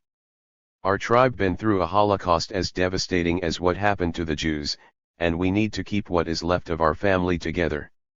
If you make Turtle leave the only mama she knows now, you're going to wreck a couple of lives. While the author presents both sides, she doesn't do so equally. We're emotionally swept into a nifty and vibrant mother-daughter relationship, sharing their struggles for economic survival and partaking of their deep mutual trust. The Native American anguish of physical and cultural genocide is raised more abstractly, and, even then, important aspects such as wholesale adoptions by whites to build up religious groups and or family labor supply are avoided. Nonetheless, the novel slowly introduces us to many of the Cherokee realities, which become a bit more personalized when we hear of the toll that racism has taken on the adopted Gabriel and when we meet Turtle's concerned grandfather. 88. Salt of the Earth. This isn't a simplistic book of good versus evil, nor even of the implacable opposition of two antagonists. In this uncharacteristic custody fight, the two camps are able to hear each other, which is further fostered by some improbable small worldisms. The emerging feeling that something decent will be worked out means that suspense is not the forte of this novel. But what is lost in terms of dramatic tension is more than compensated for in the vividness and empathy with which the characters are drawn. And Kingsolver can write. She has a keen descriptive eye, moves the story along with lively scenes and witty observations, and deliciously revels in the zaniness and zestfulness of human beings. It is refreshing that the romantic subplot involves two individuals nearing 60 and a joy to read about folks who talk back to and eventually execute their television set. While Kingsolver perhaps doesn't feel culturally intimate with her Cherokee characters, she does create a range of people on both sides whom we care about and relish. We do get at least some suggestions of the values of Cherokee culture. We are taken to a stomp dance, experience the bonds of extended family, hear of the tradition of high literacy with the elegantly curled Cherokee alphabet, learn of the importance placed on being an integral part of the community, and find out why Anna Wake's grandmother always planted mulberry bushes next to her peach trees. The Cherokee meaning behind the title entails more than just the flow of the action to the town of Heaven, Oklahoma, in the heart of their nation. The six pigs in heaven is Disagway, the Cherokee constellation of stars, named from a myth illustrating the problems of greed and of the lack of understanding between parents and children. Don't read Pigs in Heaven if you are looking for gripping suspense or for a politically definitive piece on the rights of either adoptive mothers or native nations. But definitely do read this novel if you're looking for sparkling writing about lovable people that both engages and entertains while examining important real-life dilemmas. What love does got to do with it? Outlaw Culture. Resisting Representations by Bell Hooks. New York, Routledge. Radical black feminist and prolific author Bell Hooks doesn't get the public spotlight lavished on trendy white commentators such as Camille Paglia and Katie Roiff, who are caricaturing the feminist movement. 89. But for a few months, the mass media were beating a path to Hooks' door, asking her to present the black feminist viewpoint on gangsta rap. To her eternal credit, she didn't fall for the lure of 15 minutes of fame in return for providing a media spectacle of black-on-black acrimony. After the first phone call, the inquiring producer of each TV or radio show involved never called her back to arrange for an appearance. I suspect they call me, confident that they will hear the hardcore feminist trash of gangsta rap. When they encounter instead the hardcore feminist critique of white supremacist capitalist patriarchy, they lose interest. Her incisive piece Gangsta Culture Sexism, Misogyny, Who Will Take the Rap, is in itself worth the price of admission to outlaw culture. Her latest collection of critical essays and interviews on culture, Hooks' refusal to play the role of hatchet woman does not mean she is soft on sexism within the black community. Instead, she understands that the critique must get to the roots. Without a doubt black males, young and old, must be held politically accountable for their sexism. Yet this critique must always be contextualized. The sexist, misogynist, patriarchal ways of thinking and behaving that are glorified in gangsta rap are a reflection of the prevailing values in our society. More than anything, gangsta rap celebrates the world of the material, the dog-eat-dog world where you do what you gotta do to make it even if it means fucking over folks and taking them out. Thus it is but an unvarnished embodiment of the norms of U.S. culture. Hooks is also quite conscious of the damage done to young black males when their rage, produced by vicious racism, is channeled into misogyny. Far from being an expression of their manhood, it is an expression of their own subjugation and humiliation by more powerful, less visible forces of patriarchal gangsterism, a vision of manhood that can only lead to their destruction. The phrase white supremacist capitalist patriarchy appears often in this collection that is otherwise mercifully free of argot. But these terms are necessary reference points for the great strength of this black woman bomb into a working-class family. She consistently uncovers the connections between the different forms of oppression, racism, sexism, classism, homophobia. Hooks, like this reviewer, is astounded by how often people who fight fiercely against the form of oppression that most impinges on them can at the same time participate in other structures of domination. While her principled stands are 90. What love does got to do with it? Fraught with the personal danger of ostracism by all her potential communities of support, she is quite explicit in her critiques of racism within the predominantly white women's movement, sexism within the black liberation struggle, and class privilege, both among women and within the black community. Until we are able to accept the interlocking, interdependent nature of systems of domination and recognize specific ways each system is maintained, we will continue to act in ways that undermine our individual quest for freedom and collective liberation struggle.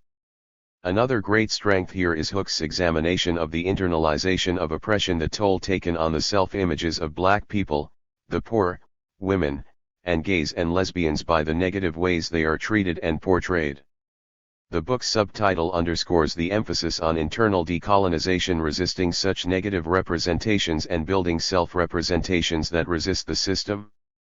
There are a number of weak points, perhaps inevitable in such an iconoclastic and broad-ranging work. One is a standard occupational hazard of cultural criticism, overreaching interpretations.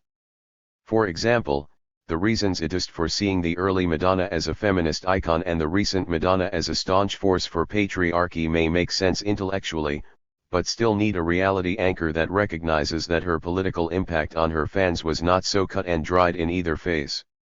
Similarly, Hooks is right that Spike Lee's film shooting for support from white producers to make a mega-hit stripped Malcolm X of much of the earth-shaking power of his politics, particularly the way he linked racism to colonialism and imperialism.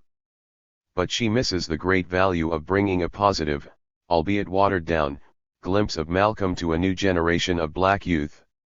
The author goes to excessive, personalistic lengths to impugn the claim of Betty Shabazz, Malcolm X's widow, to having the definitive word on his views on the role and rights of women. It would have sufficed for Hooks to state her political difference with Shabazz's more conservative politics on feminism. Hooks' critique of how black middle-class intellectuals are used to control what is presented in the mass media on black culture is courageous. But leaving it only on the cultural level omits a compelling material reality. It is the blacks stuck in the impoverished ghettos who are deluged with unemployment, drugs, violence, deteriorating schools, collapsing public health, and AIDS, and other preventable epidemics all together forming a tidal wave of genocidal proportions. While Hooks refers to herself as a revolutionary, she doesn't go much beyond culture and values in terms of grappling with how the oppressed can overturn the current structure of power. Despite some gaps and miscues, this book offers a great range of thought. 91. Provoking analysis. The series of essays on the media-hyped new feminism of authors Camille Paglia, Katie Roiff, and Naomi Wolf is particularly useful. These white, privileged, essentially conservative young women without any of the history of the struggles of the women's movement have responded to the market demand by recasting feminism in a way acceptable to patriarchy. They white out the realities of race and class among women, and at the same time caricature the old feminism as anti-sex, anti-men, and pro-censorship. Thus these new critics reduce the value of feminism to only the inclusion of women in the workforce, a demand the system has already moved toward accommodating for its own benefit. Two crucial struggles are thus jettisoned, the issues of power and control in domestic relationships, and the interrelationships with class and race. No wonder that, while radical black feminist voices can barely be heard, these new feminists have been instant successes with the mass media. It is ironic that they cry censorship against those who attack the status quo when it is actually the money and power interests who determine which ideas get presented to the public. A refreshing aspect of Hooks' work is her willingness to step beyond the often staid boundaries of traditional left discourse to look at the role of sex, love, and spirituality. Contrary to the anti-sex stereotype, she asserts, revolutionary feminism, sexual abuse to transform the space of the erotic so that sexual pleasure can be sustained and ongoing, so that female agency can exist as an inalienable right. Within a culture of domination, simple lust becomes a way to violate the other person. In contrast, Hooks stresses the value of redemptive love, a way of positively crossing the boundaries that separate people. We don't have to wipe out the differences to achieve a oneness among us. At their heart, love and spirituality call for a mutual interaction and a positive communion with the world beyond the self. The moment we choose to love, we begin to move toward freedom, to act in ways that liberate ourselves and others. That action is the testimony of love as the practice of freedom. 92. Feminizing the Revolution. Sandino's Daughters Revisited. Feminism in Nicaragua by Margaret Randall. New Brunswick, Rutgers University Press. After the victory of the Sandinista revolution in Nicaragua, Dr. Mima Cunningham, a Mosquito Indian, needed medical care. In December 1981, she and her nurse were two of the earliest victims of kidnap and torture by U.S.-sponsored counter-revolutionaries. The nurse and I were repeatedly roughed up, hit and raped, and they sang religious songs and prayed while they beat and raped us. Surviving this horrible episode, Cunningham persevered in this impoverished and conflict-ridden region. She is presently serving as a senator in the National Assembly. When FSLN guerrillas made their daring 1978 raid on the National Palace, 23-year-old Dora Maria Tellez was Commander 2 on that mission. By July 1979, she was part of the Sandinista High Command of 4 women and 2 men at the decisive battle for Leon, Nicaragua's second-largest city. Tellez later led some of the revolution's most impressive social accomplishments in her capacity as Minister of Health. Vidal's Menezes was bomb into the upper CMST, but her passionate Christian humanism ineluctable drew her to the FSLN. She has lived the harrowing anguish of a family rent by civil war. Her father was a general and a diplomat of the dictatorship and was assassinated by revolutionaries. Somehow this woman has a capacity for love that spans both sides of the chasm, personally for the father she deeply mourns, socially/humanly for the revolution that delights her by bringing health clinics and libraries to people who never had them. In Sandino's Daughters Revisited, we meet 12 extraordinary women who have ridden the tiger of oppression, revolution, and counter-revolution and who thoughtfully analyze those experiences. The title harks back to author Margaret Randall's earlier 1979 collection of interviews with women who had participated in the newly triumphant revolution Sandino's Daughters. This revisit is not merely a 1990s reprise of her earlier work. Only 2 of the prior interviewees appear in this book.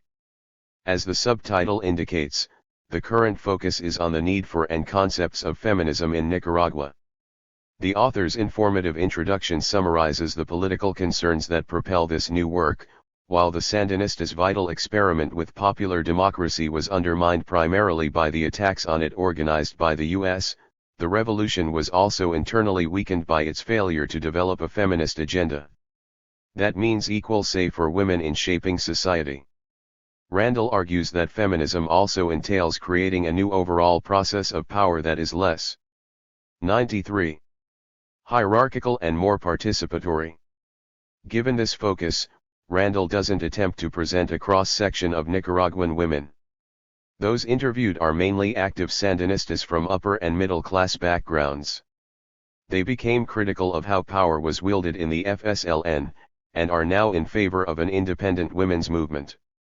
In addition, most are still grappling with how the party could have lost the 1990 elections after 10 years in power.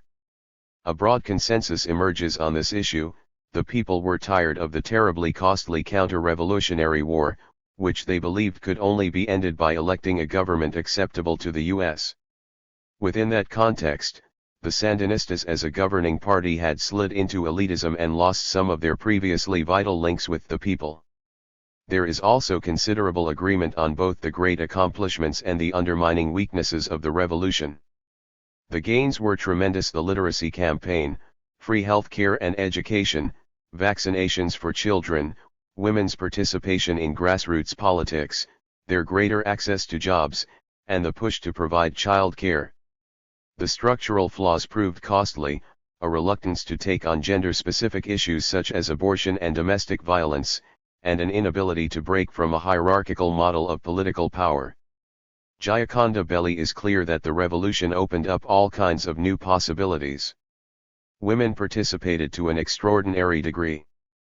The 10 years of Sandinista government offered hope, and it created a tremendous communal energy and sense of collectivity that imbued life with beauty, ethics, heroism.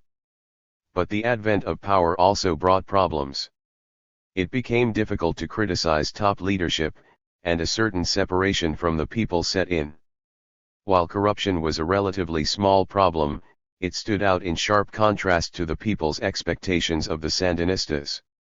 Belli argues that democracy must include an ability to accept differing points of view and a commitment to equality. While there were a handful of notable exceptions, sexism prevailed among male leaders. Daisy Zamora's experience of it led to her profound belief that we need a totally different conception of power, one that includes a truly humanist, feminist perspective. Sofia Montenegro asserts, the essence of feminism is its democratizing character. Active in the FSLN, she resisted what she saw as its dogmatic, orthodox parochial vision of things. There were 9 male leaders who took it upon themselves to do the thinking for the rest of us. It's time we women learn for ourselves. Many of these activists argue that there is a fundamental need for an autonomous women's movement, one that elects its own leadership and defines its own issues.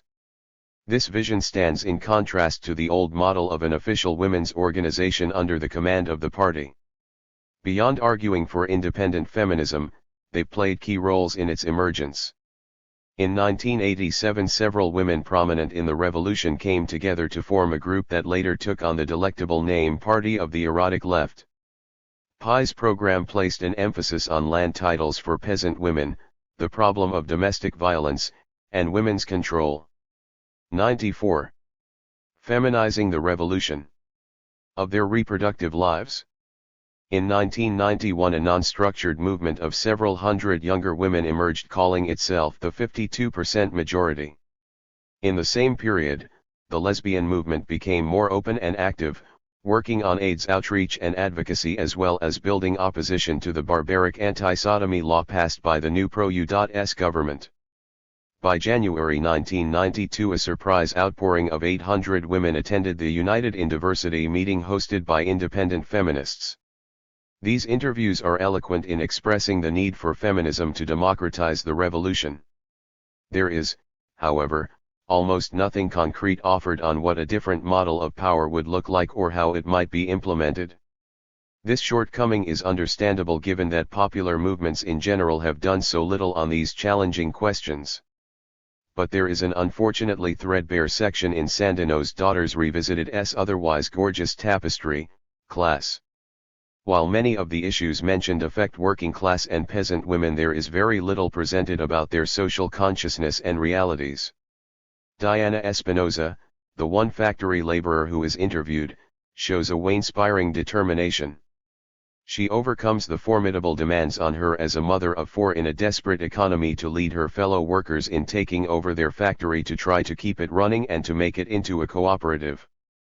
But she doesn't reflect on and isn't asked about the relationship of women in that situation to the formation of a feminist movement. Perhaps several of the interviewees shied away from the issue of class, because it has traditionally been used by the party as a bludgeon against an autonomous women's movement. But it would be a serious mistake to cede the class issue to those opposed to independent feminism. The desired feminizing and democratizing of the revolution cannot happen without active participation of peasant and working class women, something this book needed to engage in a more serious fashion. This book is not only stimulating for the political ideas and feminist mission it presents, Sandino's Daughters Revisited is also a major contribution to framing the challenge for future movements to develop a revolution that is fully four-dimensional around national liberation, gender, class, and democracy *___. And, on another level, the book is stunning. It shows the complexity of the revolutionary process and the courage, creativity, commitment, and humanity of 12 very inspiring women. As Randall states without exaggeration in the introduction, there isn't a book big enough for the full history and heroism of Nicaraguan women. 95. 96. Chapter 6. No respect for human life, the criminal justice system. 97. 98. The war at home. Agents of repression. The FBI's secret war against the Black Panther Party and the American Indian Movement by Ward Churchill and Jim Vander Wall. Boston, South End Press. A younger generation looking at the terrible social problems of today may well wonder whatever happened to the almost legendary political movement of the 60s. While there is a wide range of contemporary activism, we are missing that sense of overall national power and coherent focus with the potential to radically transform society. There are of course many historical factors in the numerous internal weaknesses of those movements themselves. But few people are aware of another central reason for the decline: the U.S. government's systematic, illegal, and often lethal campaign to destroy all radical opposition. In 1971, a group of pacifists broke into a small FBI office in Media, Pennsylvania, and came away with a pile of secret documents that revealed COINTELPRO, the FBI's strategy for neutralizing the New Left and destroying the Black Liberation Movement. For example, a 1968 FBI memo calls on agents to prevent the coalition of militant black nationalist groups. Prevent militant black nationalist groups and leaders from gaining respectability, prevent the rise of a black messiah who would unify, and electrify, the militant black nationalist movement. Malcolm X might have been such a messiah. Malcolm X had already been assassinated. The document goes on to cite two other potential messiahs, Martin Luther King, Jr., who was assassinated later that year, and Stokely Carmichael, who was hounded into exile. A complete study of COINTELPRO would be a vast undertaking. Agents of Repression focuses on two major examples: the campaigns against the Black Panther Party and against the American Indian Movement, with the later account being particularly detailed and useful. Authors Ward Churchill and James Vander Wall begin with an outline of basic COINTELPRO techniques. Eavesdropping, illegal bugs not just to gather information but also to induce paranoia in the group. Bogus mail, fabricating letters, example with one movement person slandering the other, to create tensions between activists. 99. Black propaganda, distributing phony literature under the name of the targeted organization in order to discredit it. Disinformation, deliberately giving the media false information to depict the target group as violent or corrupt. Harassment arrests, several FBI documents talk about arresting targeted activists time and time again, regardless of whether the cases would hold up in court. The multiple arrests totally drain the target's time and meager financial resources. Snitch jacketing, one of the most destructive COINTELPRO tactics was to put out false rumors that someone was a police informant. Not only would this render a dedicated member isolated and ineffective, but it would also create tremendous acrimony and distrust within the organization. Assassinations, here of course there are no explicit documents. But so many Panther and AIM activists were murdered under circumstances later covered up by the authorities that there can be no doubt that political assassination was a major COINTELPRO weapon. Agents of Repression gives us several examples of how such tactics were used against the Black Panther Party. Promising young leaders Bunchy Carter and John Huggins were murdered by U.S. in an inter-organizational antagonism fostered by the FBI. The FBI was particularly out to get the head of the Los Angeles Panthers, Geronimo Pratt. When a SWAT team assault on the Panther office failed to kill Geronimo, he was framed for a random robbery murder, even though he was under FBI surveillance 400 miles away at the time of the crime. Geronimo is still in prison today. The most notorious case was the murders of Fred Hampton and Mark Clark. Hampton was the extremely dynamic chairman of the Panthers in Chicago and was also having some success at moving local gangs away from crime and towards social consciousness. Clark was a Panther captain staying at Hampton's at the time. The book describes in some detail the phony pretext for the raid on Hampton's apartment, the role of an FBI informant in setting it up, and how the police massacred the young chairman with a hail of gunfire as he lay sleeping in bed, as well as killing Clark and wounding several Panthers. These horrors are only a small sampling. While Churchill and Vander Wall don't attempt a total tally, it is hard to know the FBI's precise role in a large flurry of cases. Other historians have estimated that, in a 5-year period, more than 40 Panthers were murdered as a result of police and FBI action. In the same period, there were over 1,000 arrests on trumped-up charges. Whatever the exact numbers, the organization that had been a leading force in the Black Revolution and in electrifying a much wider range of people for social change was reduced to a mere shell by 1972. COINTELPRO was exposed and officially disbanded in 1971. But the same kind of programs continued under different names. The largest and most deadly of all was conducted against the American Indian Movement throughout the 70s, an operation of such scope that it could more accurately be called counterinsurgency warfare. Two forces converged in 1972 to make the Pine Ridge Reservation a major battleground. First, the traditional resistance of the Oglalas who lived there made Pine Ridge a center of support for resurgent claims to native rights, sovereignty, and land. Second, although a government secret at the time, satellite photography located an especially rich uranium deposit within the Sheep Mountain area of the reservation. The solution for the U.S. government was Dick Wilson, a former tribal official who had been discredited with corruption.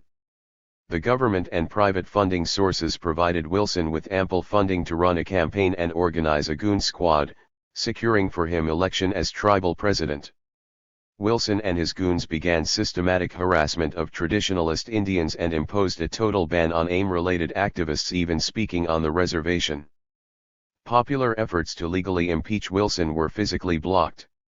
The series of abuses resulted in an AIM-led protest and attempted news conference at Wounded Knee. But the U.S. government quickly sealed them off with massive military force. This created the famous occupation of Wounded Knee, from February 27 through May 7, 1973. As one Oglala, who was a combat veteran, stated, "We took more bullets in 71 days than I took in 2 years in Vietnam." In the 3 years following the occupation, 69 AIM members and supporters met violent deaths on or around Pine Ridge, and more than 300 were physically assaulted, in many cases shot. Some of the murders were focused political assassinations such as of those of Pedro Bissonette, head of the Oglala Sioux Civil Rights Organization, and of tribal attorney Byron DeSouza. And the FBI attempted a crude cover-up of the mysterious murder of targeted AIM activist Anna Mae Aquaj. Most of the other murders and assaults were part of a more generalized terror campaign against the traditionalist population.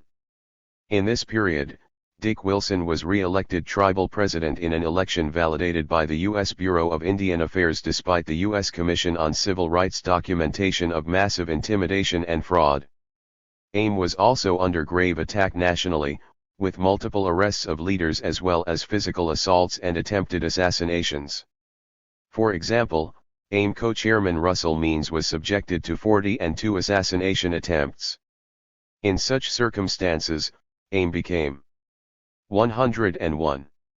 Vulnerable to the need for security expertise, and it was in that guise that FBI infiltrator Douglas Durham rose to become AIM's security director, a position from which he wreaked tremendous havoc. Durham put snitch jackets on dedicated members, thus causing corrosive distrust and major splits. And it was the FBI's Durham who put out unauthorized statements advocating violence that the FBI then cited as public justification for repressing AIM. The level of violence against traditionalists on Pine Ridge was so intense that AIM was forced to organize armed self-defense. On June 20, 1975, the FBI, which had been too short-handed to investigate the scores of murders of AIM supporters there, entered Pine Ridge heavily armed, and without a warrant, to arrest a young brave accused of stealing a pair of cowboy boots. Clearly a pretext to set off a military confrontation, the foray did not go exactly as planned. 2 FBI agents were killed in addition to AIM member Joe Stunskill's Wright. The FBI nonetheless accomplished its main purpose, to launch a full military campaign and subsequently decimate AIM. On the same day that all eyes were turned on this provoked shootout, Tribal President Dick Wilson was in Washington, D.C. illegally, signing away 1/8 of the reservation, the uranium-rich Sheep Mountain area, to the U.S. Park Service. And today, AIM stalwart Leonard Peltier is still serving a double life sentence for the murder of those 2 FBI agents, despite subsequent proof that the trial evidence against him was fabricated. AIM and the Black Panther Party were not just 2 organizations that fought for social justice. They were spearheads for much larger Native American and Black liberation struggles, respectively. These very strong movements from among the most oppressed people within the U.S. also provide the examples and inspiration that galvanized large numbers of white people into activism. The bloody setbacks and rampant disinformation derailed a much larger movement. COINTELPRO is a reality one ought to have to study and master in order that there be success in the next great wave of social upheavals. Prison culture and national politics. Below are the 2 concluding sections of These Criminals Have No Respect for Human Rights, written for the 20th anniversary of the Attica Rebellion. Unfortunately, the 1991 trends, with the exception of the crack epidemic, which has ebbed, still prevail today. The themes of the first 2 sections, racism and brutality, and AES, are discussed elsewhere in this book. The complete essay appeared in Social Justice, Fall 1991. 102. Prison Culture and National Politics. Changing Values. Changing values among staff, inmates, and the public respectively put prisons on a frightening collision course for the 1990s. Many younger officers were raised on Charles Bronson and Sylvester Stallone movies. They view prisoners as scum for whom incarceration itself is not sufficient punishment. While the John Wayne movies of the earlier generation were also reactionary, there was at least some pretense that the good guys played fair. The more modern action films use only an initial definition of good and bad as the thinnest veneer to justify the hero's use of the most vicious and criminal forms of violence. Underpinning the venomous definitions for good and bad is racism, the basic founding rock of this society. 80% of New York State prisoners are black or Latino, while the staff is overwhelmingly white. Indeed, prisons could be seen as the state's double-edged sword for dealing with unemployment. Take the most rebellious or wildest edge of unemployed youth off the streets of the ghettos and barrios, provide decent paying jobs for upstate whites in depressed rural communities. As with any situation of oppression, those reaping even small benefits tend to drown their consciences by blaming the victim. Many hassles that characterize the most repressive prisons, like limitations to 3 showers a week, the obstacles to prisoner-initiated programs, or the absence of any semblance of job or family responsibility, seem to make sense only as an effort to shape prisoners into the animals we are accused of being. This broad view is not to say that EV Guard is a rabid aggressor. Many just want to put in their hours and collect their paychecks. Some even started out with idealistic beliefs about law and corrections, a few even retain their sense of humanity. Yet a growing number believe that prisoners should be punished more harshly. Though small, this activist corps plays a significant role in shaping peer values, since their brother officers feel bound to back them up in any given situation. Further, the daily experience of arbitrary authority over other human beings can readily corrupt the character of even those who started with good intentions. It is difficult to give outsiders an understanding of how it works. It is not that most prisoners expect violence from the guards on a daily basis, though the possibility is always there, especially in more isolated areas like the box and the hospital. More typically, some guards will upbraid and demean an inmate for some minor infraction of the rules in order to polarize his choices between either accepting a humiliation or reacting in a way that will provide the pretext for further punishment. The prisoners most often picked on in this way are those perceived as either weak or uppity. At times, the escalation of these confrontations results in the beating down of the prisoner by the officers. The guards who initiate these regularly attempted humiliations may rationalize them with the concept that inmates need to learn respect for authority. But the experience is far more likely to set off a pecking order of abusive behavior toward those who are weaker. 103. The pettiness and arbitrariness in the maximum prisons can drive you crazy. In the halls of one joint, it is fine to have your hands in your pocket, but you'd damn well better have your jacket zipped up. In the next joint, you can have your jacket unzipped, but don't dare put your hands in your pockets. At still another, you'll get yelled at because you didn't take your gloves off before coming inside. An officer yells at you for being out of place even though it is he who misplaced the pass you gave him. Even when the pass is found in his pile, it must somehow have been the inmate's fault. As dull and routinized as prison life can be, it is still impossible to have any reliable schedule or work plan. Times and procedures are shifted without notice and for no apparent reason. You could be prepared to give a presentation at your Alcoholics Anonymous meeting and then be blocked from going because for some reason, or for no reason, your name didn't appear on the evening call out. The incessant message to the inmate is that you have no control over even the most minute aspect of your life. Rather, every little thing you do must be dependent on the decision, or the whim, of those in authority. The question of changing values among prisoners first requires a demystification of the people involved.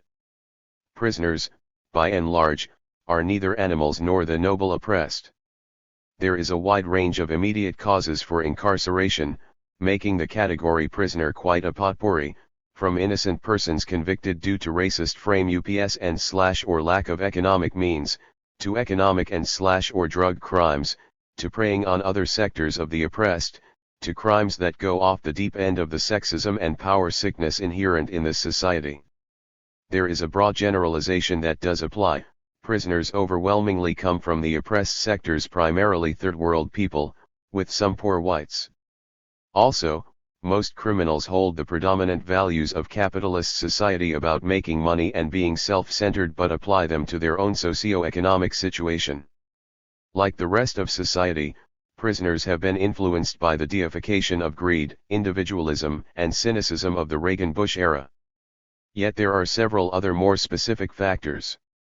Almost every leader who stood for more positive values and social advancement for the oppressed communities, from Malcolm X, to Martin Luther King, Jr., to the Black Panthers and the Young Lords, was killed, imprisoned, exiled, or corrupted by the government. This withering attack of the 1960s and 1970s decimated the voices and community hopes for positive and collective social advance. Concomitantly, there is a dearth of anti-racist and progressive white movements to provide a positive example for white prisoners.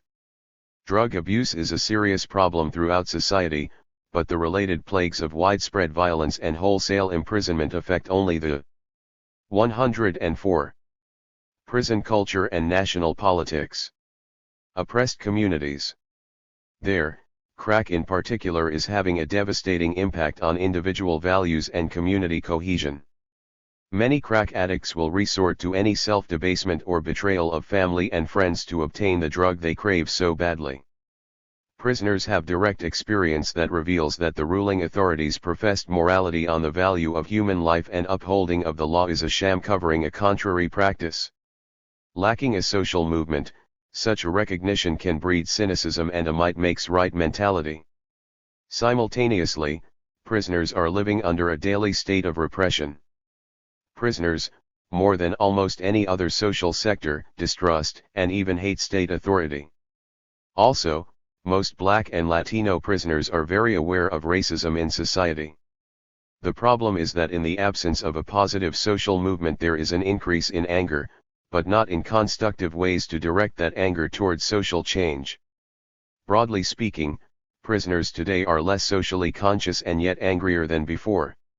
In an era of crack and reconsolidation of state power, we are also witnessing a serious erosion in the old convict codes for mutual support and against rape and snitching. On the broadest level, there is less consciousness of the need to deal with racism and surmount racial divisions. But the flagging solidarity can also be seen in many little particulars. In describing how the change in values is expressed concretely, we must allow for the old-timers' tendency to romanticize the good old days. Nonetheless, it is clear that significant changes have occurred over the past 15 years.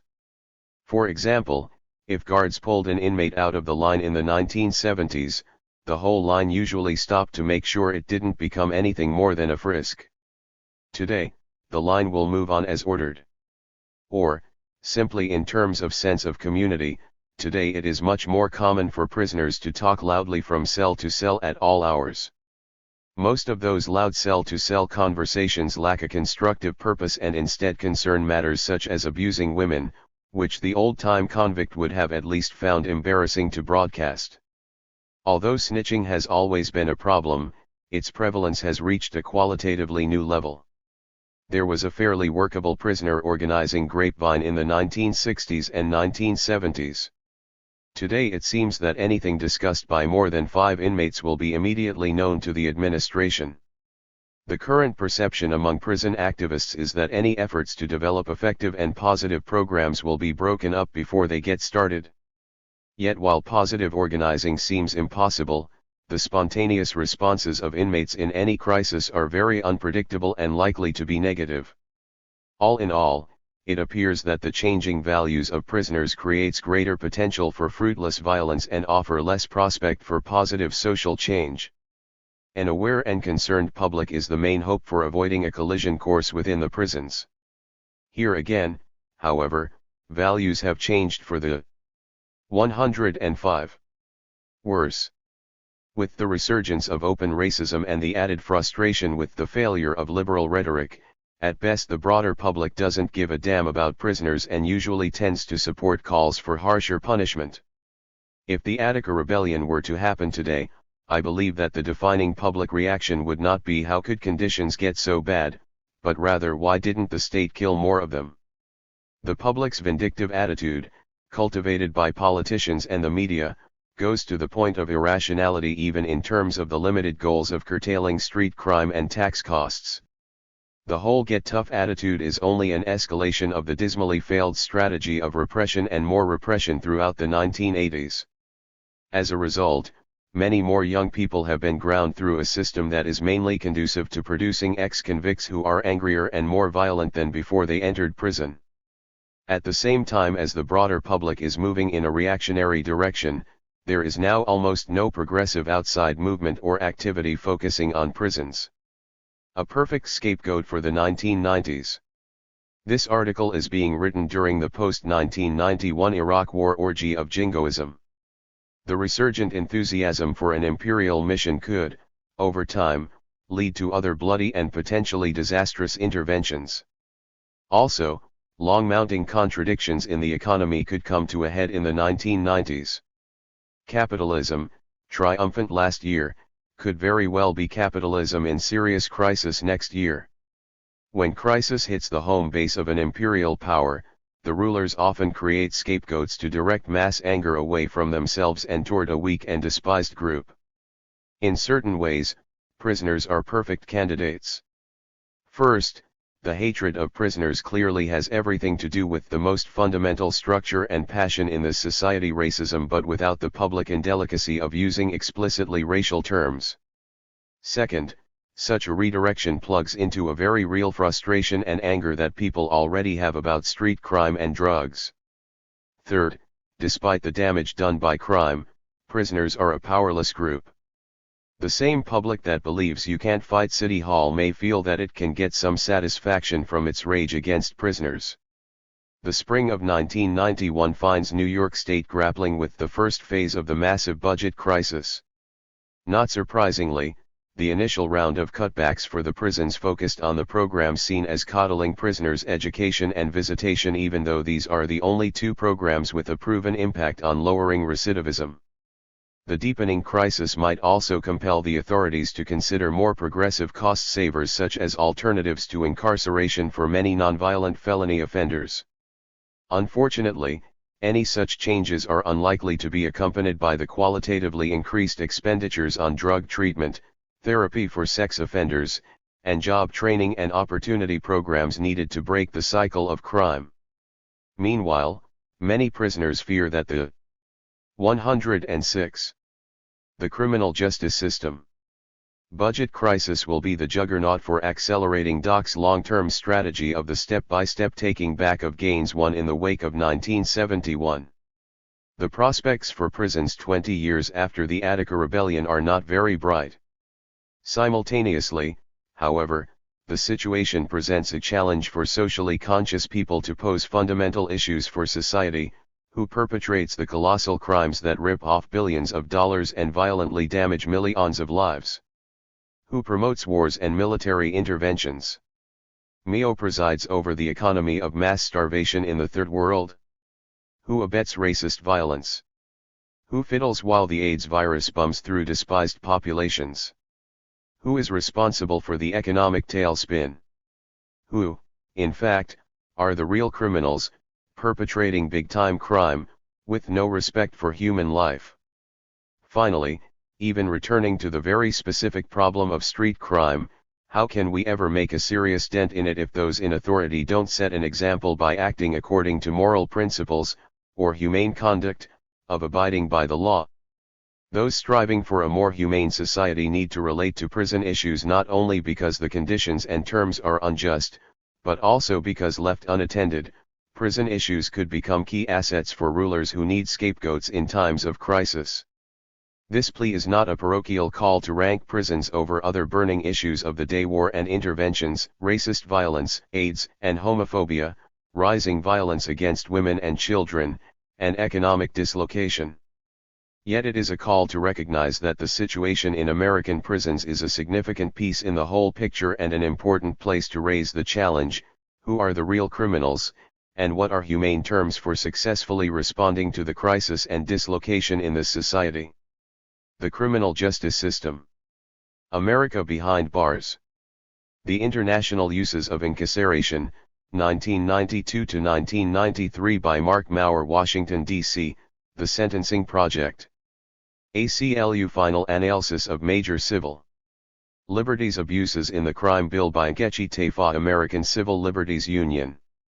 Crime and Prisons by the Prison Law Project of the National Lawyers Guild, San Francisco, National Lawyers Guild. The mega-hypocrisy at the heart of American politics was on particularly garish display in November's election. Kick those immigrants out of our schools. 107. And hospitals, was a rallying cry for descendants of transatlantic immigrants who have grown rich from the brazen theft of the northern half of Mexico and from the merciless exploitation of generations of Mexicano/a labor. The same forces that sanctimoniously preached law and order made Oliver North a viable candidate for U.S. Senator and brought in legislation shielding correctional officials who break the law. Reformers from both political parties insisted that welfare recipients either work or go hungry at the same time that the Federal Reserve hiked up interest rates to make sure that unemployment doesn't fall much below 6%. All the politicians raged about tax money for welfare, with the main program running at $22 billion a year, but not one of them was so impolite as to mention the $200 billion the savings and loans bankers are costing us or the $290 billion a year we are paying out mainly to financial funds and wealthy individuals just for the interest on a national debt that ballooned out of all proportion while Reagan and Bush played Santa Claus to the super rich. The Republicans have even resurrected that 1980s shaman scam that the new tax cuts for the affluent will somehow bring about greater government revenues. The plethora of blatant contradictions reveals that these policies are really driven by considerations of class, race, and gender. The ready triumph of such patent irrationality is a tribute to the mesmerizing power of the mass media. But there is an even more dangerous and disturbing trend at the core of this campaign. The response to mass frustration in society is the shameless scapegoating, based in racism, of those with the least power in society: prisoners, welfare mothers and children, and immigrants.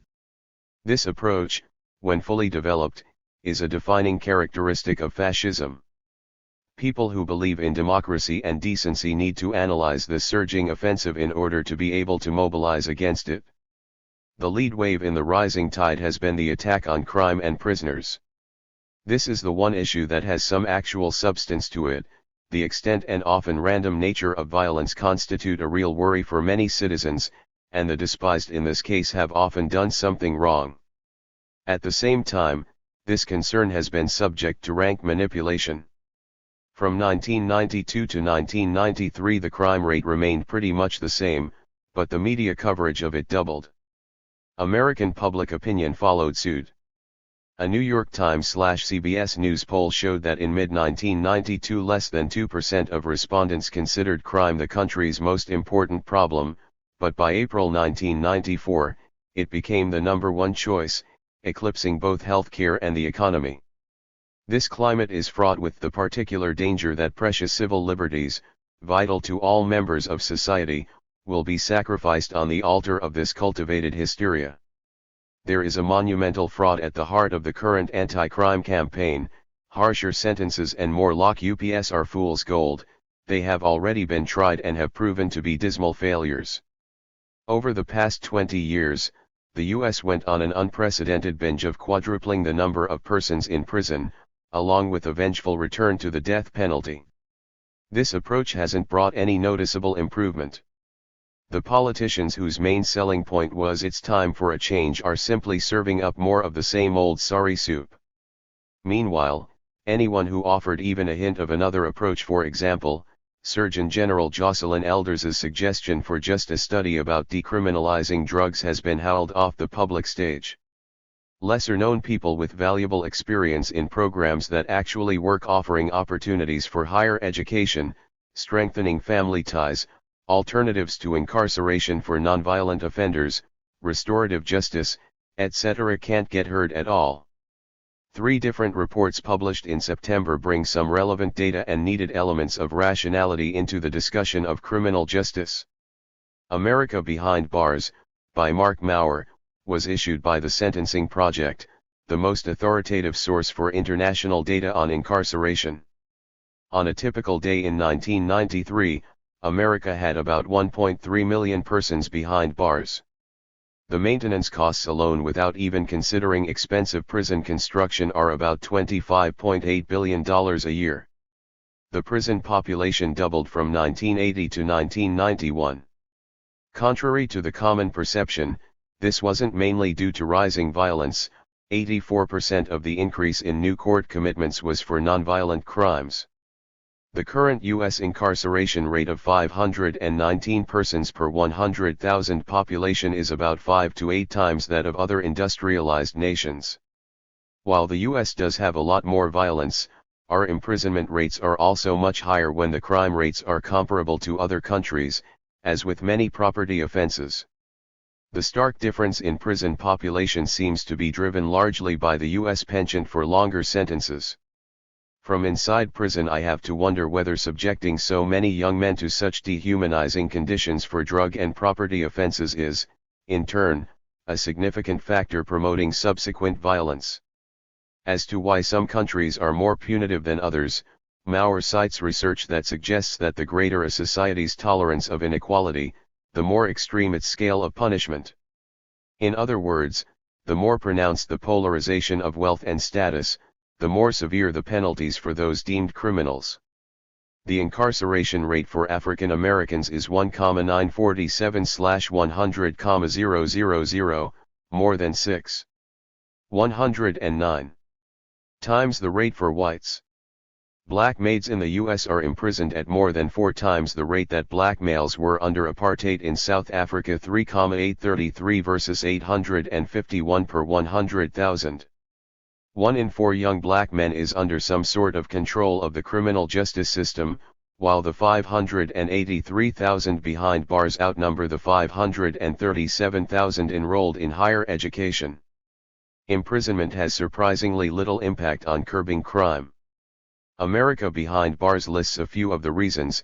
Only a small percent of crimes are reported and many of those aren't solved. There is a replacement effect, especially with drugs, as new sellers emerge to fill the economic slots that have been vacated, and crime rates are independently and heavily influenced by demographics, i.e., the number of males in the 15 to 18-year-old group. The Sentencing Project's list of recommendations is very brief and, therefore, superficial. Nonetheless, their indictment of current policies is clear.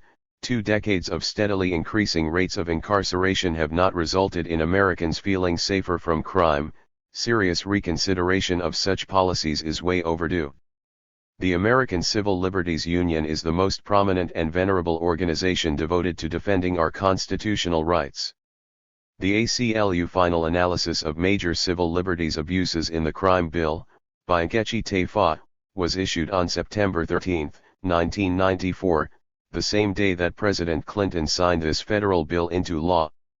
The report mentions how ACLU lobbying succeeded in modifying or attenuating some of the most harmful proposals.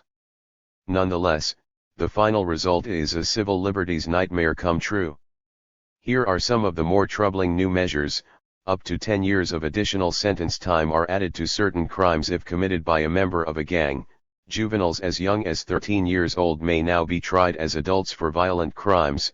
Non-permanent resident aliens convicted of aggravated felonies are now to be deported without a hearing, thus eliminating the constitutional right to due process. The severe increase in penalties for passport and visa violations could prove very harmful to those legitimately seeking political asylum, and material support for terrorist activities has been criminalized.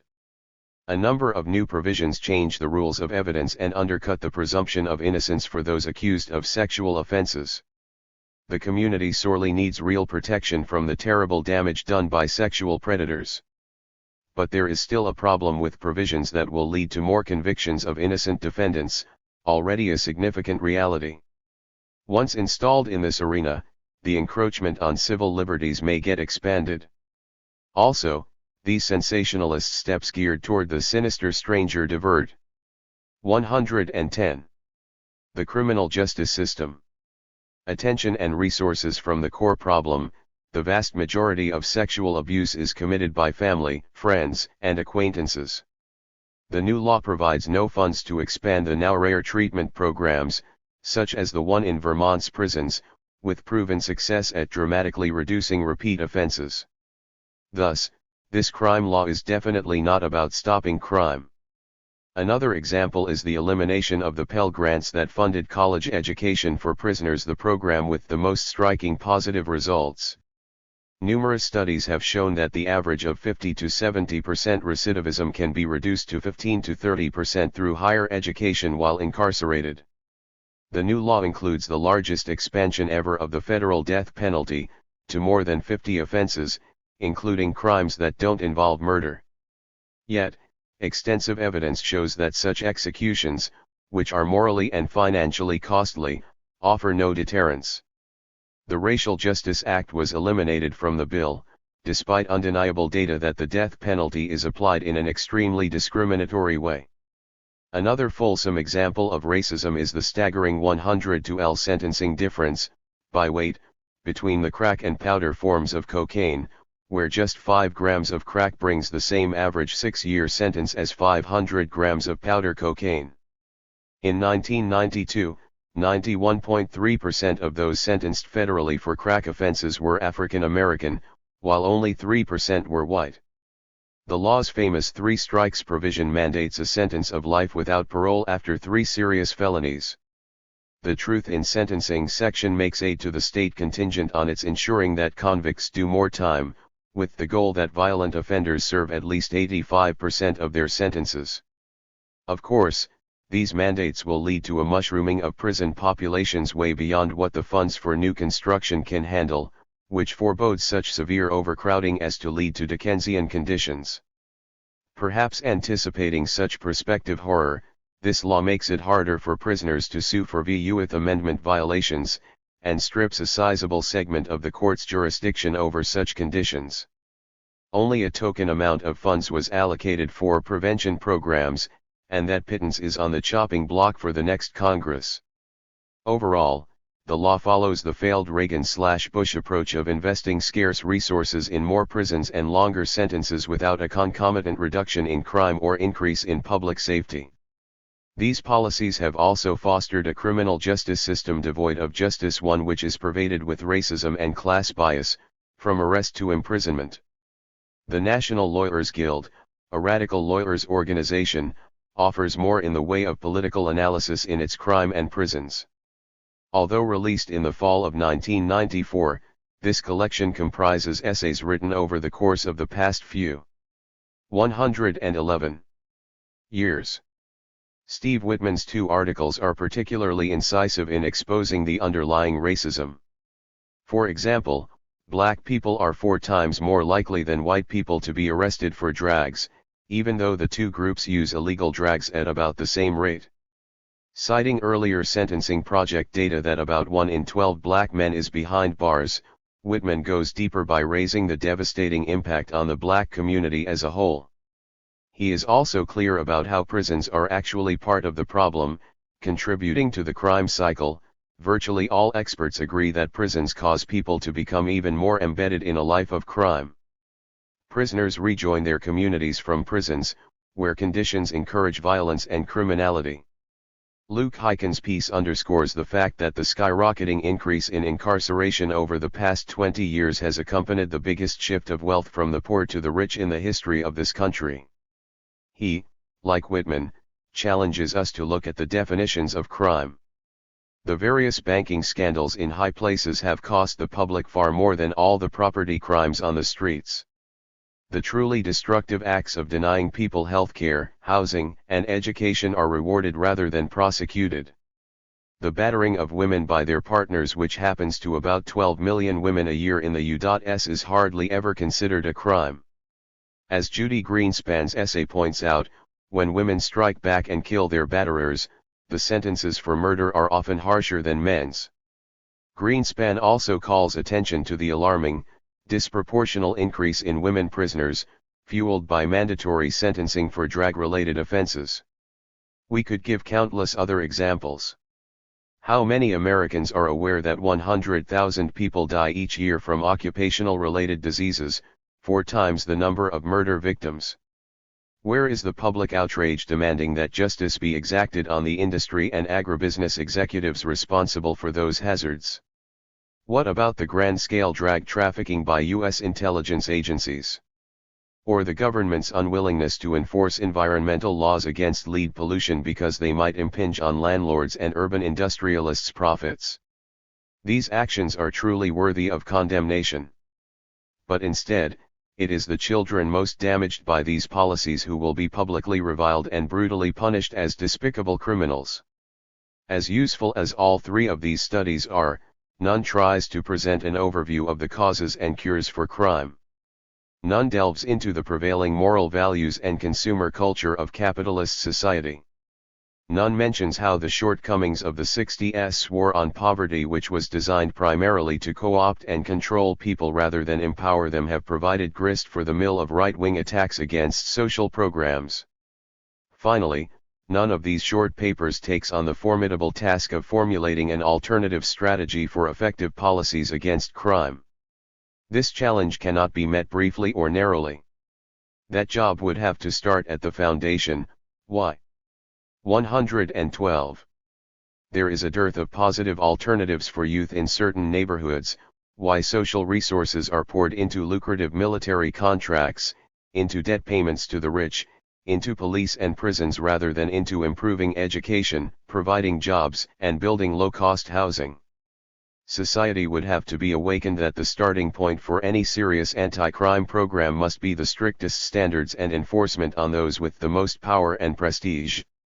The complexity of the drug problem would have to be engaged, why prohibition is a failure, how to take the profit out, and also how to stop the promotion of drugs, what type of mass education, community initiatives, and individual therapies actually work. For the range of crimes, there would need to be much more thorough study and development of the now isolated programs that have had significant success in prevention and in reducing recidivism.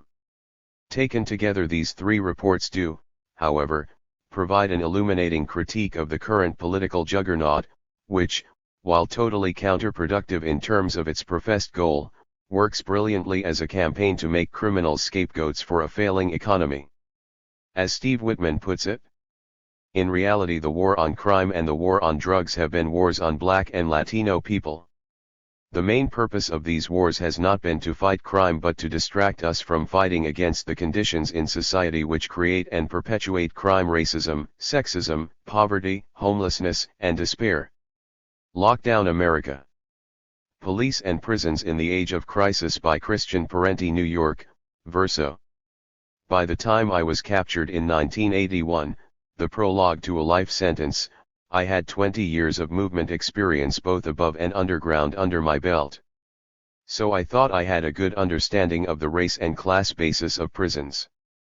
But once actually inside that reality, I was stunned by just how thoroughly racist the criminal justice system is, and also by the incessant petty hassles of humiliation and degradation.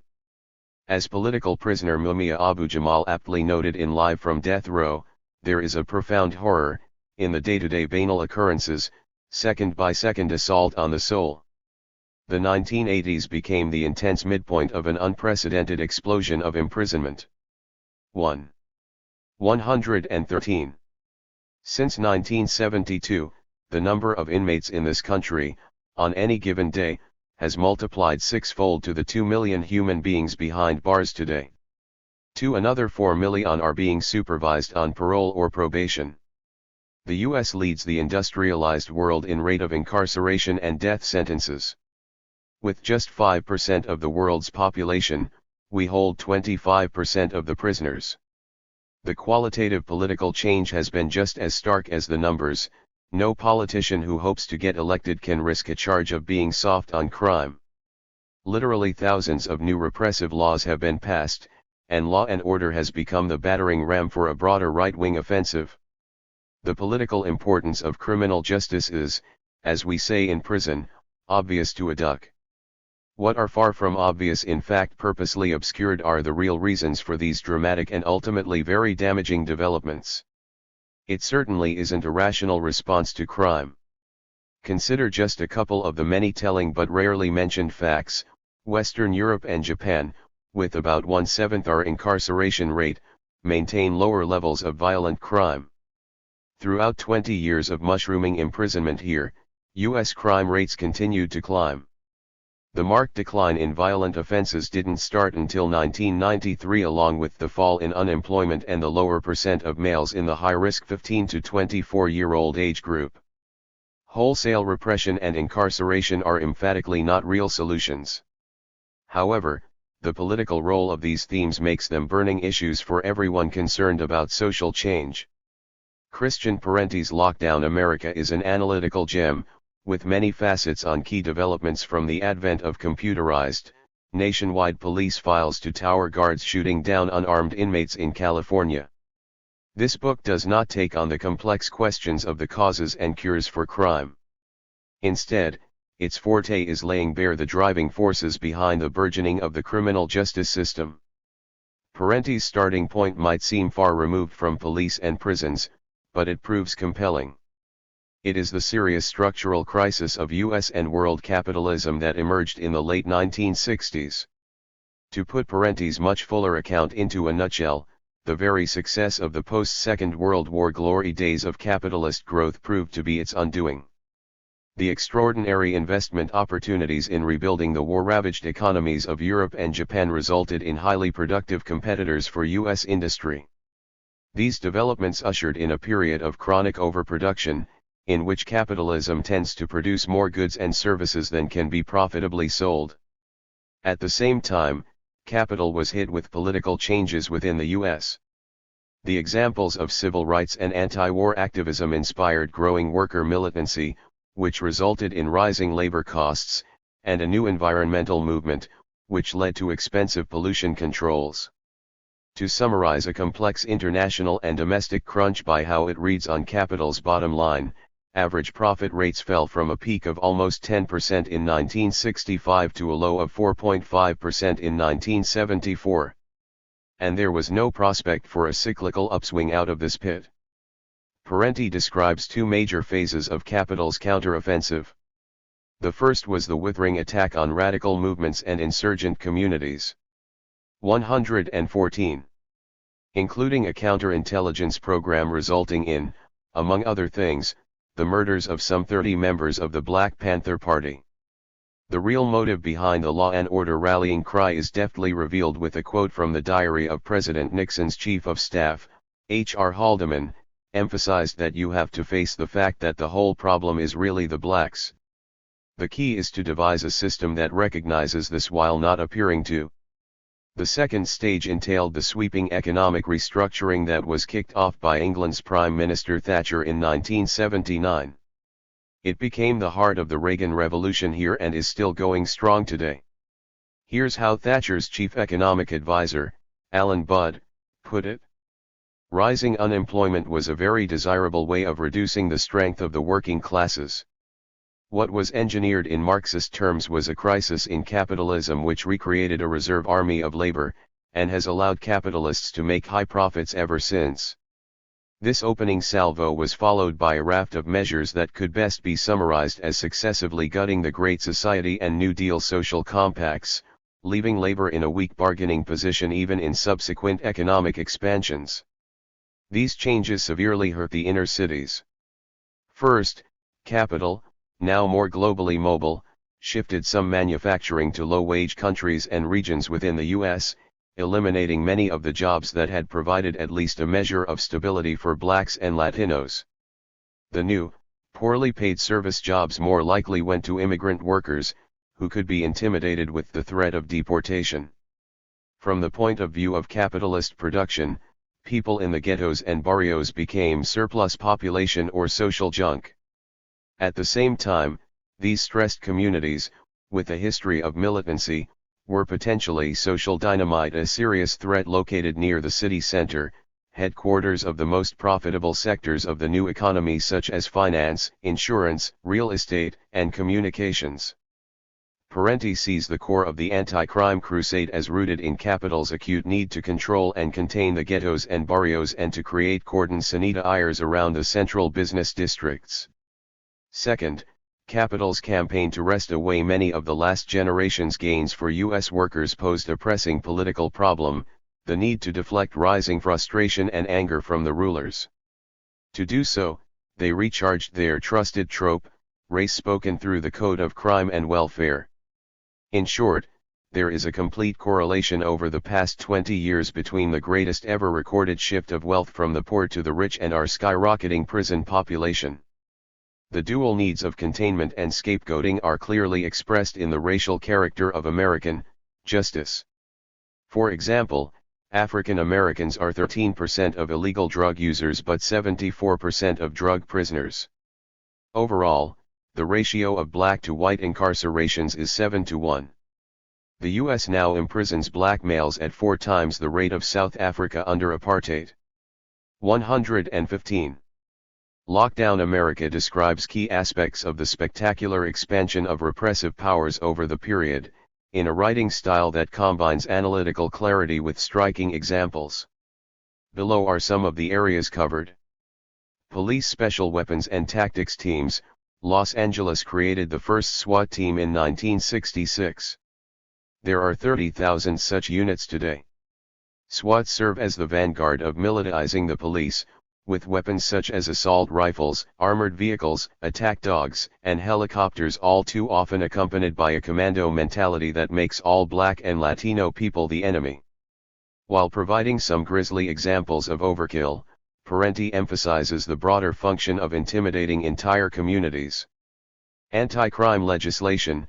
Lockdown America's look at just a few provisions of recent federal laws, just a tiny sampling of the spate of state and federal acts, presents a breathtaking cascade of authoritarian measures that greatly expand police powers and stiffen penalties. Criminalization of immigration. Parenti calls the new level of cooperation among various law enforcement agencies, and at times the military, at the U.S. Mexican border the most aggressive and totalizing police enforcement regime the country has ever seen. The racism is patent to anyone who has gone through an immigration checkpoint. Those with white skin are waved right through, while those with brown skin are routinely stopped. The formidable increase in detentions, with people often held under the most wretched conditions, can't begin to stanch the flow of immigration, itself driven by the economic forces of globalization. But the palpable threat of deportation is a powerful cudgel against labor organizing and complaints, while these victims of transnational capital are blamed for the loss of U.S. jobs. So, politicians get easy scapegoats, employers get docile labor. Quality of life. The newest chapter in policing is the highly touted quality of life and zero tolerance campaigns. In theory, the thorough crackdowns on minor offenses such as graffiti, open beer cans, and unpaid traffic tickets will nab potential felons and create a climate of compliance with the law. In practice, there have been increased complaints of police brutality as well as widespread ensnaring of young people of color into the justice system. The experiences of abuse and arrest are themselves strong predictors of future felonies. Thus these programs may well generate more crime in the long run, but they are very useful for creating a comfort zone for the higher echelons working in the central business districts. Each of the above policies leads to more people behind bars. Parenti provides a quality chapter on the growing prison industrial complex. With about $40 billion per year being spent on building and running prisons, and more than 500,000 full-time corrections employees, crime definitely pays for some sectors. 116. Perhaps the most chilling example is the California Correctional Officers Union. It has become the state's second biggest lobbyist, and spends millions on election campaigns. It was the driving force behind 3 strikes and more than 1,000 other anti-crime measures passed in California since the late 1980s. But Parenti wisely avoids economic reductionism. Corrections budgets are nowhere near those for the military-industrial complex and don't play the same strategic role of subsidizing research for high-tech industries. Also, despite the impressive initial spurt of the for-profit sectors of private prisons and corporate use of convict labor, these are still a small fraction of the corrections complex, and face major constraints to continued growth. While the pockets of pork-driven prosperity assert some influence, such vested interests are secondary to the needs and strategies of a ruling class responding to structural crisis. While not attempting a detailed description of prison life, Lockdown America spotlights some of its more unsettling aspects, such as gang rivalries and rape. In addition to the horrible direct violence involved, the ever-present dangers and antagonisms prevent inmates from uniting against oppressive conditions, which in turn fuels more frustration and internal violence. The very chaos the institutions create is then used to justify bigger budgets and more repression. The flagship of these trends is the proliferation of supermax prisons and special housing units. The rationale is that these are needed for super predators, but in practice they are also used against organizers, rebels, and jailhouse lawyers. These prisons within prisons are characterized by 23-hour-a-day lockups, intense electronic surveillance, almost no social interaction or programs, and brutal reprisals against defiant inmates. One couldn't consciously design conditions better suited for fostering mental illness and antisocial, violent behavior. A lot more could be added about the damage being done: severe HIV and hepatitis C epidemics, the high percentage of women prisoners whose problems started with sexual or physical abuse on the outside and who are then placed under the complete domination of male guards, the impact of sentences on convicts' children, who are more likely than their peers to eventually land in jail. 3. At the same time, correctional programs that greatly reduce recidivism, most notably college education, are being dismantled behind the propaganda myth that our prisons are country clubs. Meanwhile, the police keep sweeping more young people, whether for quality of life misdemeanors or nonviolent drug offenses, into a corrections system primed for chewing up human beings and spitting out violent parolees. While counterproductive, in the long run, against crime, this approach serves capital well. The key, in my view, is the political role of racial scapegoating. Parenti articulates it well. As economic contradictions deepen, the radialist class, the immigrant, the urban mendicant, the cheats, the dark-skinned, the thieves, and predators, looms larger than ever in the minds of the economically besieged middle and working classes. The corporate system will not and cannot 117. Profitably accommodate the needs of the poor and working majority, necessarily turn to crime baiting and racially coded demonology as a way of inciting, mobilizing, and diverting legitimate political anxieties toward irrelevant enemies. The U.S. today is criminalizing an ever-widening range of social problems. The government would rather militarize the police and build prisons than provide quality education, good-paying jobs, and a sound public health response to drug abuse. These trends, while ineffective on crime, serve to aggrandize police power. Even more importantly, the law and order mania has become an essential political arena of struggle for the left. Conceding the weight of public opinion to the bandwagon of racial scapegoating would only build the momentum and power of the grand-scale criminals who rule over all of us. AIDS in prison, global health. 119. Born on Sunday.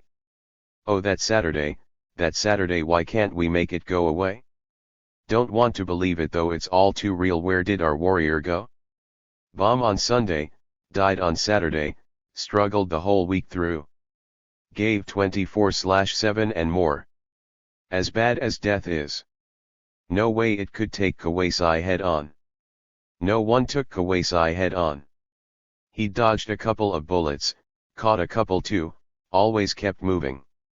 No, death must have snuck up on him, to take our warrior away. Bomb on Sunday, died on Saturday, struggled the whole time in between, struggled and loved, danced to the beat, laughed, and then struggled even harder whole life through, struggled for his people to be free. Dedicated to David's co-defendant Black Liberation Army soldier and new African anarchist Kawasai Balagoon, who died in Auburn Prison, New York, on Saturday, December 13, 1986. Kawasai means bomb on Sunday and Balagoon means warlord. Kawasai and David. Auburn Prison, 1986. 121. Proposal for a prisoner education project on AIDS. This proposal was the first in the country for a comprehensive prisoners' peer education program on AIDS. Three good friends of Kawasai Balagoon Mujahid Farid, Angel Nieves, and I wrote this in April 1987 and submitted it to the Auburn Correctional Facility Administration that June. As brief and simple as this proposal was, 15 years later very few prisons have programs with anything like the scope of outreach proposed here and still so sorely needed. Background: AIDS is now by far the main cause of death in the New York State prisons. Yet, many prisoners remain woefully uneducated about the true nature of the disease and how it is spread.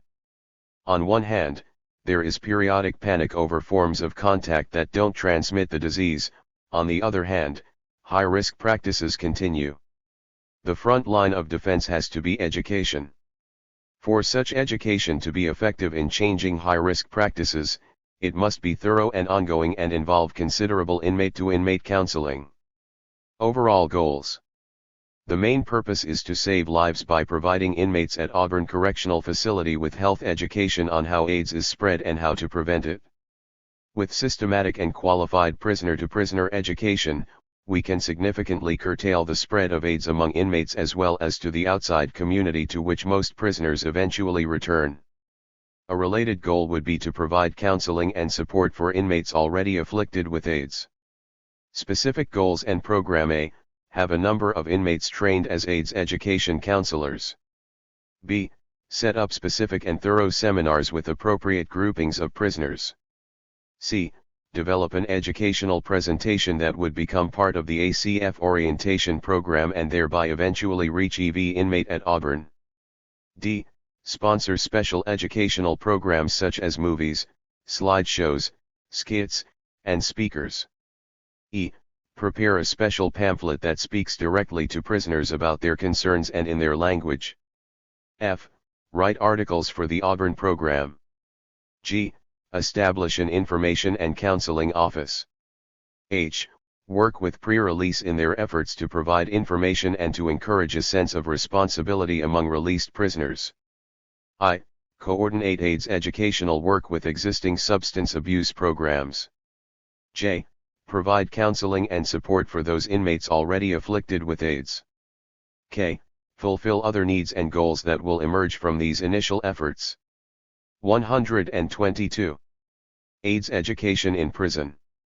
Conclusion: because of the urgency of the situation, we hope that this project can be approved and commenced as soon as humanly possible so that we can stop today's ignorance from sowing tomorrow's death.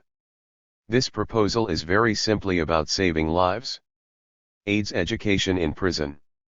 AIDS is now the #1 threat to the health and well-being of New York State prisoners.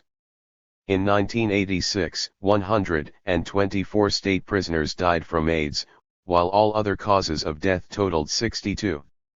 The number of AIDS deaths has been rising sharply each year. No one knows exactly how many prisoners are carrying the AIDS virus or how fast it is being spread. Official studies indicate that 50 to 60% of New York City's intravenous drug users are carrying the virus and that 50% of New York State prisoners have been drug users. These estimates would suggest, as a ballpark figure, that something like 25% of state prisoners may be carrying the virus. The actual spread of the virus in prison cannot be measured precisely. While drugs and sex are officially prohibited, these activities are not uncommon. The conditions of prison mean that those who use hard-to-come-by needles are likely to share them widely and without much access to proper sterilization. Sexual activity is likely to occur without proper safeguards and often with multiple partners. These realities indicate that the ongoing spread of the deadly disease is a very grave problem within New York prisons. Furthermore, in the closely packed and non-voluntary prison community, the rise of the disease is likely to cause increasing fear, panic, and violence. Given the prevailing political climate, some sectors of the public might just as soon see large numbers of prisoners die off from AIDS. However, in addition to being inhumane, such a vindictive attitude is also self-destructive. The great majority of prisoners eventually return to society, if large numbers of them are carrying the virus and are uneducated about preventive measures. they will unwittingly contribute to the spread of the deadly disease in the outside community. Stopping the spread of AIDS in prison is a problem that concerns all of us. For many reasons, technical as well as social, testing provides no magic panacea. Education has to be the front line of defense. The New York Department of Correctional Services has made many public statements affirming its commitment to AIDS education. However, those of us behind the walls know that DOC's efforts to date have had almost no impact on the practices and the fears of the inmates of 123. Most of the prisons. The little material that DOC's does distribute tends to be sporadic and far too general. More basically, prisoners tend to have a deep distrust for information coming from the state. AIDS education must go beyond a few general ideas. Rather, it requires working with people in a situation of trust and in a thorough and ongoing way in order to change the deeply ingrained high-risk practices. For these reasons, experts emphasize a key role for peer group counseling. These considerations apply doubly to a prison situation, where the very activities that must be discussed, drugs and sex, are punishable under DOC's rules. There is a burning need for an effective AIDS education program throughout New York's jails and prisons. We see three criteria that distinguish a paper program from one that can really reach prisoners and make a change. Such a prisoner education program must be sponsored by an outside organization whose primary work is around AIDS, provide for extensive prisoner-to-prisoner education and counseling, and be ongoing, thorough, and persistent. This issue is not solely for prisoners. The health and humanity of the people of New York are also at stake. The struggle for AIDS education in prison. Prisons, although more hidden from public view, are yet another arena where the AIDS epidemic is being allowed to spread because the authorities don't give a fig about human life when it comes to gays, third world people, and the poor. In 1987, 150 New York State prisoners died of AIDS, 2 out of every 3 deaths in a system that holds 40,000 people. The death toll will continue to rise for years to come. 88% of New York State prisoners with AIDS are Latino or Black. AIDS itself is bad enough, and it is heartbreaking to have to face death in prison. But for the prisoner with AIDS, it is triple jeopardy because he or she might be completely isolated even from other prisoners. The prisoner with AIDS is also likely to have a much shorter survival time. A recent New York State Commission of Correction report shows that, for example, 4 drug users with AIDS live for an average of 318 days after diagnosis in New York City, but only 159 days in the state prisons. No one has put out a definitive analysis of this stark discrepancy. It is probably a combination of late diagnosis, poor medical treatment, and the depressing emotional atmosphere in prisons. It is shocking that the grim statistic of the short survival time has not produced a public uproar. The deafening silence expresses how little value is placed on prisoners' lives by officials, the media, and sectors of the public. Continued transmission of AIDS within prisons and to the communities to which most prisoners eventually return is both a dire and an unattended problem. The most realistic estimate of the seropositive rate among New York State prisoners is 25%. Figures for most other states would be considerably lower. Tests of federal prisoners indicate that close to 3% are seropositive, and even this figure poses serious epidemiological dangers. While sex and drugs are officially proscribed in prison, they are far from uncommon. Yet, hard-to-come-by needles are likely to be widely shared. With little access to proper sterilization, condoms are a rarity. There is no question that there is a grave problem of the continued spread of the epidemic in prison. Yet the authorities stick by their official position of no apparent or documented spread. They claim that sharing needles and prison sex are now rare. We prisoners know better. Quiet as it's kept, there is a way to prevent AIDS: education. The most effective approach is peer education. The peer aspect is doubly important in prison, where inmates tend to distrust the authorities and are unlikely to discuss proscribed activities with staff. Some people take the cynical view that dope fiends won't change.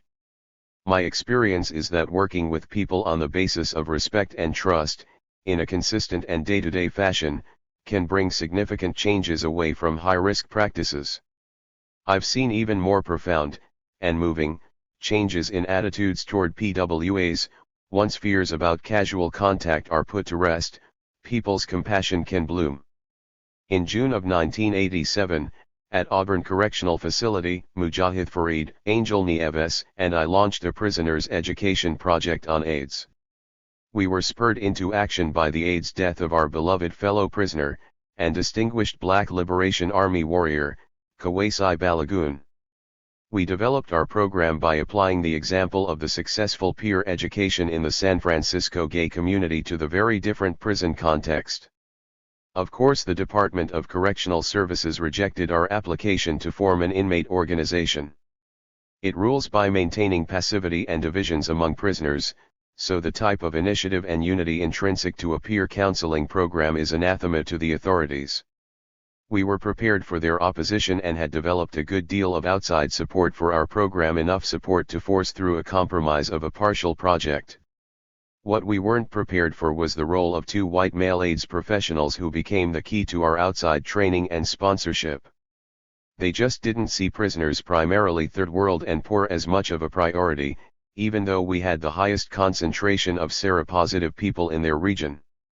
Their inordinate delays on promised work gave the prison authorities the space for a war of attrition against our project. These professionals also basically conformed with the administration's position that the program should first be worked out by the professionals and administration, with the prisoners simply the recipients of the final product, some way to develop a peer project. Amidst the months of delays and constant hassles, I was suddenly 125. Shipped out to the most isolated Max A prison in the state. While several prisoners at Auburn, along with some dedicated outside AIDS volunteers, continue to make a valiant effort, the war of attrition has left a mere shell of the original project. There is a bitter irony here, bitter with the taste of numerous deaths over time that could have been prevented. Probably the greatest initial obstacle to prisoner involvement was homophobia. Even though most prisoners with AIDS were exposed via needles, AIDS was defined as a gay disease, and homophobia blocked prisoners from identifying with PWAs and from facing the issues forthrightly. On the other hand, the undoubted basis for how our efforts were undercut by AIDS professionals was their race and class bias. Meanwhile, the crucially needed prisoner peer projects for New York and nationwide continue to be stymied, at great cost to human lives. My conclusions from this experience: thorough, consistent, and ongoing peer education can make a big difference in the attitudes and practices of prisoners. The prison authorities will not accede to such programs without strong public pressure to do so. There must be a powerful anti-AIDS movement to push the professionals to be true to their professed idea and put the fight against AIDS above careerism. To be effective against AIDS, the movement must consciously oppose race, class, gender, and sexual orientation biases. Postscript: AIDS in prison today. NICE-Doc's own unpublished estimate of the HIV rate in 1987 was very close to my guess of 25%. When they took some random samples of incoming male inmates, the actual rate was a lower, but still devastating, 17%. The prevalence among women prisoners was probably over 20%. By 2000 these rates had come down to 5% and 14%, respectively. Yearly AIDS deaths within docs peaked at 258 in 1995. Thankfully, New York State prisoners received prompt access to the breakthrough treatment with combinations of highly active antivirals. Since then, there has been a dramatic 90% drop in the yearly number of AIDS deaths, which is a little better than the drop in New York City. The AIDS survival time gap between prisoners and those in the street has undoubtedly been greatly reduced, if not eliminated. 126. Postscript: AIDS in prison today. Given the high HIV rates, related illnesses continue to take a serious toll, and major work to prevent new HIV transmissions is still urgently needed. In addition, there is an emerging and potentially bigger epidemic of hepatitis C, which is spread even more readily than HIV via shared needles. Peer education continues to be critical for health and life. By early 1998, women at Bedford Hills developed the first successful prison peer education program. Their excellent AIDS counseling and education became a model for several other programs nationwide. Over the years, peer education became widely accepted as the only effective approach and is now endorsed, at least formally, by docs. Many New York State prisons have community-based organizations come in to train peer educators.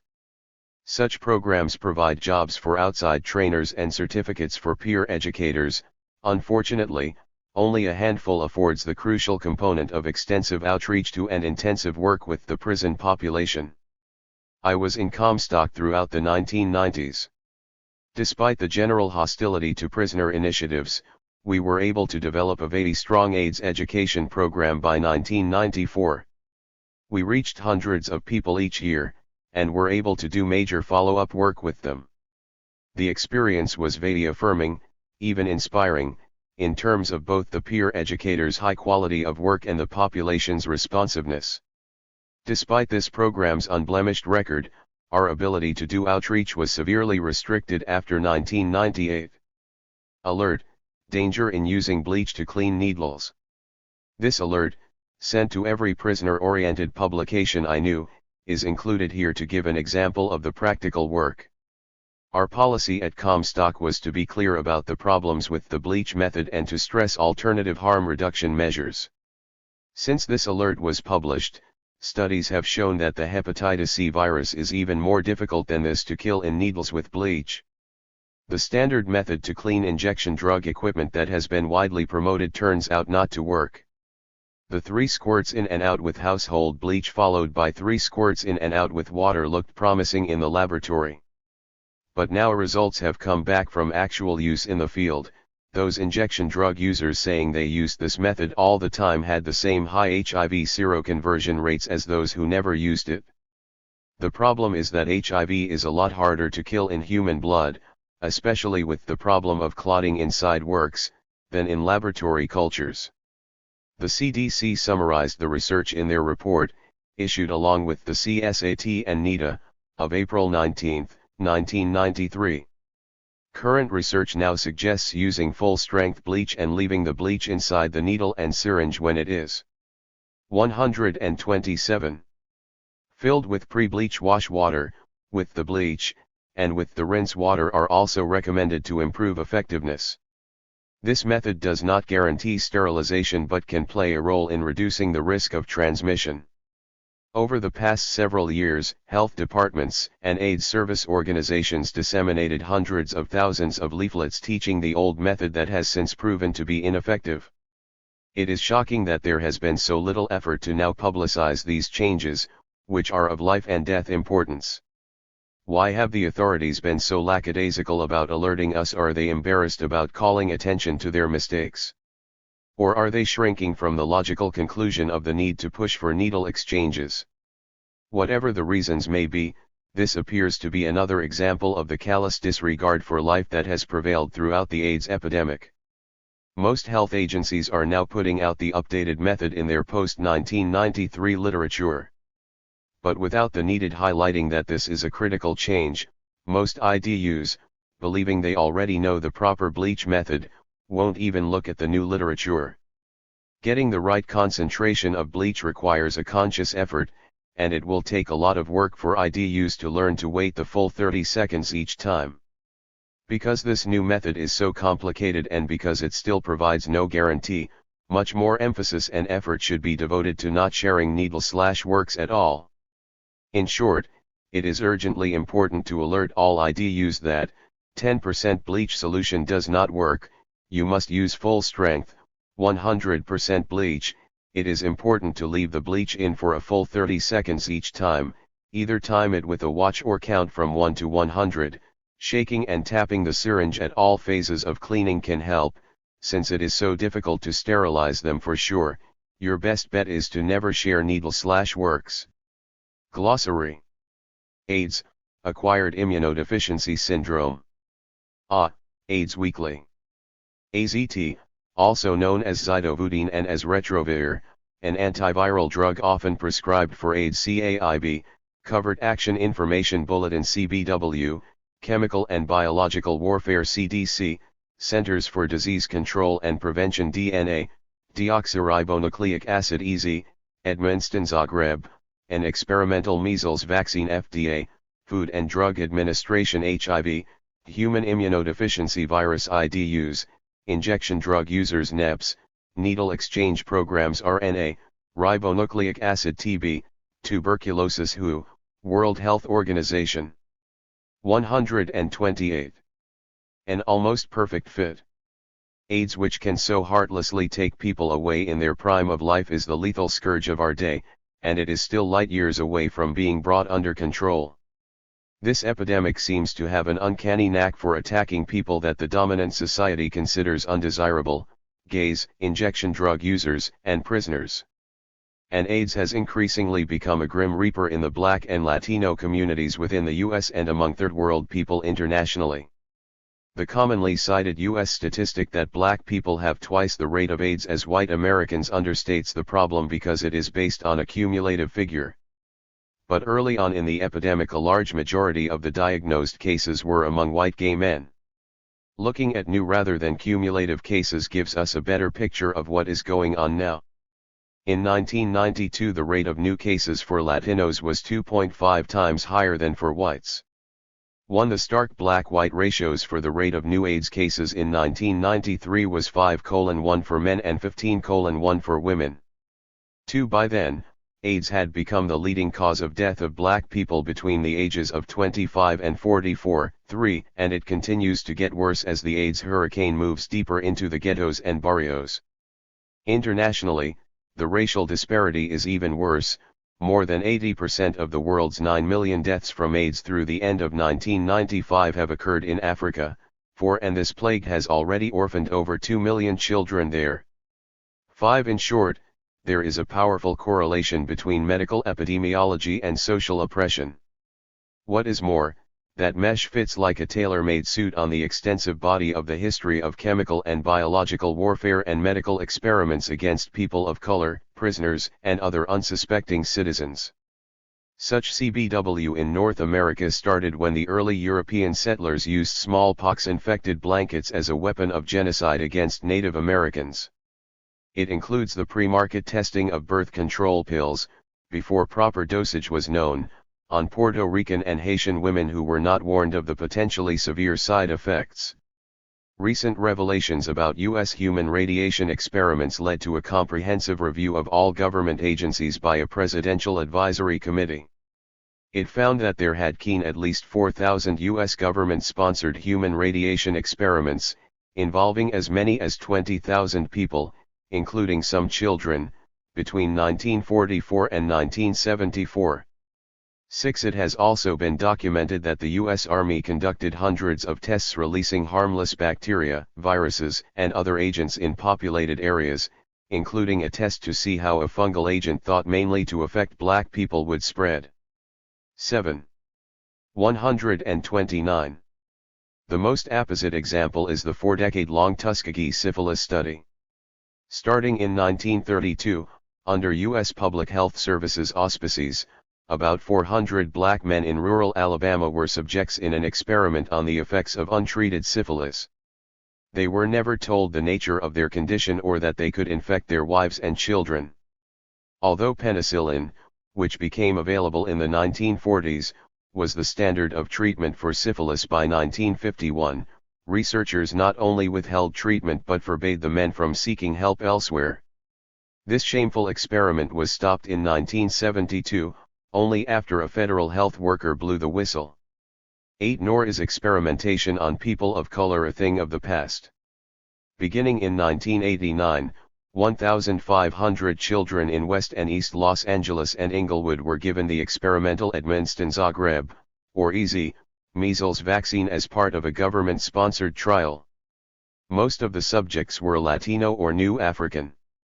The parents of these children were never told that they were part of an experiment with an unlicensed drug and thus had a less than adequate basis for giving their consent. The EZ vaccine was also tested in Senegal, Guinea-Bissau, Haiti, Guinea, and more than a dozen other third-world countries. Trials in Los Angeles, conducted with the cooperation of Kaiser Permanente, the Centers for Disease Control, and Johns Hopkins University, were stopped 2 years later after questions were raised about the vaccine's relationship to an increased death rate among female infants. 9. On another level, the drug plague in the ghettos and barrios has the effect of CBW against those communities. The government's role in this scourge is probably much more direct than the obvious stupidity and corruption. There has been considerable evidence, going back to the 1960s, of CIA involvement in international drug trafficking in order to raise money to finance anti-communist guerrilla forces in Vietnam, Afghanistan, and Nicaragua. A new bombshell has just hit with the August 18 to 20, 1996 series of articles by Gary Webb in the San Jose Mercury News. Based on recently declassified documents, court testimony, and personal interviews, Webb describes how a CIA operation was instrumental in the new influx of cheap cocaine into black communities in the early 1980s, paving the way for the emergence of the devastating crack epidemic. The CIA set up and ran the Contras, a terrorist force fighting to overthrow the leftist Sandinista government in Nicaragua. Starting in 1982, two key Contra fundraisers, enjoying obvious protection from investigation and prosecution, brought the first large-scale and cheap supplies of cocaine into south-central Los Angeles. Once we move beyond specific health issues into the political realm, government plots to prevent or destroy black liberation are a continual and central feature of U.S. history. The most relevant example for today's dire political situation is the FBI's COINTELPRO, which peaked in the late 1960s and early 1970s. This secret but extensive sabotage campaign against black liberation and other movements of oppressed people, as well as against white radical groups allied. 130. With them, was exposed only after activists broke into an FBI office and found some of the documents. For example, a 1968 FBI memo calls on agents to prevent the coalition of militant black nationalist groups, prevent militant black nationalist groups and leaders from gaining respectability, prevent the rise of a black messiah who would unify and electrify the militant black nationalist movement. Malcolm X might have been such a. The program included a devilish array of dirty tricks and disruptions. While of course none of the documents explicitly discusses assassinations, about 40 Black Panthers were murdered over this 5-year period, and the Panthers were hit more than 1,000 arrests on trumped-up charges. Another grisly example is what was done to the Native American movement.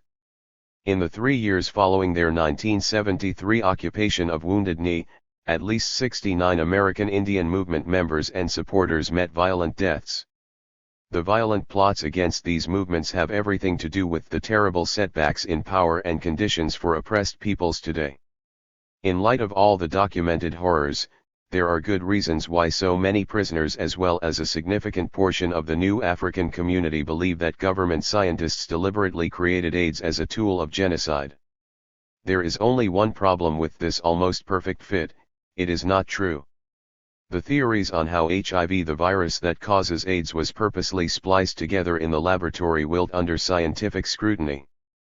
Moreover, these conspiracy theories divert energy from the work that must be done in the trenches if marginalized communities are to survive this epidemic: grassroots education and mobilizations for AIDS prevention and better care for people living with HIV.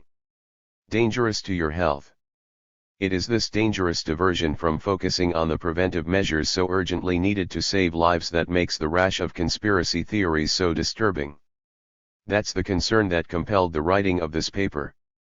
I've been doing AIDS education in prison since early 1987.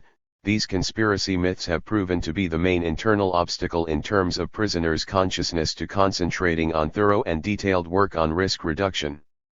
What's the use, believers ask, of making all the hard choices to avoid spreading or contracting the disease if the government is going to find a way to infect people anyway? And what's the point of all the hassles of safer sex, or all the inconvenience of not sharing needles, if HIV can be spread, as many conspiracy theorists claim, by casual contact such as sneezing or handling dishes? 131. The core of the mindset that undermines prevention efforts is denial. People whose activities have put them at risk are often so petrified that they don't even want to think about it. Conspiracy theories serve up a hip and seemingly militant rationale for not confronting one's own risk practices. At the same time, such theories provide an apparently simple and satisfying alternative to the complex challenge of dealing with the myriad of social, behavioral, and medical factors that propel the epidemic. In addition to my extensive personal experience, a recent study out of the University of North Carolina at Chapel Hill found that new Africans who believe in the conspiracy theories were significantly less likely to use condoms or to get tested for HIV. To put it bluntly, the false conspiracy theories are themselves a contributing factor to the terrible toll of unnecessary AIDS deaths among people of color. While convinced by scientists I know that humans did not design HIV, my main concern here is not to disprove the conspiracy theories. Neither do I attempt to solve the problem of the origins of AIDS or even review the many different theories and approaches to that question. The origin of this disease, as of many others, is likely to remain unsolved for years to come. Various theories of AIDS origins include a virus that jumped species, an accidental byproduct of biological warfare experiments on animals, a new viral mutation, and a virus that lived in an isolated ecological niche until new social conditions facilitated the explosion of an epidemic. There is also a set of theories based on the now highly dubious proposition that HIV is not the cause of AIDS. Instead, this article examines the validity of one set of theories being widely propagated to prisoners and to new African communities, that HIV was deliberately spliced together in the lab as a weapon of genocide. These theories have had important public health and political implications. My urgent, life and death purpose is to refocus attention on AIDS prevention and care and, more broadly, on the struggle against the racist and profit-driven character of a public health system that is causing tens of thousands of unnecessary deaths. Readers not interested in a detailed critique of the conspiracy theories are invited to skip right to the last 4 sections of this essay, starting with the real genocide. Hopefully, that is also where all readers will concentrate their attention. Scientific unraveling. When first introduced to a conspiracy theory in 1987, one believed it because of the sordid history of USCBW. The version I saw then was based on the work of 2 East German scientists, Jacob and Lily Siegel, and was published by the Soviet news agency TASS on March 30, 1987. They claimed that HIV couldn't possibly have evolved naturally, and that it was obviously an artificial splice between Venovirus and 132 HTLV1. They argued that the splice was created at the notorious CBW lab at Fort Detrick, Maryland, and then tested on prisoners in the area. Upon receiving and believing this article, I immediately sent it to Janet Stavnizer, a professor of molecular genetics and microbiology, who specializes in immunology. My friendship with Janet goes back to the 1960s and her support for civil rights and the anti-war movement. While that does not make her analysis infallible, there is certainly no way she could be a conscious part of a conspiracy against oppressed people.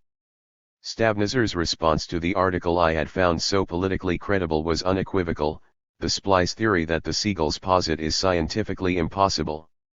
A couple of years later, the Soviet Union withdrew the Siegels charges. But it is open to interpretation whether it did so because the science involved is so demonstrably dishonest or because with perestroika they were now cultivating diplomatic favor with the US. In any case, there are other fatal flaws in the Siegels theory. First, in an obvious error of US geography, they speculated that Maryland prisoners, once released, congregated in New York City to become the seedbed of the epidemic, but most Maryland prisoners would return to Baltimore or Washington, D.C., and neither of those cities was an early center of AIDS. Second, they posit sophisticated forms of genetic engineering and cloning that hadn't yet been invented in 1977. 11 Since the Siegels, there have been a number of related theories that HIV was man-made. One posits a splice of Venovirus and equine infectious anemia virus, another, a splice of Venovirus and bovine leukemia virus. One sets the date at Fort Detrick back to 1967, another implicates the World Health Organization, starting in 1972.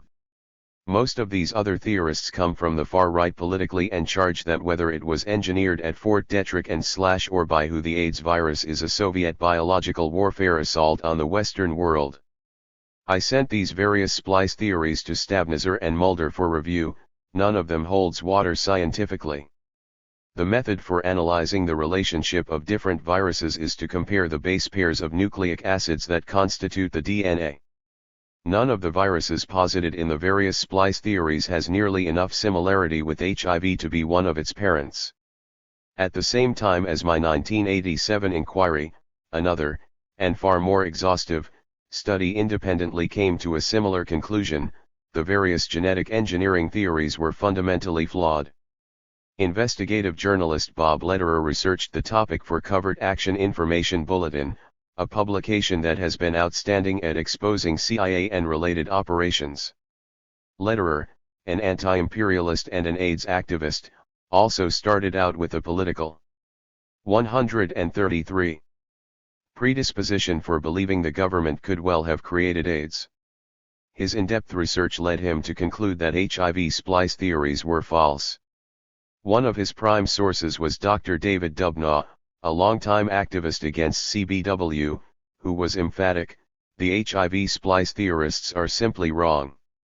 This movement scientist independently offered the same explanation as Stabnitzer and Mulder: HIV does not have any nearly sufficient sector of homology with the proposed parent viruses. 1. Needing a vehicle for the deliberate dissemination of the allegedly spliced virus, the conspiracy theorists also characterize various vaccination programs as examples of CBW campaigns. While vaccination programs with inadequate controls for contamination may have contributed to the spread of infection, they could not have been a prime cause. The geography of the vaccination campaigns does not correspond with the locations of early centers of AIDS-13, and retrospective tests have not found any such contamination. 14. Meanwhile, such unsubstantiated rumors can dangerously discourage people here and in the Third World from getting the same protections for their children that have done so much to stop diseases among more privileged whites. The danger is illustrated by the unnecessary and serious 1989 to 1991 outbreak of measles among children within the U.S. More privileged children had routinely been protected by a safe and effective vaccine in use since 1963. The tragic result of the public health system's failure to carry out thorough vaccination campaigns in poor, primarily Black and Latino, communities was 27,000 cases of measles and 100 deaths in 1990 alone. 15. There is another major problem with the splice theory's timing.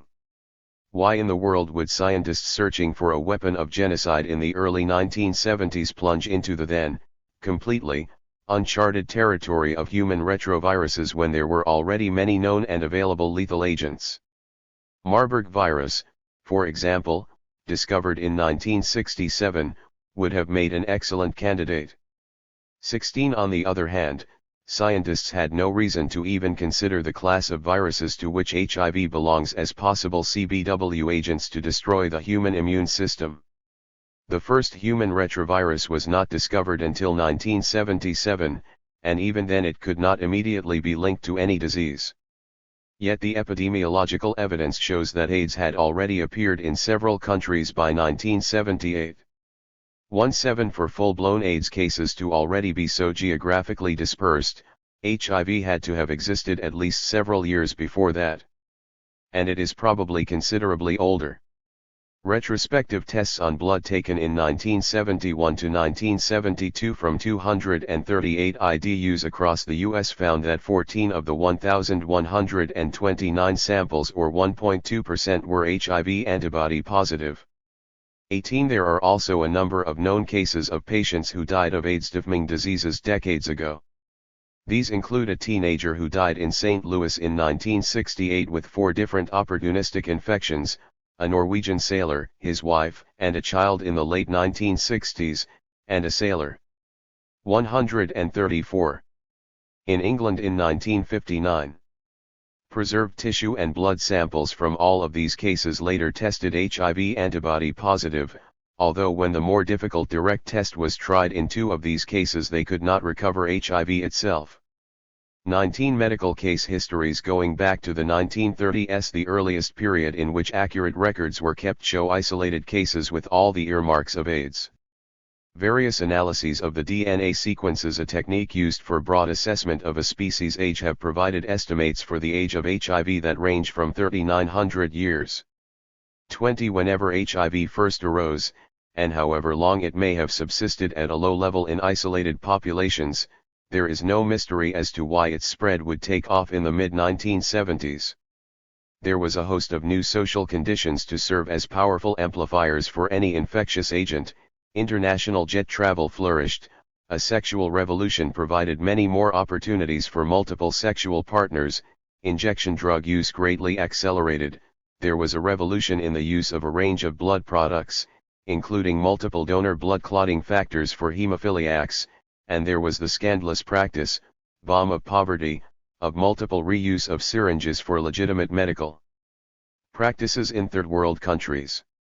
The travel, sex, drug, and blood products revolutions all combined by the mid-1970s to create powerful amplifiers for the rapid global spread of infectious diseases.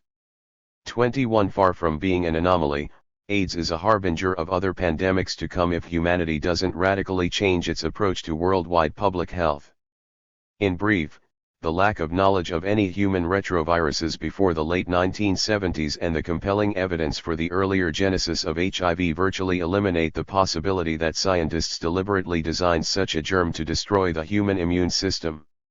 More specifically, and decisively, Stabnoser and Dubnaw independently confirm that all the alleged splices are in fact impossible because HIV does not have nearly enough genetic similarity with any of the proposed parent viruses. Shyster Science. The most common article on the alleged conspiracy theory circulating in New York State prisons is Who Murdered Africa, by William Campbell Douglas, MD, which appeared in Health Freedom News, September 1987. Douglas has developed these themes at book length in AIDS, The End of Civilization. His work deserves careful scrutiny because he has become a prime source for many black community militants and prisoners who embrace the conspiracy theory out of a sincere desire to fight genocide. Douglas, however, who is white, expresses little concern for black lives. Instead, his avowed purpose is the defense of Western civilization, and he describes his politics as conservative, which turns out to be quite an understatement for his ultra-right-wing political agenda. The authorities' response to the AIDS crisis has been disastrously inadequate, and establishment science has tended to be arrogant and glib. Their quick 135 pronouncement of the African green monkey theory of the origins of HIV and their intense promotion of AZT as the main medical response to AIDS were particularly suspect. This experience makes people prone to embrace any attacks on establishment science. But the crisis we face demands that we think critically rather than simply becoming reactionary. Douglas is clearly opposed to mainstream science, but what he offers instead is a bizarre cocktail of half-truths, distortions, and lies. He may be an MD, but he obviously has little or no background in genetics, virology, or epidemiology. On page 171, he confuses the most basic distinction in epidemiology between the cause of AIDS and a means of transmission. He evidently thinks that all RNA viruses are retroviruses, which is like thinking all fruits are citrus. In fact, his whole discussion there and in his article as to the possibility of transmission by insects displays a fundamental ignorance of the science involved. 22 There is also something radically wrong with his statistics, as he offers 5 very different figures for the number of HIV infections in the US without making any effort to reconcile the variations. Douglas proves that HIV is a splice of 2 other viruses by comparing the shapes of the viruses as depicted in his own crude and inaccurate sketches of them. But the scientific method for determining the degree of relatedness of different viruses is by detailed comparison of the sequence of base pairs of nucleic acid in the DNA. Such an analysis in fact disproves the splice theory. Douglas also promotes a strange cure for numerous ailments, photoluminescence, in which small amounts of blood are drawn, irradiated with ultraviolet light, and re-injected. Treatment at his Clayton, Georgia, Clinic can span several weeks and cost thousands of dollars. 23. Disinformation. Douglas goes beyond such misconceptions and distortions to perpetrating fraud. His smoking guns to prove the conspiracy are two key articles, one from Bulletin of the World Health Organization, the other from Science. If you take the time to read the actual articles, they don't say anything like what he claims they do. Douglas must be consciously promoting a disinformation campaign. His centerpiece is that WHO actually called for engineering a retrovirus to cause AIDS. He proves this by citing a 1972 article in the WHO Bulletin. Douglas is emphatic, WHO is talking about retroviruses and is calling for scientists to attempt to make a hybrid virus that would be deadly to humans. As Douglas sums it up, that's AIDS. What the WHO is saying in plain English is let's cook up a virus that selectively destroys the T-cell system of man, an acquired immune deficiency. 136. On the surface, it is astonishing that any conspirators would reveal themselves by openly publishing a call for such an evil project.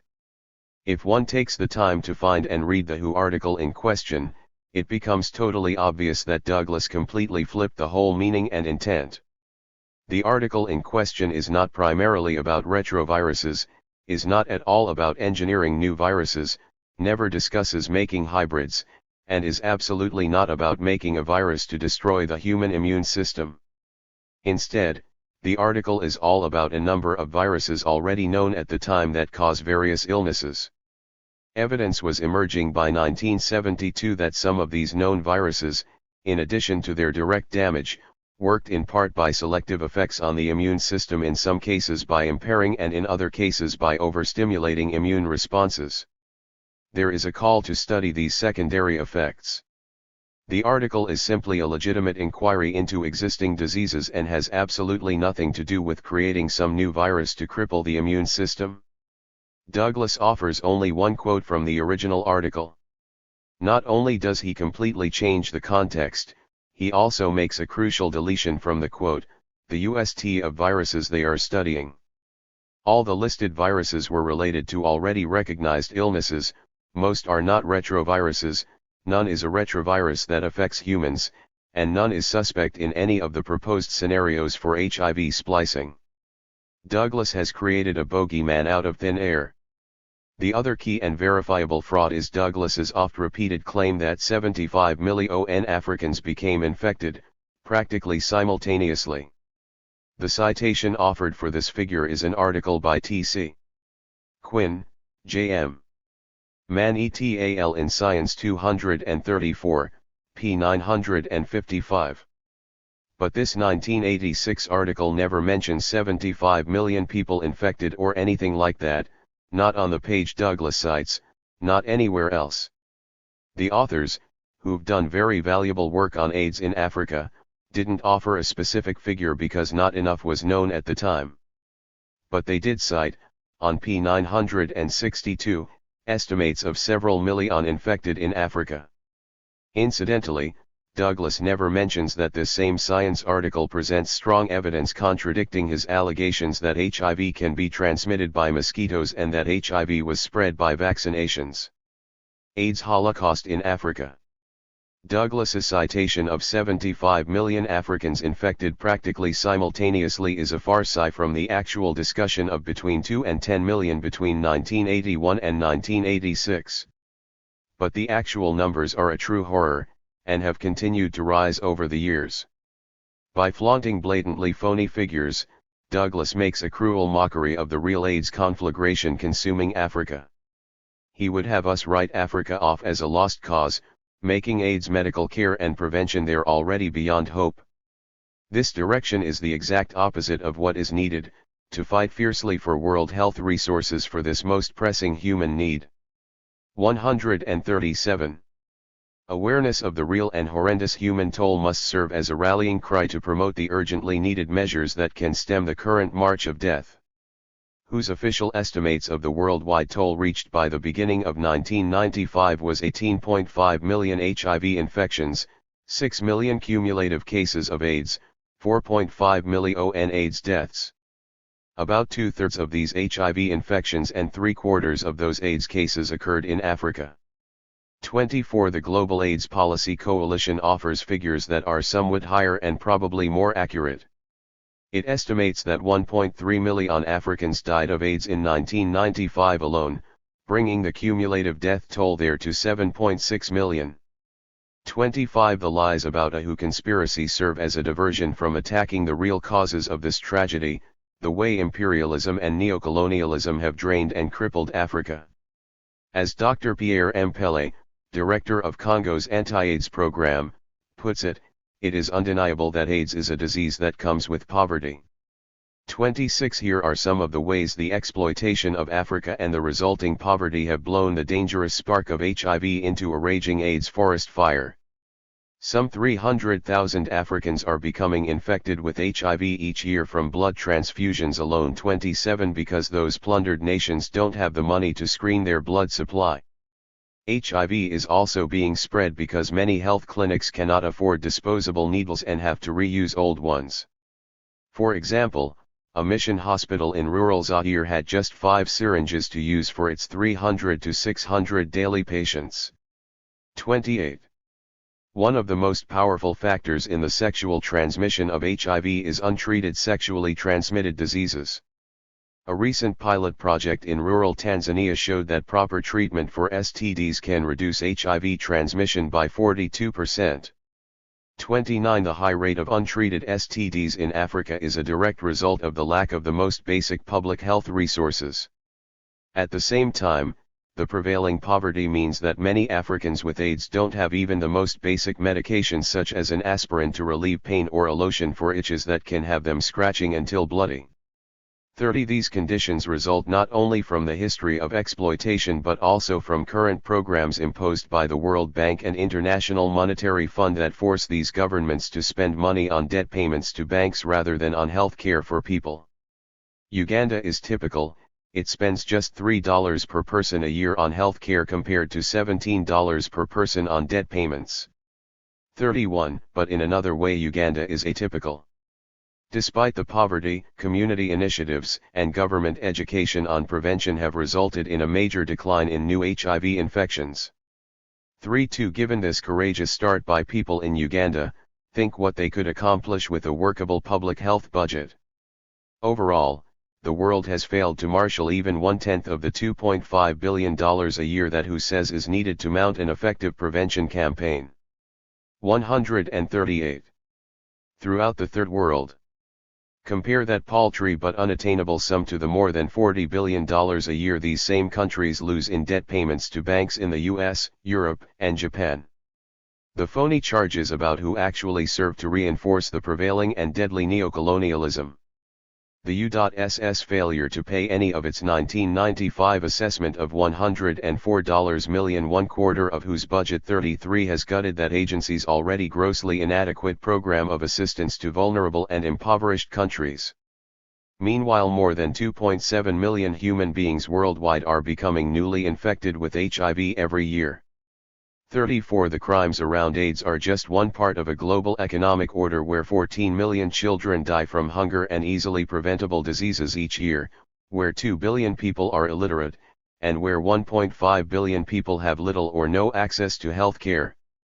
35. Douglas would have us believe that Africa was essentially already murdered by 1981 and have us off chasing the WHO bogeyman. In contrast, the urgent need is to stop the murders in progress, to save lives in Africa, by attacking the real source of the problem: global exploitation and the misuse of resources. Deadly lies. Douglas's disinformation becomes a deadly threat when he discredits the very prevention measures needed to save lives. It is possible that even the government propaganda concerning intravenous drug use is a red herring. If the intravenous route is the easiest way to catch AIDS, why does it take as long as 5 to 7 years for some recipients of contaminated blood to come down with AIDS? Here he seems to forget the well-established incubation period between infection with HIV and the onset of AIDS, although he manages to remember it later when he refers to a latency period of 10 years, and arguing that there isn't a perfect correlation between the number of acts of intercourse and infection, he declares, AIDS is not a sexually transmitted disease. Then, after sabotaging prevention efforts by disparaging the well-established danger of needle sharing and unprotected sex, Douglas fuels hysteria with claims that AIDS can be contracted by casual contact. In his article he says, "The common cold is a virus. Have you ever had a cold? How did you catch it?" By failing to differentiate between airborne and blood-borne viruses, he is conjuring up a scare tactic as scientific as a warning that your hand will be chopped off if you put it in a goldfish bowl because, after all, a shark is a fish. He also asserts, citing no evidence, that the AIDS virus can live for as long as 10 days on a dry plate, and then asks, "So, are you worried about your salad in a restaurant that employs homosexuals?" While people are understandably skeptical of government reassurances on any matter, we can turn instead to the experiences of families of people with 139 AIDS and of grassroots AIDS activists. There are hundreds of thousands of us who have worked closely with infected people for years without catching the virus. The unwarranted fears about casual contact deter sorely needed support for our brothers and sisters living with HIV infection and divert attention from the most common means of transmission, unprotected sex and shared drug injection equipment. Reactionary politics. Despite the apparent irrationality, there is a coherence to Douglas's distortions and fabrications. They are driven by an ultra-right-wing political agenda that, as research by Terry Allen of Covert Action Quarterly shows, goes back to the 1960s. Douglas, a member of the John Birch Society, ran a phonoline spouting a 90-second patriotic message. In it, he railed against the civil rights movement and denounced the National Council of Churches and 3 presidents as part of a communist conspiracy. Among the nuggets he offered callers in at least 30 U.S. cities was the likelihood that those 3 civil rights workers in Mississippi were kidnapped and murdered by their own kind to drum up sympathy for their cause. In another he predicted that the Civil Rights Act will turn America into a fascist state practically overnight. 2 decades later he was blaming gays for AIDS in the spotlight, the organ of the ultra-right liberty lobby, for which he wrote regularly and in which he ran advertisements for the Douglas Protocol, his cure-all medical clinics. In 1987, he wrote, "Some have suggested that the FDA is waiting for the majority of the homosexuals to die off before releasing ribavirin, a drug he was at the time promoting as a miracle cure for AIDS." Douglas, however, opposed withholding a suppressed cure, although I feel very resentful of the homosexuals because of the Holocaust they have brought us. 37 The political heart of AIDS, the end of civilization is quite explicit. AIDS is part of the entire mosaic of the current attack against Western civilization. The term Western is a thinly veiled way of saying white. Douglas sees AIDS as a diabolical plot perpetrated by WHO, which is run by the Soviets. He weaves an elaborate and intricate plot for how the communists, much like an invading virus, took over the machinery of the U.S. Army CBW labs at Fort Detrick and the U.S. National Institutes of Health in order to use them to create and propagate AIDS. Douglas is so deeply into the tradition of the communist bogeyman that he doesn't bother to revise the scenario for his 1992 edition after the collapse of the Soviet Union. Nor does he explain how such an involved and extensive plot would not get exposed now that there is no Soviet loyalty and coercion to prevent past operatives from talking about it. He even goes so far as to charge that a Soviet functionary named Dr. Sergei Litvinov was the head of WHO's AIDS control program in the late 1980s. But it is a matter of indisputable record that the American Jonathan Mann, whose writings Douglas cites favorably, was the 140 director from the founding of the program in 1986 until 1990, when he was replaced by another American, physician Michael Merson.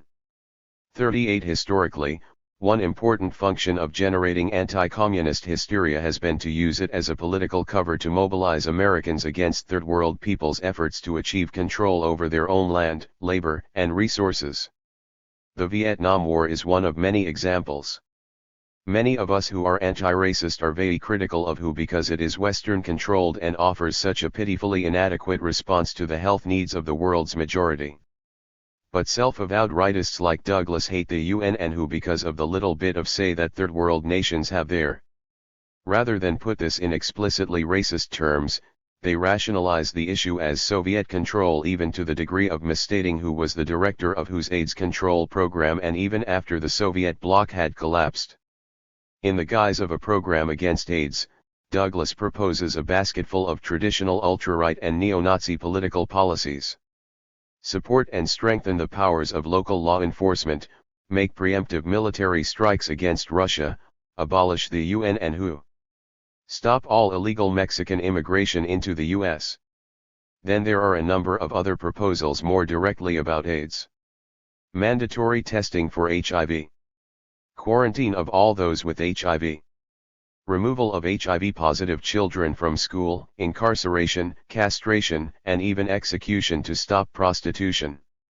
While these may have some visceral appeal to people's fears, a wealth of public health and activist experience has shown that such repressive measures are counterproductive in practice. Discrimination and repression drive those with HIV and risk activities underground, making people unreachable for prevention, contact notification, and care. But while completely negative in terms of public health, such proposals are very useful for furthering the right-wing's police state agenda. Douglas fans fears about casual transmission in order to promote a political platform. He argues that if we don't overcome a tradition where civil rights are more revered than civil responsibility, hundreds of millions will die. And here is the final appeal in his book. It appears that regulation of social behavior, as much as we hate it in an egalitarian society such as ours, may be necessary for the survival of civilization. 141. A sign of the times. As bizarre, self-contradictory, and refutable as his pronouncements are, Douglas is not an isolated crackpot. Not only does his material readily get published, but it has also been widely propagated among black prisoners.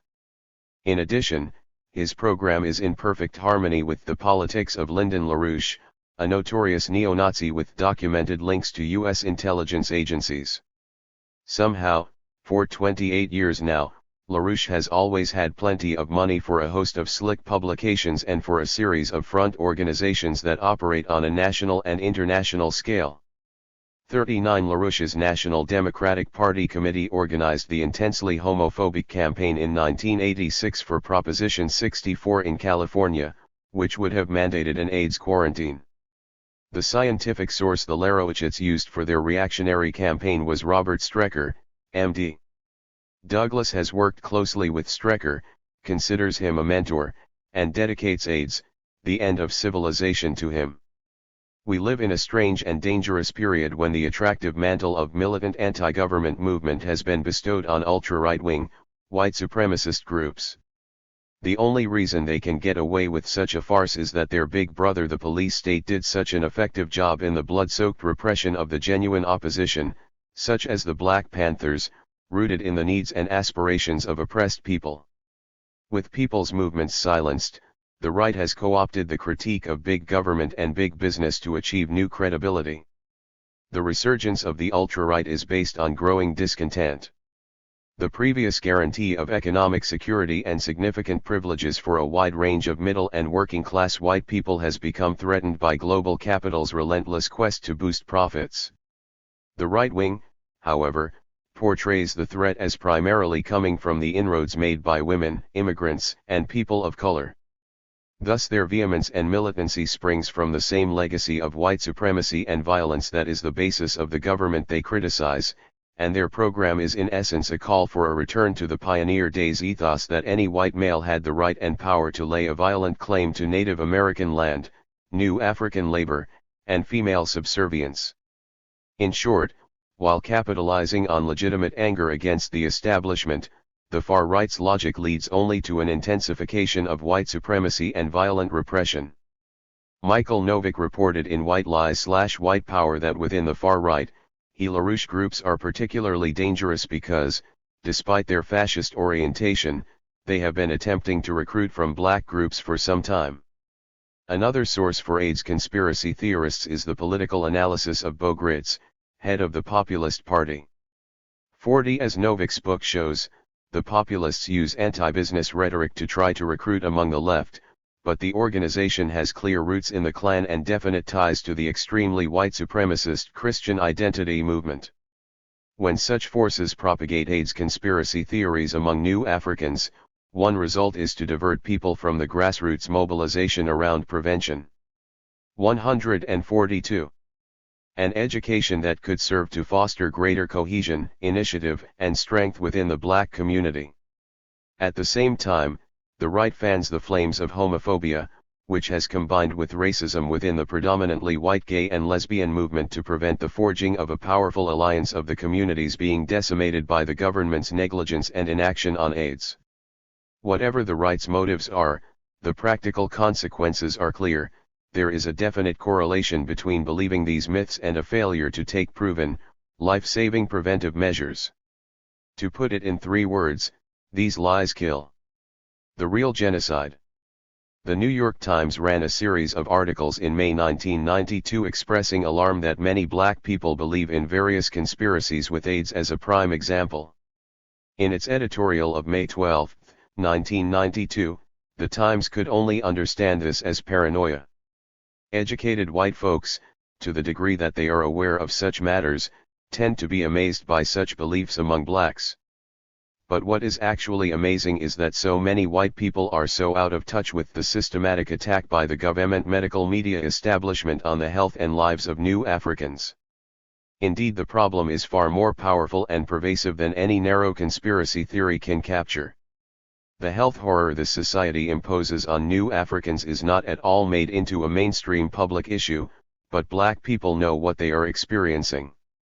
That may explain why some people become very vested in a plot scenario that seems to crystallize, in an unmistakable way, the damage being done.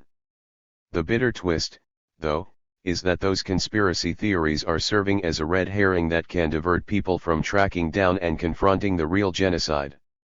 There was a radical gap between the life expectancies of new Africans and white Americans even before AIDS burst onto the scene. A Department of Health and Human Services report showed that excess deaths among black people for 1980, the number of black people who died that year who would not have if they had had the same mortality rate as whites, was 60,000. That figure marks more unnecessary deaths in 1 year alone than the total of U.S. troops killed during the entire Vietnam War. The new African body count is a direct result of overwhelming black/white differences in living conditions, public health resources, and medical care. The infant mortality rate, a good indication of basic nutrition and health care, is more than twice as high for black babies, and black women die in childbirth at 3 times the rate of white women. There are also major differences in terms of prevention, detection, treatment, and mortality for a host of other illnesses, such as high blood pressure, pneumonia, and appendicitis. The comparisons are even starker when you look at class as well as race, and, of course, the health status of both Latinos and poor whites is worse than that of the more well-to-do whites. 143. The situation has worsened since 1980 with the advent of AIDS and the new wave of tuberculosis. TB, long considered under control in the U.S., began to resurge in 1985. One big factor was the greater susceptibility of HIV-infected people. But TB is an important example for another reason: it has always been closely linked to poverty. Crowded tenements, homeless shelters, jails, inadequate ventilation, and poor nutrition all facilitate the spread of this serious disease. Given the distribution of wealth and privilege, it is not surprising that the rate of TB for new Africans is twice that for white Americans. In addition to disease, the tragedy of the high rate of black-on-black homicide, a secondary but particularly painful source of needless deaths, is in its own way a corollary of the frustration and misdirected anger bred by oppression. Black people are also assailed by a range of problems such as high stress, poor nutrition, and environmental hazards. One telling example of environmental hazards is the excessive blood levels of lead in children, a condition with proven links to lowered academic performance and to behavioral disorders. For the latest survey, in 1991, harmful levels of lead were found in 21% of black children compared to 8.9% for all children. 41. The public health history makes it clear, far from being a mysterious new development with AIDS, it is all too common for epidemics and other health hazards to flow along the contours of social oppression. While government plots such as the Tuskegee and the secret radiation experiments do in fact exist, the brutal damage they've done is small time compared to the high human costs of the everyday functioning of a two-tiered public health system, the malign neglect of denying people basic means of prevention and treatment. Overall, the conditions for people of color within the U.S. can best be described as a concatenation of epidemics cascading down on the ghettos and barrios: AIDS, TB, STDs, unemployment, deteriorating schools, homelessness, drugs, internal violence, police brutality, wholesale incarcerations, violence against women, teen pregnancies, declining support structures for raising children, environmental hazards. All of these mutually reinforcing crises very much flow from the decisions made by government and business on social priorities and the allocation of economic resources. When governmental policies have such a disparate impact on survival according to race, that fits the crime of genocide as defined under international law. Whatever term one uses, the cruelty of tens of thousands of preventable deaths is unconscionable. This reality is the basis for the scream of a people that mainstream society seems unable or unwilling to hear. These conditions are the real genocide in progress that must be confronted. STDs and drugs. There are two particular ways in which the racist structure of U.S. society fosters the spread of HIV. The public health system fails to stem the spread of 144 sexually transmitted diseases, and the legal system seeks only to punish drug abusers rather than to treating them or ameliorating the underlying social and economic causes. A major risk factor for HIV transmission is untreated STDs. These infections can concentrate HIV-laden blood cells in the genital tract, and can also cause genital sores, which are easier points of entry for HIV. 42 Although some STDs can be readily contained by responsible public health programs, rates began to soar for blacks in the mid-1980s, with, for example, a doubling of the syphilis rate for blacks from 1985 to 1990. At the same time, the rate remains stable for whites. This grave racial difference probably results from the lack of adequate STD clinics and the failings of public health education, along with the more general breakdown in social cohesion and values that can affect communities under intense stress. Drugs, along with the violence and police repression that accompany them, constitute a plague in their own right for the ghettos and barrios. However, the public perception that illicit drug use is more prevalent among non-whites is wrong. Household surveys conducted by the National Institute of Drug Abuse show that new Africans, 12% of the U.S. population, comprise 13% of illicit drug users. Where there is a tremendous difference, though, is in incarceration. 70% of the people in prison for drug possession are new Africans. 43 There is also a major disparity in terms of drug-related infection by HIV. Some studies indicate an HIV rate among black IDUs 5 times higher than among white IDUs. 44 While this is partially a result of which drugs are used and how they are used, there is certainly a big and deadly difference in who has access to new needles and syringes through either pharmacies or personal networks. Also, on the street, police are much more likely to stop and search blacks and Latinos. This practice deters injection drug users of color from carrying personal sets of works and pushes them instead to share needles at shooting galleries. Criminal negligence. Many people are now aware, from books like And the Band Played On by Randy Shilts, of how the government and medical establishment shamefully fiddled while the early AIDS flames began sweeping through the gay community.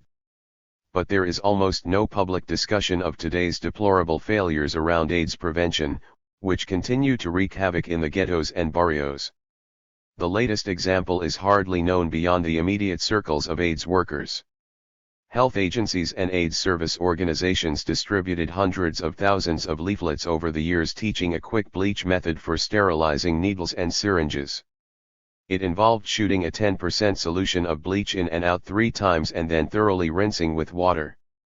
The method looked good when tested in the laboratory, and it made sense to get the information out quickly and widely. But when actual studies in the field were completed in 1993, the results were a very high rate of transmission, 145, revealing that the method was useless on a practical level. Health authorities analyzed what went wrong and developed a new, more thorough and complicated bleach method that should work well if the user takes the time to conscientiously carry out all steps. Literature published after 1993 describes this new, more effective method. But there has been no wide-scale effort to publicize to sound an urgently needed alarm about the error of the old method that was disseminated to perhaps hundreds of thousands of people. As I know from my work in the field, most IDUs don't even bother to look at new literature because they're sure they already know the bleach method. At the same time, there's been no serious effort to find ways to teach IDUs, who may be impatient to get high, practical methods to assure that they complete the cleaning process properly. Studies indicate that 80% of drug users do not clean their equipment for the more than 30 seconds that is required. 46. A main reason the authorities haven't trumpeted the warnings about the problems with bleach, the failure of the old method and the difficulty of getting IDUs to take the time to do the new method correctly, may well be to avoid pressure for programs that provide users with new, sterile needles and syringes. In fact, the government initially suppressed the report on a study the government itself had commissioned on needle exchange programs. The report, which concluded that NEPs are highly effective, was eventually leaked to the press. The main resistance comes from politicians who don't want to risk being labeled soft on drugs. Drugs are indeed incredibly destructive to oppressed communities, but the phony posturing of politicians is no part of the solution. Instead of creating decent ways to make a decent living, the politicians dish out poverty and despair. Instead of providing drug treatment centers and programs to build community cohesion, they proceed with wholesale incarceration of the youth. Instead of seeing the need for self-determination in the Black and Latino communities, the politicians use the drug crisis as a rationale to catapult us toward a police state. The vehement opposition to NEPs follows the same failed pattern. It does nothing to stop drugs but rather sows pain and death for people of color. The study that the government commissioned and then tried to suppress involved a comprehensive review of all known needle exchange programs and experiments in the US and Canada. The authors found no evidence that the NEPs led to any increased drug use. 47. While it doesn't increase drug use, providing sterile equipment is highly effective in reducing transmission of HIV and hepatitis C. In one telling example, the study found the rate of HIV among IDUs to be 5 times higher in states where needles are proscribed compared to states where they are legal. 48. A recent open letter from 32 AIDS prevention researchers declared that, after extensive research, experts are virtually unanimous that NEPs are highly effective in reducing HIV transmission without 146. Leading to increased drug use. Yet there is still a ban on any federal AIDS funds for such programs, and many states still outlaw possession of needles. 49. Tens of thousands of IDUs, their lovers, and their children have been condemned to die because health agencies won't advertise their mistake and because politicians won't risk being labeled soft on drugs. Shared needles is just one of the areas for risk reduction. For overall prevention work, the far and away most effective method for sharply reducing HIV transmission is peer education. 50. Homeboys and homegirls with appropriate training in HIV/AIDS information speak the same language, live in the same situations, and can work with the people in their communities in the detailed, consistent, caring, ongoing way needed to achieve concrete changes away from risky behavior. In fact, such peer programs are the only approach proven to work. Prisons are not only a locale of some of the highest HIV rates in the US, they are also places where people who might have been constantly on the move in the street are stationary and collected, a perfect setting for peer education. And the vast majority of prisoners eventually return to their outside communities where they can spread AIDS awareness, or they can spread AIDS. But prison administrations have generally been hostile to peer-led HIV/AIDS education. Only a pitiful handful of such programs exist, and many of those are hamstrung by bureaucratic restrictions. Allowing misinformation about cleaning needles to persist, blocking needle exchange programs, failing to treat STDs, and thwarting prison peer programs are major examples of the current criminal negligence on AIDS, and in particular of how this plague has been allowed to expand in the ghettos and barrios. Fight the power/fight the plague. Waiting for the government to stop AIDS would be suicidal. We have to step up to the problem by taking responsibility for ourselves, our families, and our communities. And the peer education model shows us that we do have the ability to make a big difference through our own grassroots efforts. At the same time, communities that take the initiative to help themselves can ally to demand socially beneficial use of social resources. Our tax money that goes to corporate welfare, the $2.5 billion, for example, for one unnecessary Sea Wolf submarine being produced simply to keep the companies afloat, or the hundreds of billions of dollars to pay for the savings and loan scandal, could instead be spent on public health and other human needs, both nationally and internationally.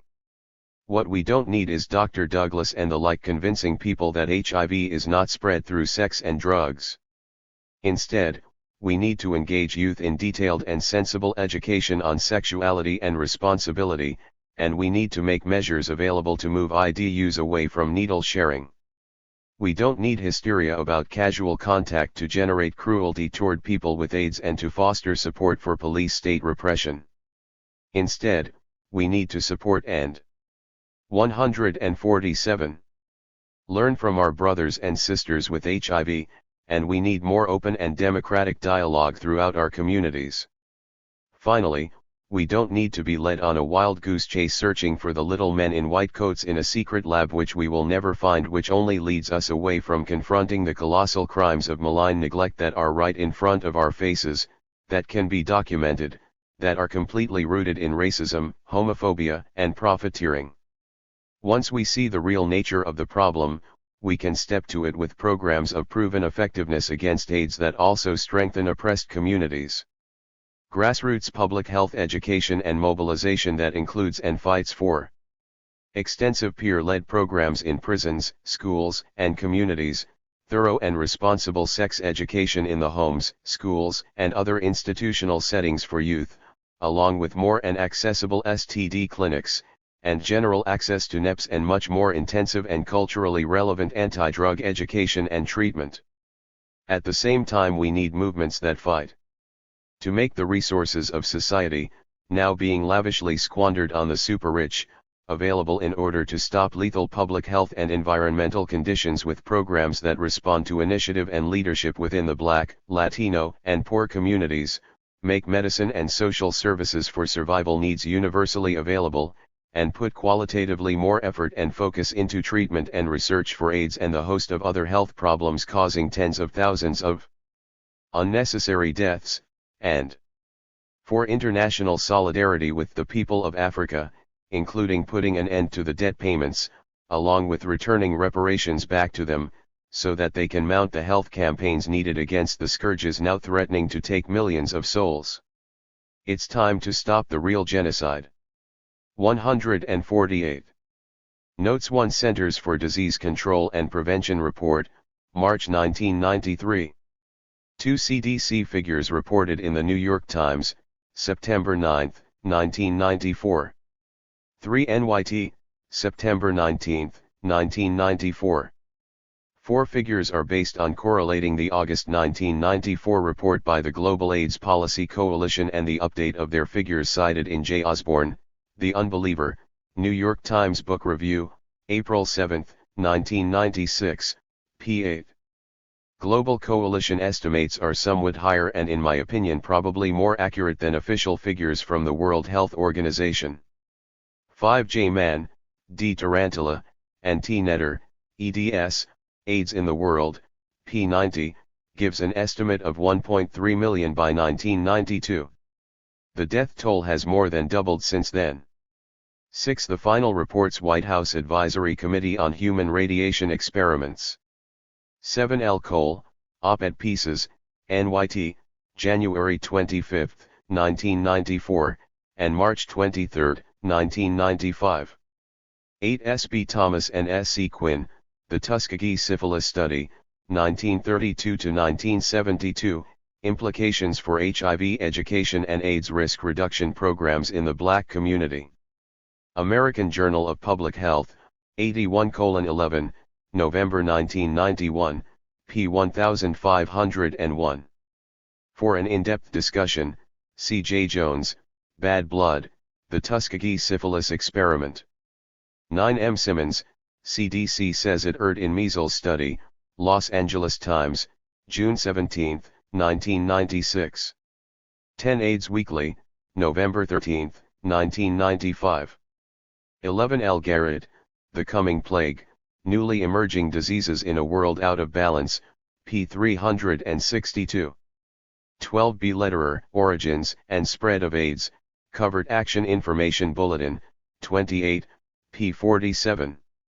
13. T. Quinn, ETAL, AIDS in Africa, An Epidemiologic Paradigm, Science, November 21, 1986, p. 959. 14. Garrett, OPCIT, p. 381. 15. Ibid, pages 510-11. 16. See the description in Ibid, pages 53-59. 17. Ibid, pages 291, 297, 350, 381, and Lederer, OPCIT, p. 47. 18. Garrett, OPCIT, p. 363. 19. Ibid, pages 364-65, 380. 20. For a fuller discussion, C. G. Rotello, The Birth of AIDS, out, April 1994. 21. For an in-depth discussion of these revolutions and their role, see Ibid and Garrett, OPCIT, pages 281-390. 22. For an explanation of the actual factors involved, see Can Mosquitoes Transmit AIDS? Natural History. July 1992, p. 54. 23. G. Gerlich, Desperately Seeking Solutions, Chronic Fatigue Syndrome, American Health, May 1992. 24. AIDS Weekly, December 25, 1995. 25. Cited in J. Osborne, OPCIT 26A, December 4, 1995, p. 26. 27. Ibid 28. Garrett, OPCIT, p. 129. 29. H. Grosskirth ETAL, Impact of Improved Treatment for Sexually Transmitted Diseases in Rural Tanzania, The Lancet, 346:530-36, August 1995. 30. January 29, 1996. 31. NYT, March 16, 1996. 32. NYT, April 7, 1996. 33. NYT, March 11, 1996. 34. Estimate by the Union Joint Programs on HIV/AIDS, cited in NYT, June 7, 1996. They give the figure in the form of 7,500 new HIV infections per day. 149. 35. F. Castro, Speech at Summit for Social Development, Copenhagen, March 11, 1995. 36. L. Pyre, The Telephone Hate Network, ADL Bulletin, September 1965. 37. W. C. Douglas MD, New AIDS Scandal Brews, Spotlight, October 5, 1987. 38. For an account of the founding and development of WHO's Global Program on AIDS, see Garrett, OPCIT, pages 360, 459-81. 39. For more on LaRouche, see B. Lederer, Origins and Spread of AIDS, CAIB 29, p. 56-57, and M. Novick, White Lies/White Power. 40. E.g., a speech by Gritz is included as an appendix in T. Jackson's AIDS/HIV is not a death sentence. 41. NYT, February 7, 1996. 42. J. Wasserhit of the CDC, Heterogeneity of Heterosexual Transmission, The roles of other STDs.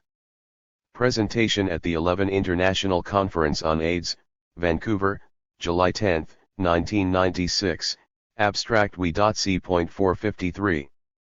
43 M. Maurer and T. Hewling, Young Black Americans and the Criminal Justice System, 5 years later, pages 5, 12. 44 My calculations based on the several studies on drug use, race, and HIV summarized in Justicia, December 1995. 45 CDC ETAL, HIV/AIDS Prevention Bulletin, U.S. Department of Health and Human Services, March 31, 1993, and Medical Alert, October 11, 1993. 46 Medical Alert, October 11, 1993. 47 P. Laurie, A.L. Reingold, B. Bowser, ETAL, The Public Health Impact of Needle Exchange Programs in the U.S. and Abroad, Summary, Conclusions, and Recommendations, School of Public Health, UC. Berkeley, and Institute for Health Policy Studies, UC. San Francisco, P18. 48 Ibid, P5. 49 Ott, January 29, 1996. 50 There is virtual unanimity on this point in studies presented at the various AIDS in the World conferences and in the studies of the National Academy of Science. AIDS Holocaust in Africa. Sadly, AIDS in the World's dire 1992 projections were on the mark. In 2001 alone, 3 million people worldwide died of AIDS, while another 5 million became newly infected with HIV. This review is included to show that Jonathan Mann and colleagues sounded the alarm at a time when concerted action could have averted such a massive tragedy, to indicate some of the resources and programs that are needed, and to stress this voracious plague's centrality to contemporary human and social reality. Giant strides could be made with just a small fraction of the money third world countries are spending on debt payments, yet today's global response remains woefully inadequate. The AIDS Holocaust, which was preventable, continues as a callous and colossal crime against humanity. AIDS in the World.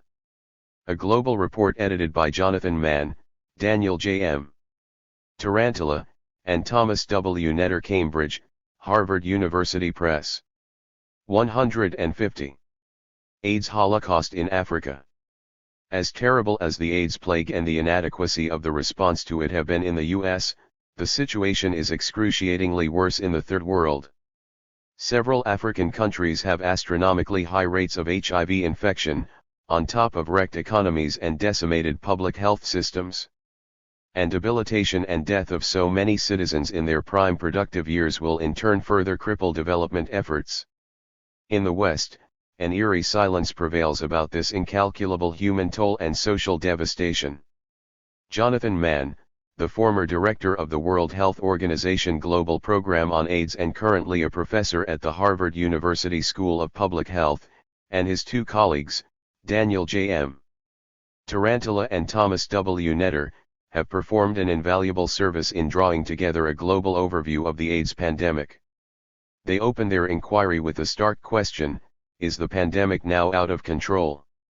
Their main conclusion, 841 pages later: the pace of the pandemic is fast outgrowing the pace of the response, and the gap is widening rapidly and dangerously. It is not a simple matter to chart even the current scope of the pandemic, let alone to project its future course.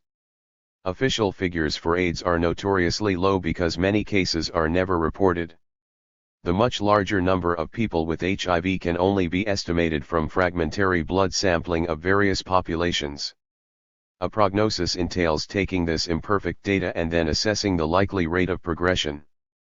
AIDS in the World produced a very thorough, careful, and reasonable compilation of the data and future projections.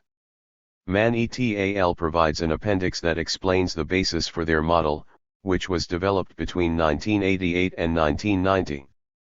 Actual surveys from 1991 to 1992 show that AIW's projections were conservative. By early 1992, there were cumulatively 12.9 million persons worldwide who had been infected with HIV, of whom 2.7 million had developed AIDS, of whom 2.5 million had died. Sub-Saharan Africa, with 10% of the world's population, has 68% of the total HIV infections, 8.8 million persons, and 72.8% of the AIDS cases, or 1.9 million persons. Pregnant women provide a good indication of the overall adult infection rate. In the capital cities of Uganda, Zambia, and Malawi, 20% of pregnant women are HIV positive. AIW also cites a study indicating a nationwide infection rate of 5% in Uganda. There are already some 1.3 million African children orphaned by AIDS. Many areas of Africa don't even have the means to consistently screen blood, which means that HIV is still being transmitted through blood transfusions, and very few medicines or social services are available for persons with AIDS. By 1995, there will be 6.4 million cumulative cases of AIDS worldwide, that is to say that the new cases from 1992 to 1995 will outstrip the entire previous history of this plague.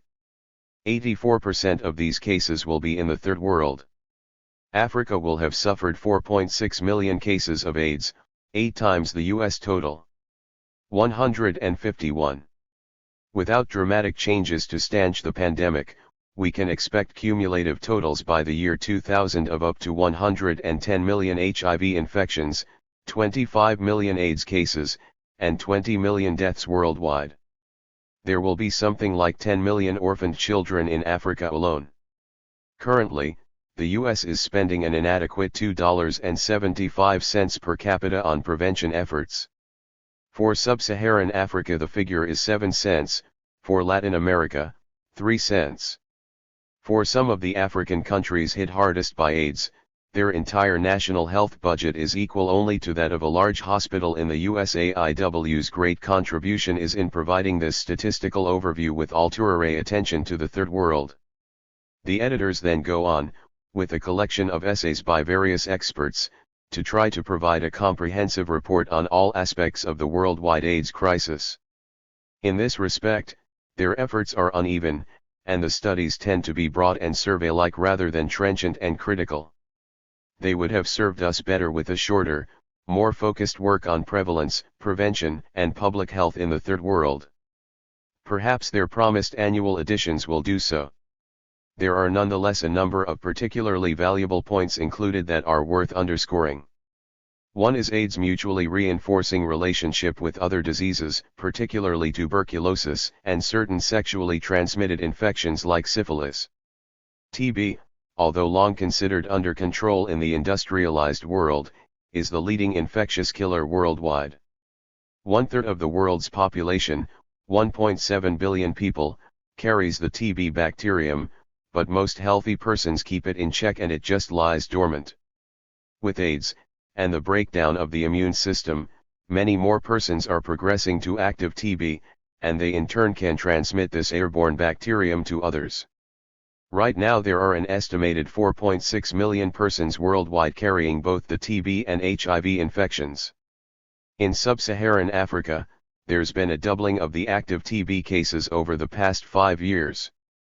Also, new drug-resistant strains of TB have now been found in the US. Synergy also occurs with various sexually transmitted infections because they leave people much more vulnerable to catching HIV, yet many of the 250 million new such infections per year go untreated because of the public health crisis in the Third World, and within Third World communities in the USAIW goes beyond a static view to analyze where there is dangerous vulnerability for the future spread of HIV. It sounds a badly needed alarm about the densely populated countries of Southeast Asia, where the incidence of AIDS is still low but where many factors point to a rapid burgeoning of the epidemic if concerted measures are not taken immediately. This book is also clear, contrary to the prevailing cynicism, in arguing that prevention efforts, if done right, can work.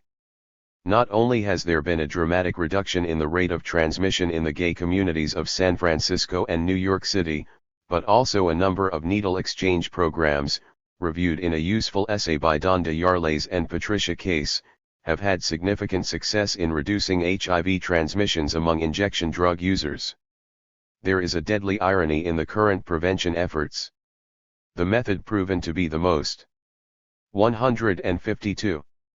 AIDS Holocaust in Africa. Effective in raising consciousness and initiating behavior changes in the various communities. Peer support was the approach least in use by the national AIDS programs that were surveyed. Finally, to its credit, AIWM makes at least a formal statement about the costs of bigotry. Societal discrimination in all its forms creates increased vulnerability to HIV infection. Therefore, efforts to protect human rights and to promote human dignity are extremely important for protecting public health in the HIV/AIDS pandemic.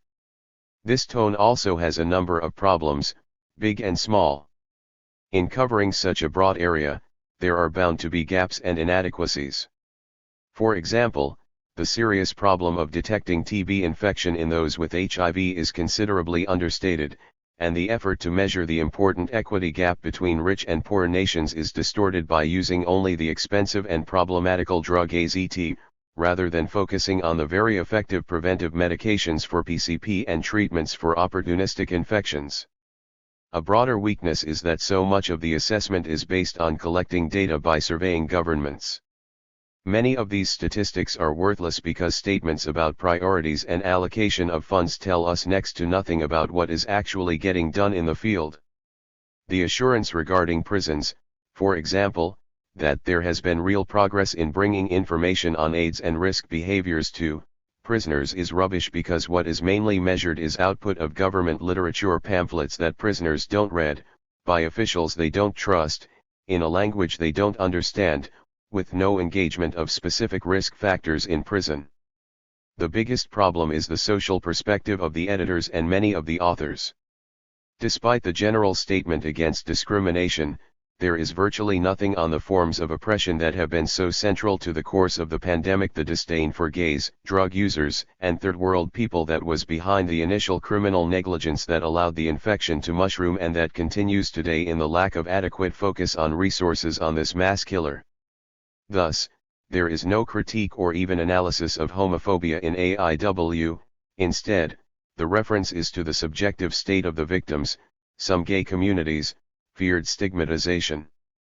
There are rhetorical references to the need for peer support and empowerment of those affected, but very little in actual voices from the grassroots, concrete studies of peer projects or developed examples of organizing in the affected communities. In short, AIW misses just how much AIDS has been a social epidemic and can't be stemmed without conscious mobilization against the structures of oppression and neglect. The clearest example is in Chapter 6, on the cascading social and economic impact of this plague in Africa, a matter that should be at the very heart of this book. This essay, written by two analysts with the World Bank, does list some of the factors involved: loss of productive labor, decline of agriculture, strain on family structure, and overloading of an already stressed public health system. 153. But this is a soulless exposition with little feeling for the harrowing human tragedy in progress. One must wonder what Africans will make of this dispassionate discussion of AIDS' effect on demographics given the World Bank's emphasis on limiting population growth there.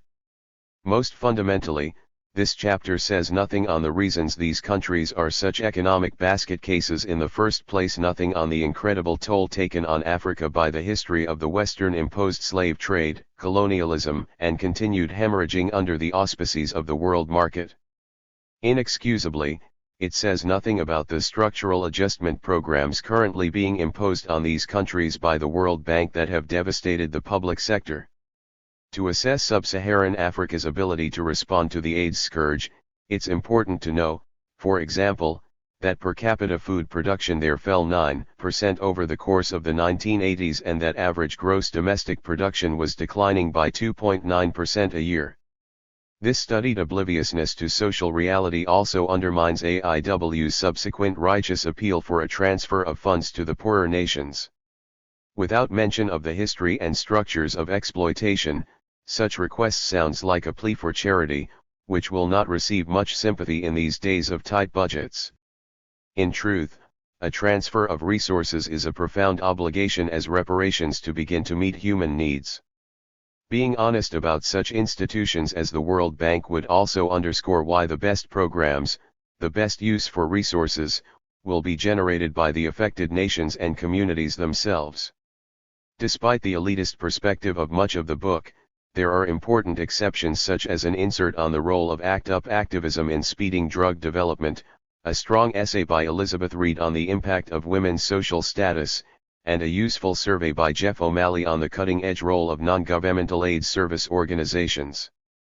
AIW, with its predominantly top-down perspective and excessive reliance on surveys of governmental programs, could be fairly characterized as bureaucratic. But, to be fair, it is an unusually enlightened bureaucratic approach not only because of the awareness of such concepts as anti-discrimination, peer support, and empowerment, but most particularly for its clarion call about the mounting conflagration in Africa and the ominous vulnerability in Southeast Asia. In this regard, those of us who have been involved in AIDS and/or anti-racist activism have to be very self-critical that we haven't been screaming bloody murder about this unconscionable and preventable human tragedy. The urgent task remains to raise consciousness and fight for adequate resources and programs for the global AIDS pandemic. The last chapter of AIW reminds us how much we live in one world. Laurie Garrett argues that a future viral epidemic is almost inevitable given present policies. Many viruses lie dormant and localized, especially in viral-rich tropical areas. Terrible health conditions such as malnutrition and poor sanitation make populations in those areas much more vulnerable to succumbing to disease. Impoverished public health surveillance systems mean that serious new 154. AIDS Holocaust in Africa. Pathogens may well not be detected until they become widespread. Modem transportation and sexual intercourse mean that such infections can rapidly spread to other parts of the world. From a microbial point of view, the global village of the 1990s is minuscule. Never has it been so obvious that poor health care and surveillance in one corner of the planet can imperil every person on Earth, rich, as well as poor. As with problems of the environment, AIDS shows us just how much the fate of all humankind is interlinked. It is not just right and more fully human to respond to the plight and struggles of the oppressed, but there is also no way the destruction and misery won't rebound to the point where they will eventually threaten the coherent functioning of society and any chance for a decent future for our children.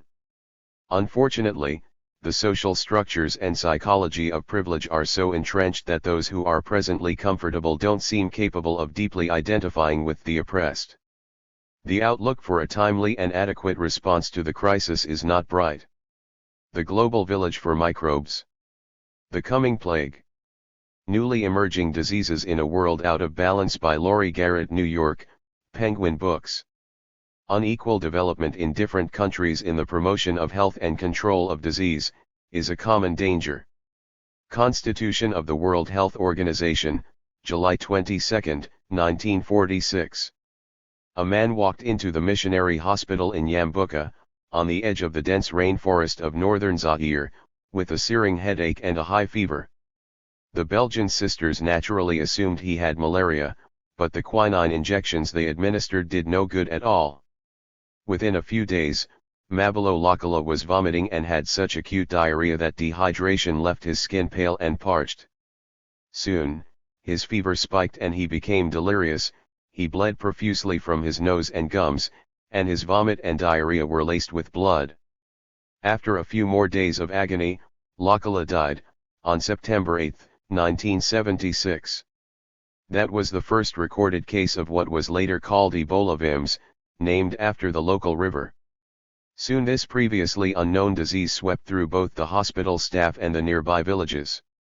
By November 6, there had been 358 cases, and 325 of those people had died. Ebola VIMS thus had the second highest lethality rate of any known microbe. Fortunately, in part because of how fast it kills, Ebola has not become a 155 major epidemic. But it set off a frightening, if largely unheeded, alarm. Today's global conditions facilitate both new exposures to deadly microbes and the means for them to spread. AIDS is that nightmare warning come true, and other such deadly pandemics are likely to follow if humanity doesn't radically change its approach to worldwide public health. The sensational coverage of the Ebola outbreak highlighted the role of tribal traditions where relatives clean out the intestines of the deceased before burial in spreading this blood-borne virus. But what was completely muted in the Western media's account was the even more telling role of the mission hospital itself, where 70% of the primary, and most lethal, infections occurred. The problem is that indigent medical facilities in Africa cannot even afford disposable syringes. Each morning the hospital clinic issued 5 syringes to be used and reused for the 300 to 600 patients who came in daily.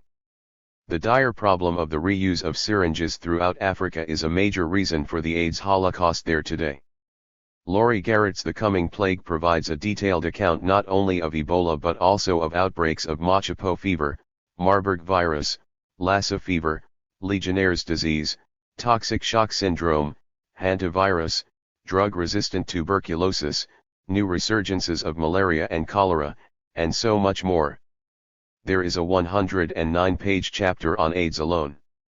Garrett writes with the clarity of a quality reporter and researches with the depth of a serious scholar. The result is a magisterial work of 750 pages and more than 1,300 footnotes. Many of the chapters read like adventure stories, as we travel with epidemiologists who face great danger to fly into isolated tropical areas to find the source and the means of control of a rampaging disease before it becomes a widespread epidemic. But this book builds off of the drama and the fascinating detail to offer a broader and more trenchant analysis of the exigent public health challenges for humanity today. Garrett shows how our contemporary world has created ideal conditions for new, lethal microbes to emerge and then to spread rapidly. A key concept is what she calls amplifiers, factors that promote the ready transmission of germs. There have been a host of global amplifiers that has burgeoned over the last 3 decades. One is jet travel. In 1950 there were 2 million passengers on international commercial flights, in 1990 there were 280 million. Another major force is the sexual revolution with the much greater opportunities for multiple sexual partners, whether gay or heterosexual, to pass along the host of sexually transmitted infections. Shared injection drug equipment is an extremely efficient way to pass along blood-borne microbes. Illegal injection drug use greatly accelerated in the 1970s as the Vietnam War led to a big increase in both users and supply. The number of heroin addicts in the U.S. rose from 55,000 in 1955 to 1,500,000 in 1987. The 1970s was also the time when disposable syringes became widely available in 156. The global village for microbes. Medicine and were pilfered and used and reused by addicts.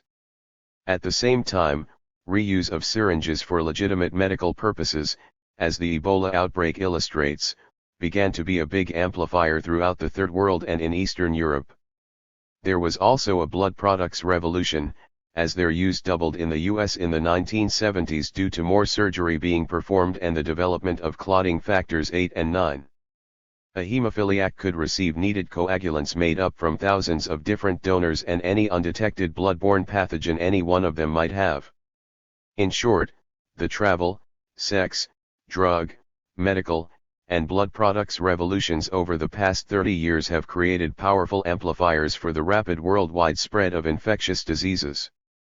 At the same time, many social and economic developments put human beings in new contact with lethal microbes.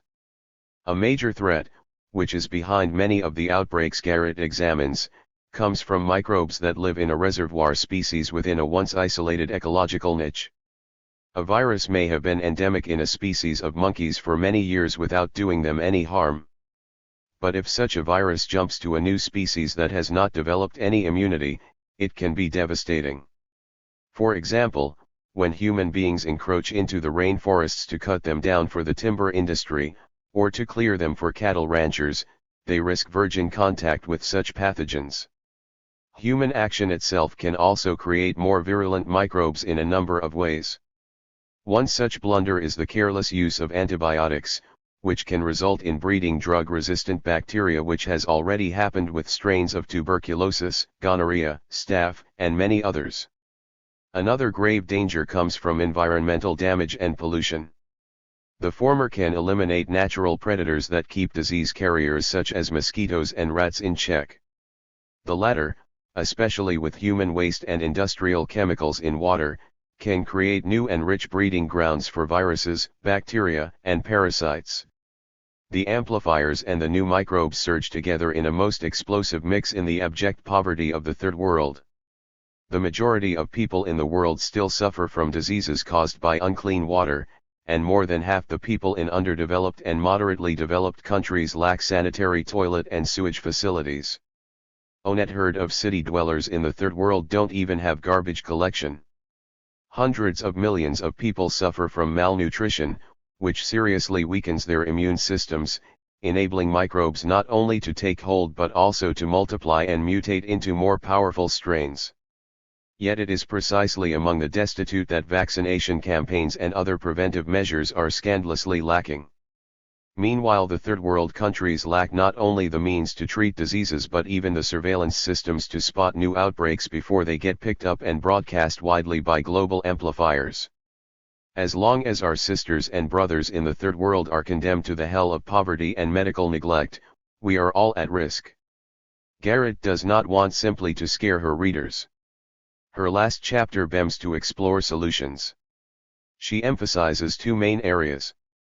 First, there is a series of 157 measures to stop or at least mute the main amplifiers, sensible and extensive safer sex education, complete availability of disposable syringes for medical use worldwide, needle exchange programs or legal syringes for drug users, and much more attention to eliminating sources of transmission such as vermin, water contamination, and overcrowded housing. Her second area is to develop much more extensive and better equipped disease surveillance systems around the world. This proposal, however, requires a change in priorities and expenditures that goes completely against today's political grain. Even within the relatively affluent U.S., regional and local disease surveillance systems were hit by crippling budget cutbacks in the 1980s and 1990s. Garrett doesn't really tackle proposals for the more colossal problems that make humankind so vulnerable, a world rife with widespread and debilitating poverty right alongside the most decadent misuse of wealth and resources. But the implications are clear when the book summarizes the conclusions of epidemiologist Joe McCormick while he was fighting an outbreak of Ebola in the Sudan in 1979. Dangerous diseases would continue to haunt the most impoverished communities on Earth, constantly threatening to explode into epidemics, some of which might someday lap at the shores of the planet's richest nations. The point is made most succinctly with this quote from journalist I.F. Stone at the end of The Coming Plague: "Either we learn to live together or we die together." 158. Chapter, The Nature of Imperialism. 159. Naming the System. Resistance in Brooklyn, you refer to the system and imperialism. In current radical discourse, it is more common to talk of various systems of oppression.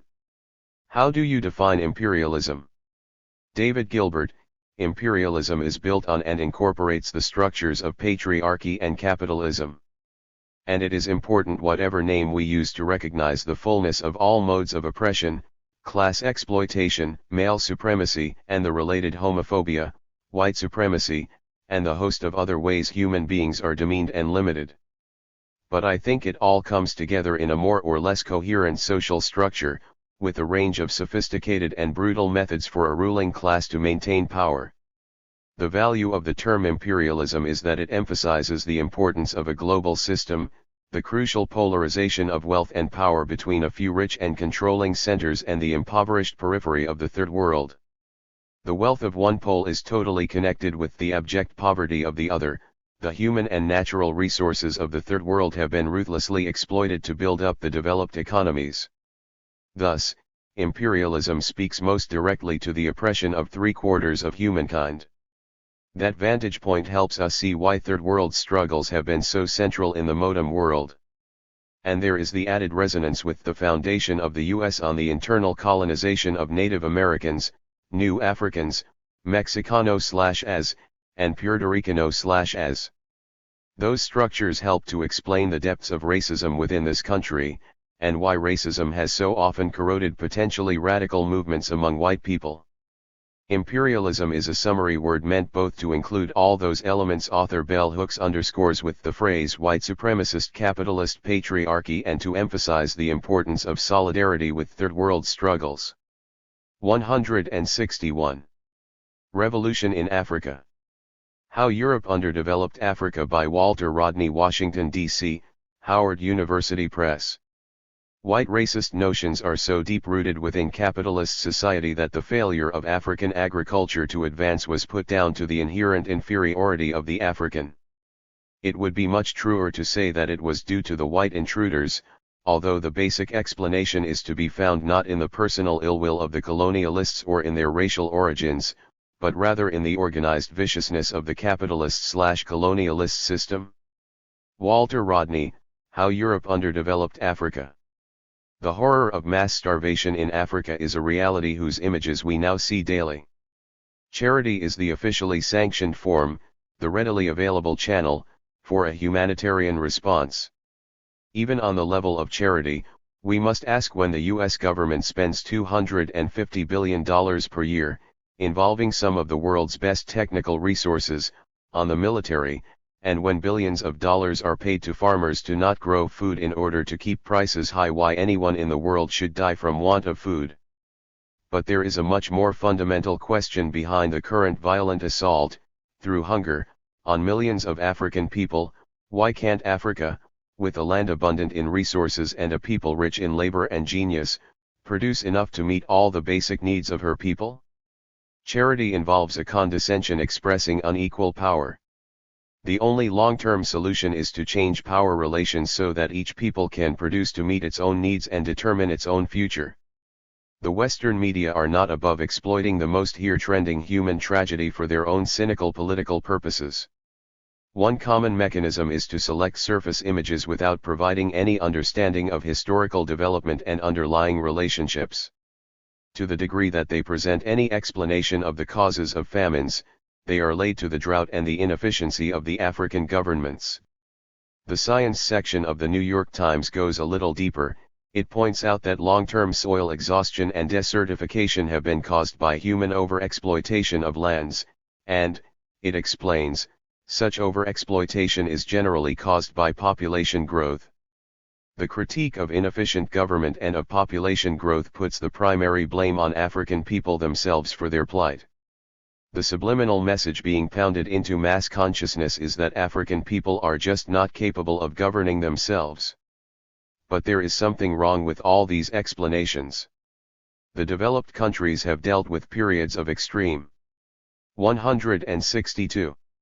Revolution in Africa. Weather conditions without suffering famine. The population density in many well-fed European nations is much greater than that of Africa. The basic underlying assumption of the incapacity of African people is just one more cruel example of the centuries of racist myths used to justify oppression. The ugly truth hidden behind the media mask of hand-wringing and arrogant condescension is that poverty and hunger in Africa are direct results of brutal exploitation by the West. Indeed, the wealth from such plunder is one reason that the Western media now have the power to trumpet, around the world, their own interpretation of famines. Rodney provides us with an outstanding study of the history and relationships behind African economic backwardness. He was not only a brilliant analyst of society but also a revolutionary activist in his native Guyana. He was assassinated by government henchmen on June 18, 1980. His book does not provide a specific analysis of the current crisis. It was written in 1972, and only goes up to the end of the colonial period, 25 years ago. It covers but is not a specialized study on agriculture. What this book does provide, however, is an indispensable basis for understanding the current crisis by revealing the structure of exploitation and the resulting economic devastation of Africa by Europe. The contemporary economic gap between Africa and the West is completely obvious. To take just one indication, per capita income in the US is about 25 times higher than in Africa. What is less known, in fact, what has been purposely obscured, is that the economic gap between developed and underdeveloped countries has grown 15 to 20 times over the last 150 years. This situation does not express independent history but rather reflects a relationship. The wealth and development of one sector have been based on the impoverishment of the other. When Europe and Africa first commenced regular contact, the gap between the two societies was not great at all. In 1500, the developed areas of Africa compared favorably with Europe. The slave trade began the process of bleeding Africa for the benefit of Europe and America. For all of the horror of slavery, the period of colonialism was far more devastating in economic impact on Africa. Rodney provides us with a solid summary of the pre-1500 state of development of African societies. He clearly refutes the racist myths without in any way lapsing into romanticization of the history. He recognizes the class nature of the ancient empire.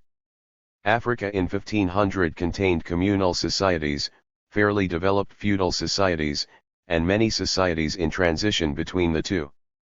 There were developed trade routes within Africa. High-quality leather, cloth, copper, and iron were being produced on a small scale.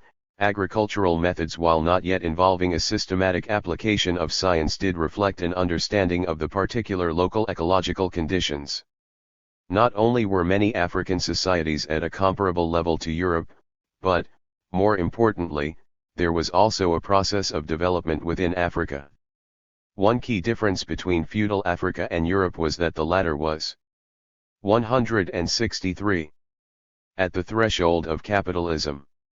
Rodney deals only cursorily with the issue of why capitalism first arose in Europe, which is quite an involved topic in itself.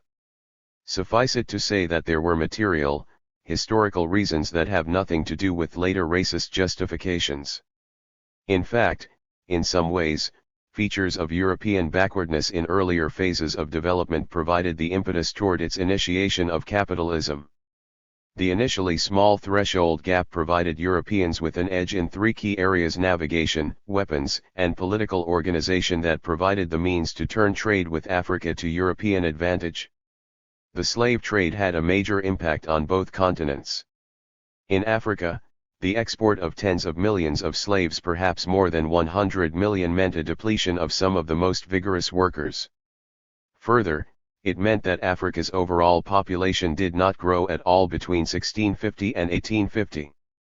Beyond labor depletion and population stagnation, the slave trade was the basis for very destructive internal conflicts within Africa as warfare intensified, both within and between different societies, in order to capture slaves for the European trade. Europe was interested almost solely in slaves, rather than goods, for trade. This distorted African development away from production. These relationships also impacted the areas of Africa not directly involved in the slave trade, for they radically changed the terms of the previously developing trade and the motion toward greater integration within Africa. While the slave trade was profoundly destructive to African development, it was a key to Europe's advance. The vast profits from the slave trade and from slave labor on plantations in the Americas were major sources of the capital necessary for England's highly touted Industrial Revolution. Slavery, together with the British looting of India, undoubtedly provided much more of the needed capital than what was generated within England. The Caribbean slave plantations were probably the most profitable part of the whole British economic domain. The great manufacturing centers first arose in the ports like Liverpool that were already centers for the slave trade. And many of the big names in finance today like Barclay and Lloyd got their start in the very lucrative traffic in human flesh. While it is not his main focus, Rodney soundly refutes the standard racist rationalizations that shift responsibility for slavery. There were already slaves in Africa, it was Africans who sold their own people. The pre-European slavery in Africa was very small scale and characteristically did not entail hereditary bondage, quite different from the massive chattel slavery organized from Europe.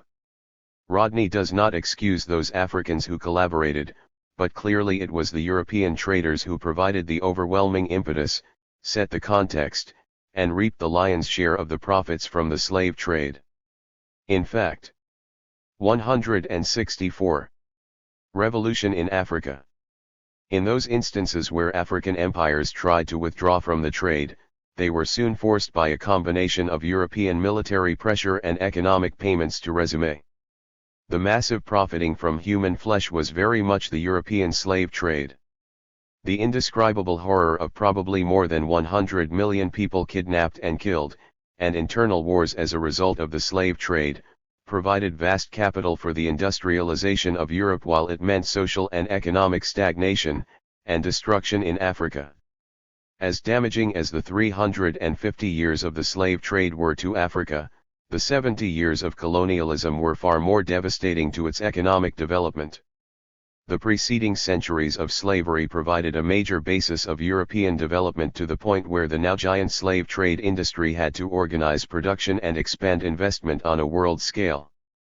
As Rodney tells us, the penetration of foreign capitalism on a worldwide scale from the late 19th century on is what we call imperialism. Africa's greatest value to Europe at the beginning of the imperialist era was as a source of raw materials, e.g., palm products, ground nuts, cotton, and rubber needed for Europe's expanded production. While slavery had involved a trade relationship, no matter how unequal and inhumane, investment and guaranteed access to raw materials mandated direct control over African territory. Also, Europe had developed to the point where it now had the power to exercise direct control over African societies. Meanwhile, the slave trade had fostered the internal divisions that made Africa vulnerable to conquest.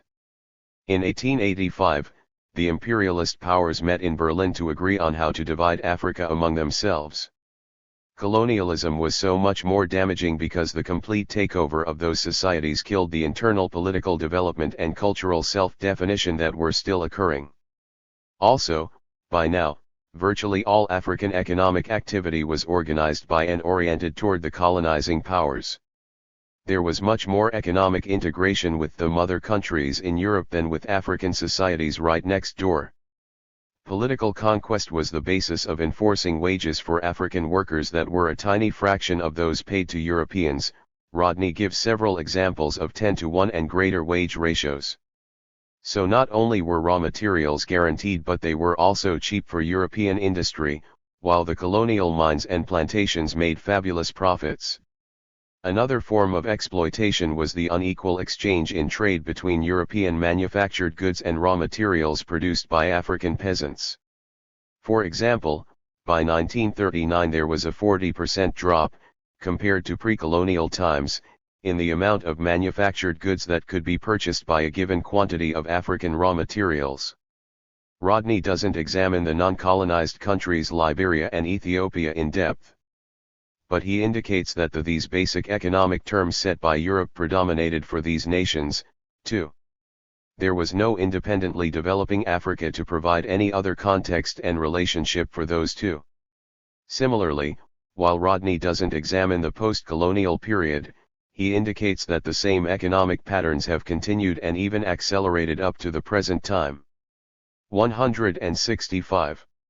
Europe also got more from Africa than raw materials and profitable investments. Rodney traces a series of indirect effects such as the growth of the economic scale, greater national integration, capital for scientific research and advance, all lubricated by wealth extracted from Africa. Africans, meanwhile, suffered not only slave wages and unequal trade but also economic and political structures completely externally determined and oriented.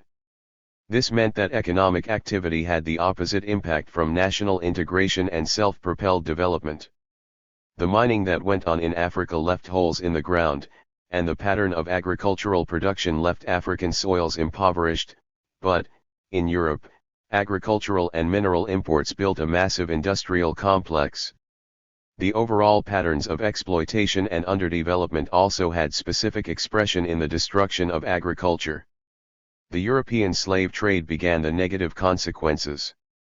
Slavery not only drained labor but also impaired the remaining population from effectively engaging in agriculture. Many potential producers instead became professional slave hunters and warriors, while communities under attack had to put more resources into defense. Formerly stable conditions for agriculture became unsettled. Areas like Dahomey, which had been a food exporter in the 16th century, were suffering from famine in the 19th century. But colonialism meant a qualitative transformation of the use of African land. European industry needed raw materials, this meant replacing African food production with cash crops. One method was the outright seizure of African land to create European plantations. For example, the British declared the Kenya Highlands Crown lands and then gave Lord Delamere 100,000 of the best acres at a penny apiece. Then there was a whole series of techniques to force peasant producers into either growing cash crops for export or losing their land to the plantations. The colonialists imposed taxes that had to be paid in cash, and also created dependency on imported manufactured goods, thus, the peasants had to grow crops that would earn cash. When there was a bad crop, peasants had to borrow money at exorbitant rates. If they fell too far behind on payments, they lost their land altogether. When these tax and market forces didn't do the job, the colonialists resorted to laws and military force to impose the growing of cash crops. This all occurred in the context of the long-term drop in the relative price of raw materials on the imperialist-controlled world market. Many of the cash crops were very demanding on the soil. Their steady cultivation and the abandonment of traditional methods that had been more attuned to the local ecology meant widespread soil impoverishment and also encroachment of the desert in countries like Senegal, Niger, and Chad. At the same time, the Europeans, with control of cheap African labor, invested very little in advancing the technology of agriculture. Rodney cites the systematic studies of Brazilian scientist de Castro to show that the pre-colonial diet of Africans was much more varied and nutritional. The few contemporary tribal groups that have been able to maintain old food patterns are actually models of good health frequently studied by Western scientists. 166. Revolution in Africa. A great variety of foods was grown in the pre-colonial economy. Diversified agriculture was part of the African tradition, monoculture was a colonial invention. The replacement of diversified food crops with monoculture and the related soil exhaustion laid the basis for chronic malnutrition and periodic famine in Africa. In addition to the destruction of food agriculture, the long-term decline in the relative price of African exports greatly constricted Africans' ability to import food. Colonialism created conditions which led not just to periodic famine but to chronic undernourishment, malnutrition, and deterioration in the physique of the African people. For those of us committed to building a revolutionary movement within the imperial nation, the impact of this history on our own society is of critical importance. This is not a subject of Rodney's study, but he does make some helpful references. Racism, which developed as a justification for the slave trade and then colonialism, came to play a pervasive and vicious role beyond the immediate economic functions that spawned it. European and North American societies were called democracies but were actually based on racism and the oppression of workers.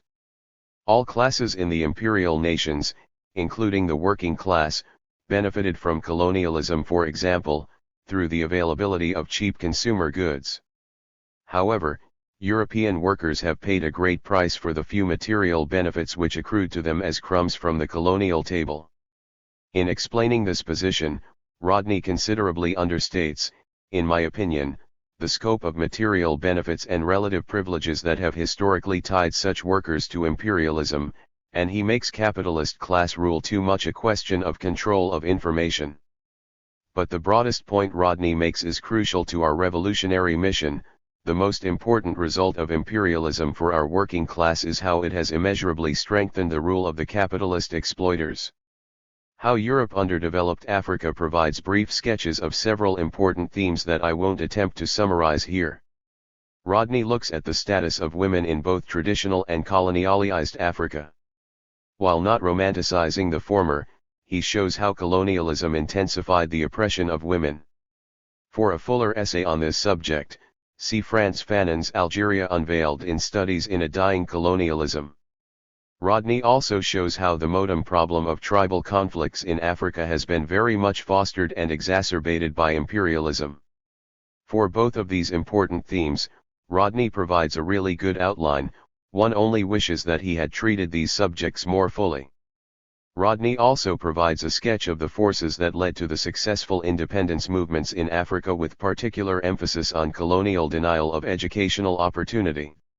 Here, I found his brief sketch useful but inadequate, especially in its discussion of the development of different classes within colonial society. Class analysis within Africa has proven to be a problematical and complicated task of great importance. It is only fair to warn the reader that I found the writing dry and at times hard to follow. For me, at least, it was very slow reading.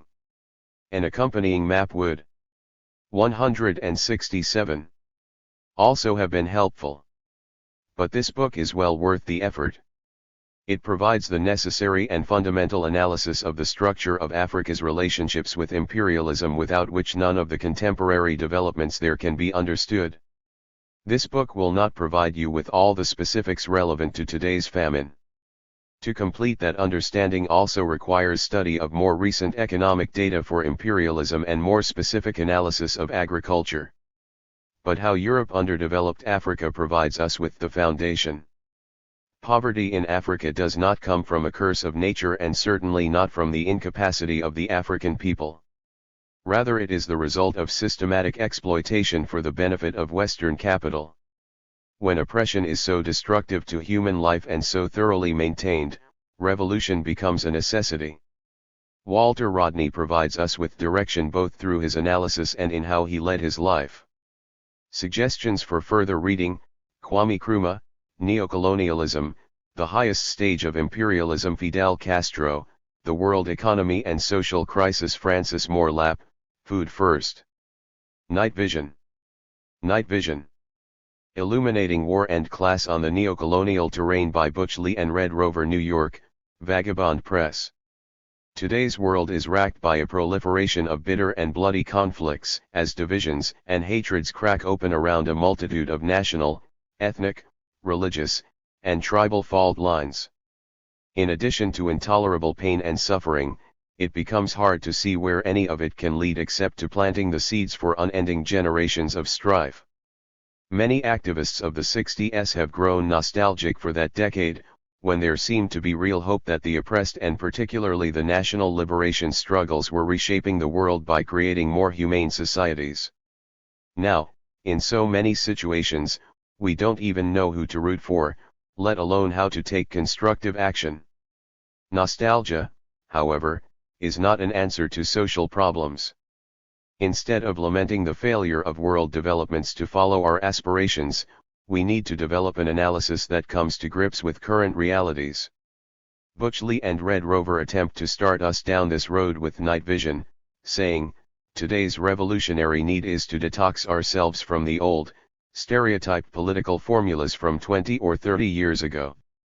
They don't claim to have the answers for new strategies and programs that will have to emerge from grassroots movements. 168. Night Vision.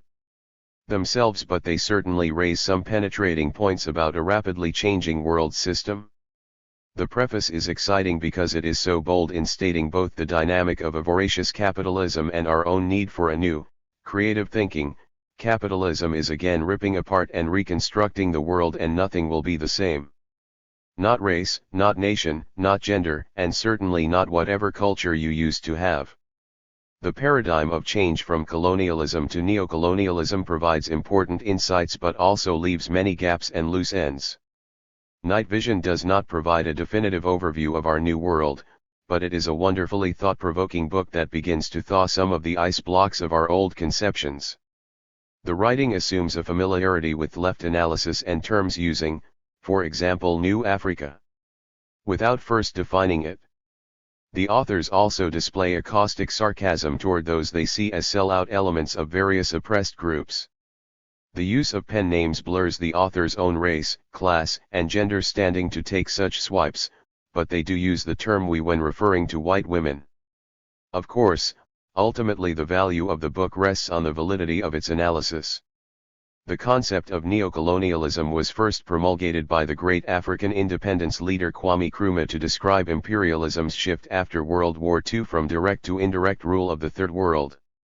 Formal independence was granted, but local elites were used to maintain imperialism's essential economic and political control. Lee and Rover moved from this initial definition to use neocolonialism to stand for the system as a whole, including important developments within the industrialized countries. Moreover, they focus on the shifts in methods in world rule since 1975 after the U.S. military defeat in Vietnam and the emergence of a globally integrated economy. The modem dynamic of neocolonialism is to create vertical class structures, producing capitalist forces tied to imperialism within and among the range of oppressed groups: racial minorities, white women, gays and lesbians, and workers, as well as the once colonized peoples. This dynamic is transforming the struggles of these groups and necessitates an anti-capitalist strategy for all of them. Not surprisingly, Lee and Rover are clearest where the greatest body of material already exists. The rule over the former colonies has shifted from an era of imperialist rivalries over monopoly control of directly ruled colonies to one of multinational corporations, managed world trade, a common interest in keeping the Third World open for a range of exploitation via the market, and the co-opting of native petty bourgeoisies into maintaining imperialist rule. There's been a parallel change in the role of New Africa, from white America's chief economic asset for 400 years to a liability in the national consciousness, and resistance has become an obstacle to the smooth functioning of the system. The strategy has become a form of decolonization by adopting a few new Africans into middle class. 169. America while having a policy of genocide toward the rest. This analysis helps explain today's apparently contradictory reality of an increasing number of black individuals in positions of wealth and prestige while the masses in the inner cities have been relegated to the devastation of cascading epidemics of unemployment, drugs, incarceration, homelessness, AIDS, and tuberculosis. The old slogan "Black unity" is not adequate if it entails unity with elements from drug pushers to Supreme Court justices participating in the genocide. The section on the political economy of neocolonialism, particularly pages 93–113, is a tour de force. If you want to see if this book is worth reading, start by checking out these 20 pages, which provide an unvarnished view of the vicious parasitism of the world economy.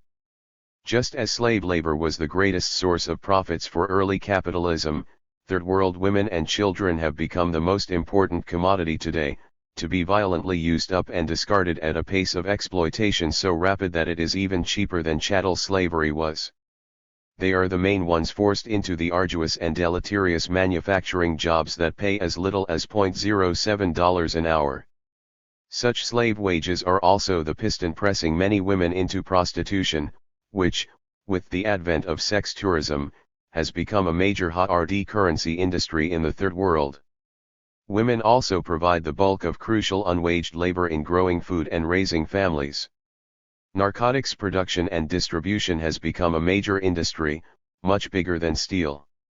It is driven by the desperation of traditional agriculture in the Third World, and many governments are actively complicit in the trade. Imperialism has totally restructured world agriculture so that impoverished countries are exporting crops to the West while their own people starve.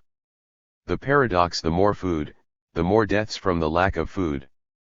Despite abundant productivity, something like 35 million persons worldwide, most of them children, die from hunger-related illnesses each year, and 700 million other people are malnourished.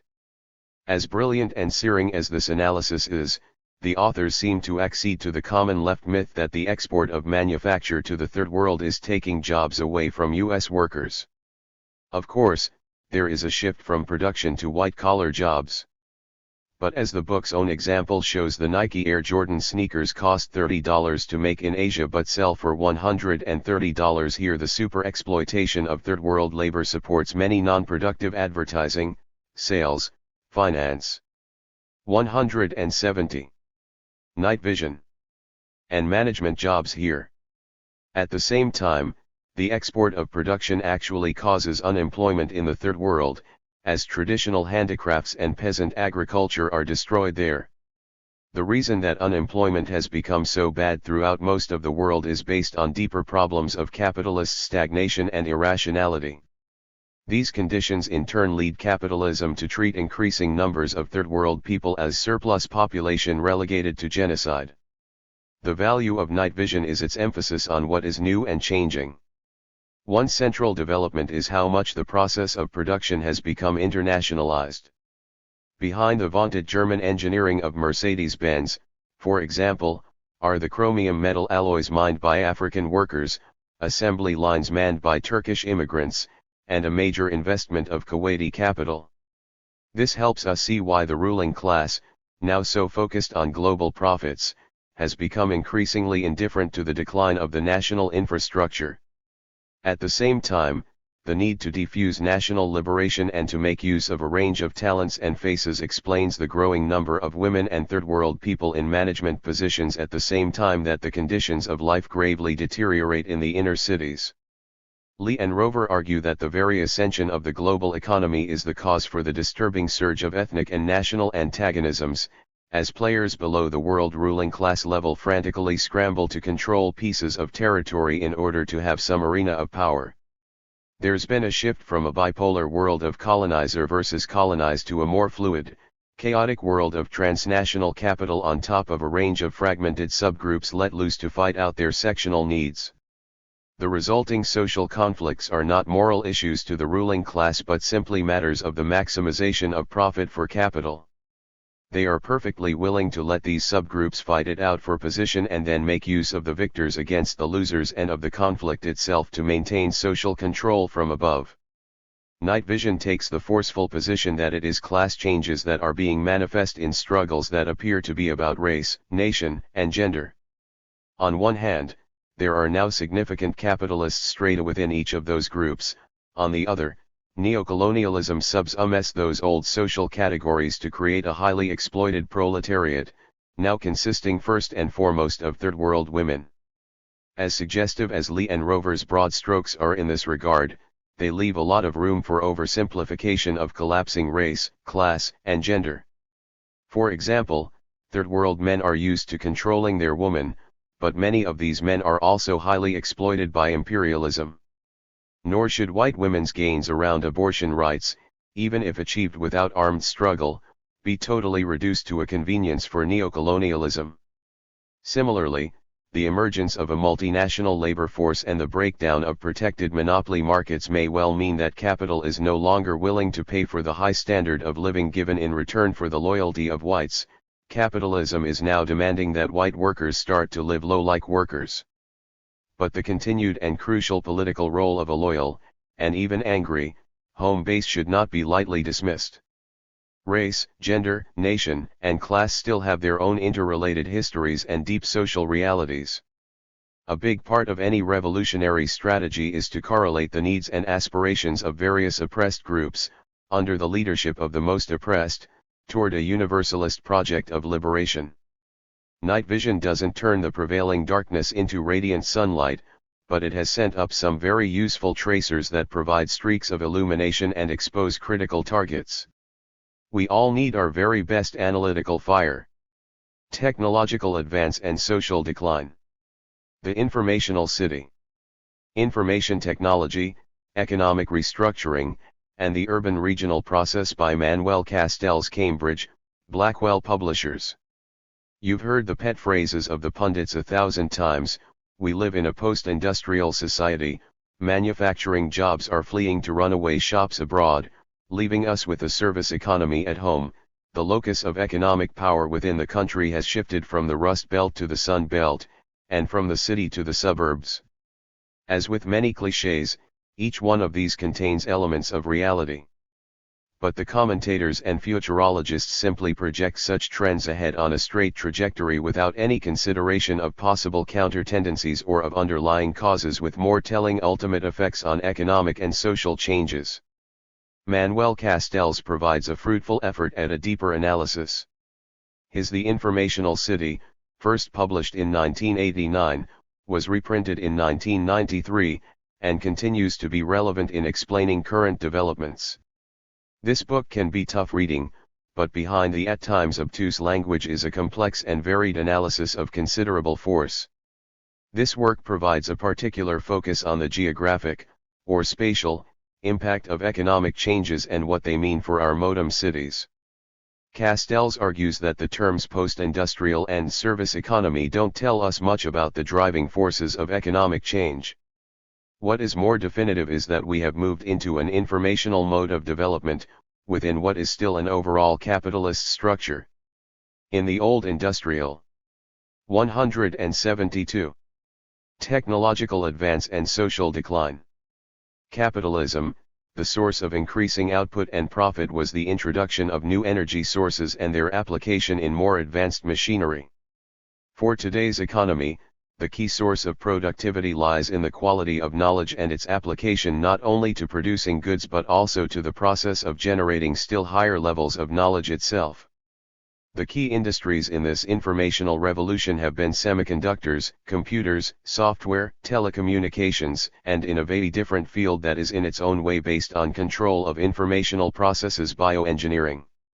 This new mode of development creates the possibility of much greater flexibility and of an expansive geographic sprawl of production. The specific locations of different aspects of production can be tailored either to access to a key market or to where the labor force is most favorable for the employer. For example, a U.S. semiconductor company may center its research and development in Silicon Valley, perform the skilled production of wafer fabrication in Scotland, locate the semi-skilled testing functions in Singapore, and send the low-skilled but labor-intensive assembly work to the Philippines. But Castells is far from being a technological determinist. The new technology could be applied in a range of ways, including automation to eliminate drudgeries combined with an upgrading of education to prepare people for more creative jobs. The way the informational mode has been applied has been shaped by the restructuring of capitalism of the past 20 years. In the 70s, U.S. capital found a markedly decreasing proportion of national wealth going to profits. This decline resulted from both the surge of nationalism in the Third World and the growing government expenditures to respond to social demands at home. Castells offers a complex outline of the interrelated restructuring measures through which capital moved to hike up its rate of return. One major aspect of the restructuring process has been the shift from the welfare state to the warfare state. The government has moved away from its role as legitimating capitalism by redistributing some resources to the poorest sectors and is placing fuller emphasis on reducing social costs, assuring U.S. global power, and focusing domestic spending on areas that promote high technology and that service the social needs of the elite. The new priorities of the state entailed breaking the social compacts with labor and with minorities and the poor.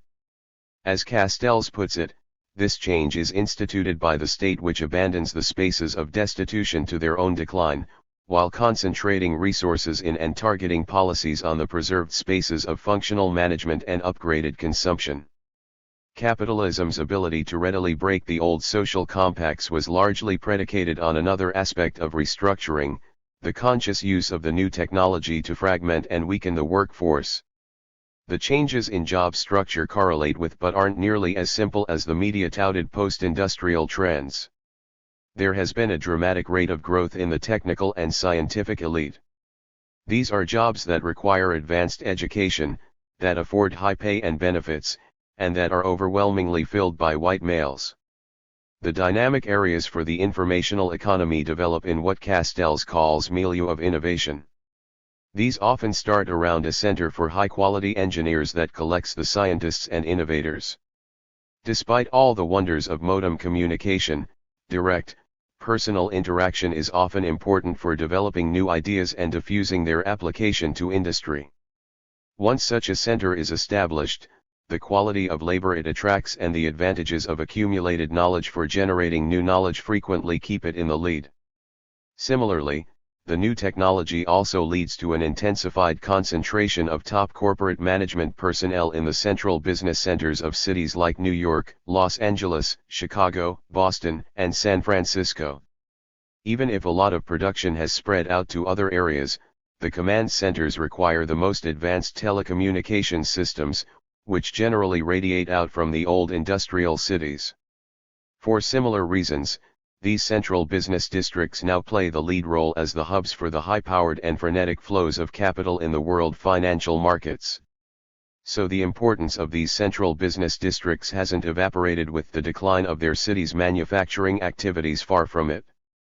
What we have now is a more concentrated and commanding elite, whose members are globally connected to each other through sophisticated communications but increasingly severed from day-to-day interaction, and any social accountability to those living around them.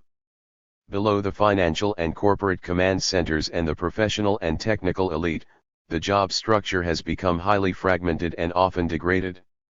Much of the more labor-intensive work requiring fairly educated laborers, for example, the back-office record-keeping for big insurance companies or some of the advanced and security-conscious defense production, has been moved out to the suburbs, in particular to take advantage of educated but traditionally underpaid women. There has been a relative decline of the traditional, well-paid blue-collar jobs, as manufacture has not been a growth area and some of it has been shifted abroad. The bulk of new employment has come in the service sector of the economy.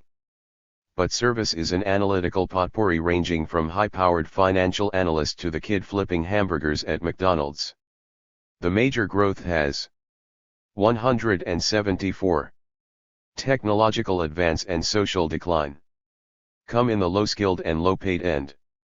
Even though more dynamic sectors like information technology power economic growth, those areas are also marked by rising efficiency.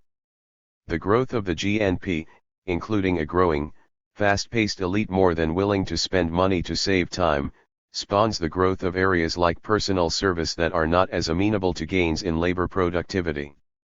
These low-end service jobs tend to be filled by uneducated women, immigrants, and some minorities, the populations most vulnerable to low wages and hazardous work conditions. These same groups are also the basis for the growing informal economy, from garment sweatshops to gypsy cab drivers. Overall, then, there has been a powerful polarization of the workforce, dynamic growth and enhanced privilege for the elite in high-tech and advanced services, a relative decline in high-paid production jobs, accompanied by some shift to educated but underpaid white women, and the bulk of jobs in increasingly low-end services that, along with the informal economy, are mainly staffed by uneducated women, immigrants, and some minorities. At the same time, the decline of traditional manufacture in the cities has removed the best source of decent jobs for black males. Within the polarization there has been a tremendous fragmentation. Not only are the work areas and their roles in the economy spread out spatially, but these different components of the workforce also have little contact and little in common culturally, making it very difficult to organize them effectively, even among the most exploited sections. The recycling, downgrading, and conditions of labor lead to the configuration of territorially segregated, culturally segmented, socially discriminated communities that cannot constitute a class because of their extremely different positions in the new production relationships, reflected and amplified in their territorial differentiation in the city. These trends are intensified by the now preeminent importance of international finance, with colossal flows of capital moving around the world at a dizzying pace. The amounts and speed involved are way beyond the capability of any national government to control such operations, and yet they have the power to dramatically change the fate of local economies. The mobility of capital has now embraced in its uncontrollable spiral the heartland of America. Castells gives only brief attention to the social implications of his analysis. He underscores the stark bifurcation of the cities into highly privileged sectors of economic control and abandoned zones of people who are powerless in the new economy. He also briefly limns some suggestive ideas about the impact on social struggles. With the replacement of spatially clustered corporations and economically accountable governments by a system run by a flow of information among global networks, there is no tangible oppression, no identifiable enemy, no center of power that can be held responsible for specific social issues. But, people still do. 175. Resent what is being done to them and struggle to affirm their identity. While there is some positive potential here for political struggle, the fragmented territorial and cultural space makes such self-assertion easily prone to forms of cultural fundamentalism. The historical outcome of this process could be the ushering in of an era characterized by an uneasy coexistence of extraordinary human achievements and the disintegration of large segments of society, along with the widespread prevalence of senseless violence. Castells is terribly remiss in failing to highlight the devastating implications of these trends for the urban Black and Latino populations. He does mention that the decline of urban manufacturing leaves many black males as surplus population from the point of view of capital. Poor public education systems mean that these people don't get the skills needed for high-tech and advanced service jobs. But quality education is not a prerequisite for the bulk of new urban jobs in services. In my view, capital's preference for immigrant labor over native blacks has to do with the latter's history of social struggle and rebellion, which would portend a greater resistance to the highly exploitative work conditions imposed. The notion of surplus population is consistent with the terrible neglect of these sections of the cities, for example, the devastating collapses in both public health and education. But contemporary racism may be driven by more than disregard and perceived superfluity. Castells never mentions the potential threat to the invaluable command centers of management and finance in the central business districts that is posed by the juxtaposition with such abandoned and resentful populations. This problem could be the impetus for capital to take a more active and pernicious role to keep such communities crippled and demobilized. While it is hard to know where neglect ends and conscious strategies begin, such a decimation of these communities is certainly the end result of the drug plague along with the related criminalization and violence. There is a possible parallel in the conscious use of such areas as sacrifice zones for the disposal of toxic waste. Predatory capital could well perceive an interest in plunging these communities into a permanent agony of powerlessness. The gruesome conditions for the third world people within our cities is at the heart of an overall problem for those with an interest in humane social change. The key has always been to unite and mobilize all the oppressed, with the needs of the most oppressed leading the way. With the high level and sophisticated flow of information on the one hand and the drastic fragmentation of working and surplus populations on the other, the need and challenge for creative new strategies to build such unity has never been greater. 176. The collapse of communism. Resistance in Brooklyn. Does the collapse of communism spell the end of revolutionary potential for this era? David Gilbert. It has certainly been the most visible, dramatic turnaround, and it has contributed to the general sense of global decline of the left. But to me it is not at all the primary issue. Overwhelmingly, the main problem has been the series of defeats since 1979 suffered by the national liberation movements in the Third World. These movements' mass-based uprisings of the most oppressed created the best hope for defeating imperialism and remaking the world on a humane basis. The Soviet bloc countries, on the other hand, were never models of socialism. Their progressive contribution in the post-World War II era was in the material aid they provided national liberation. My critical view here is not some latter-day wisdom. A main reason we called ourselves the New Left was to emphasize our break from the Soviet bloc and the old-line communist parties. Perhaps our stance was wrongly tinged with some of the anti-communism with which we were raised, but the main points of our critique were on target.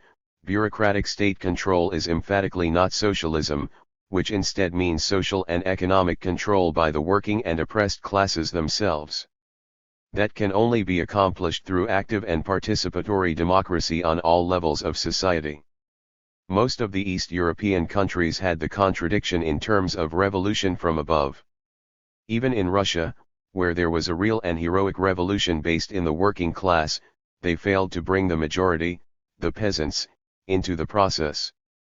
That was the basis for some of Stalin's worst atrocities. This is not to say that the people in Eastern Europe are now better off with the fool's gold of the free market. They are losing the highly developed version of the welfare state that was the most important internal achievement of the Soviet period. But the bureaucratic welfare state did not entail the popular participation and power that are essential to socialism. The New Left critique did not mean that we saw the Soviet bloc as a main enemy. Overwhelmingly, the primary oppressor and destroyer of human life and potential was and still is U.S.-led imperialism.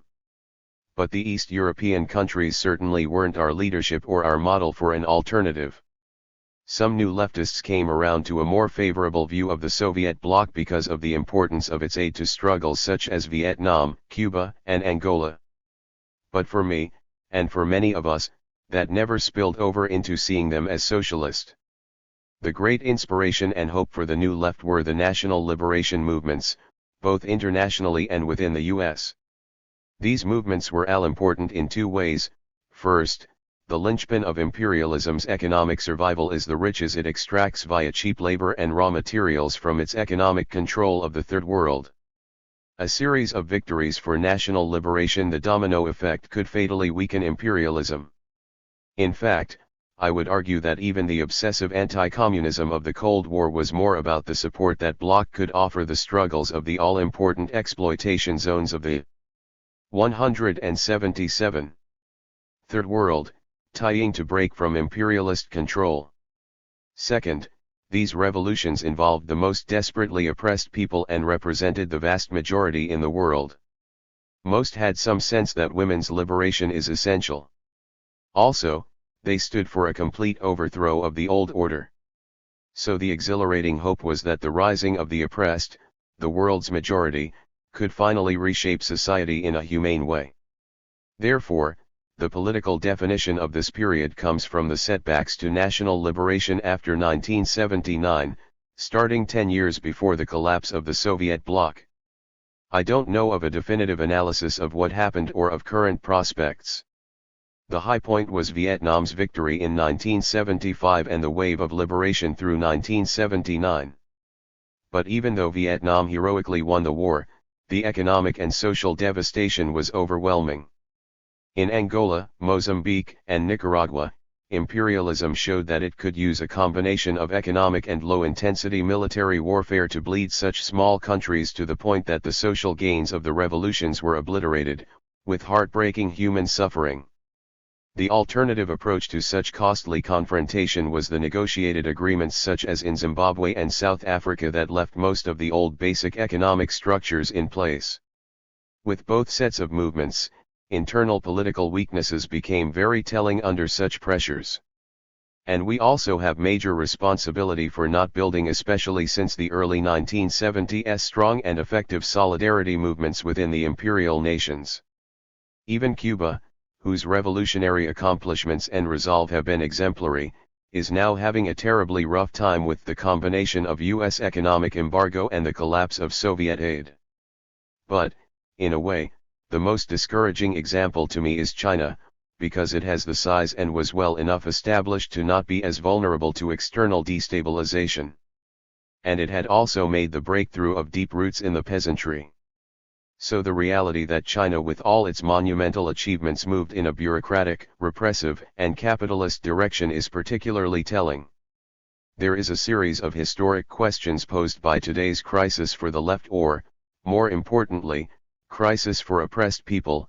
What is the world balance of forces between imperialism and national liberation? What level of economic development and/or international cooperation is a prerequisite for revolution to be viable? How can the internal dynamics leading toward state bureaucracy and/or capitalism be overcome? What will it take to build a revolutionary movement and effective solidarity within the imperial nations? To try to put it in a nutshell, the Soviet bloc was neither socialist nor the main opposition to imperialism. Its collapse, which followed in the wake of the setbacks to national liberation, is most significant for the loss of vital aid to those movements. The real revolution and hope of the post-World War II era has been the rising of the most oppressed, the world's vast majority, in the Third World. So the burning questions of the day involve what happened to those movements and what the prospects are for a new period of revolution. 178. Dark Victory. The United States, Structural Adjustment and Global Poverty by Walden Bellow, with Shay Cunningham and Bill Rao Oakland, Food First.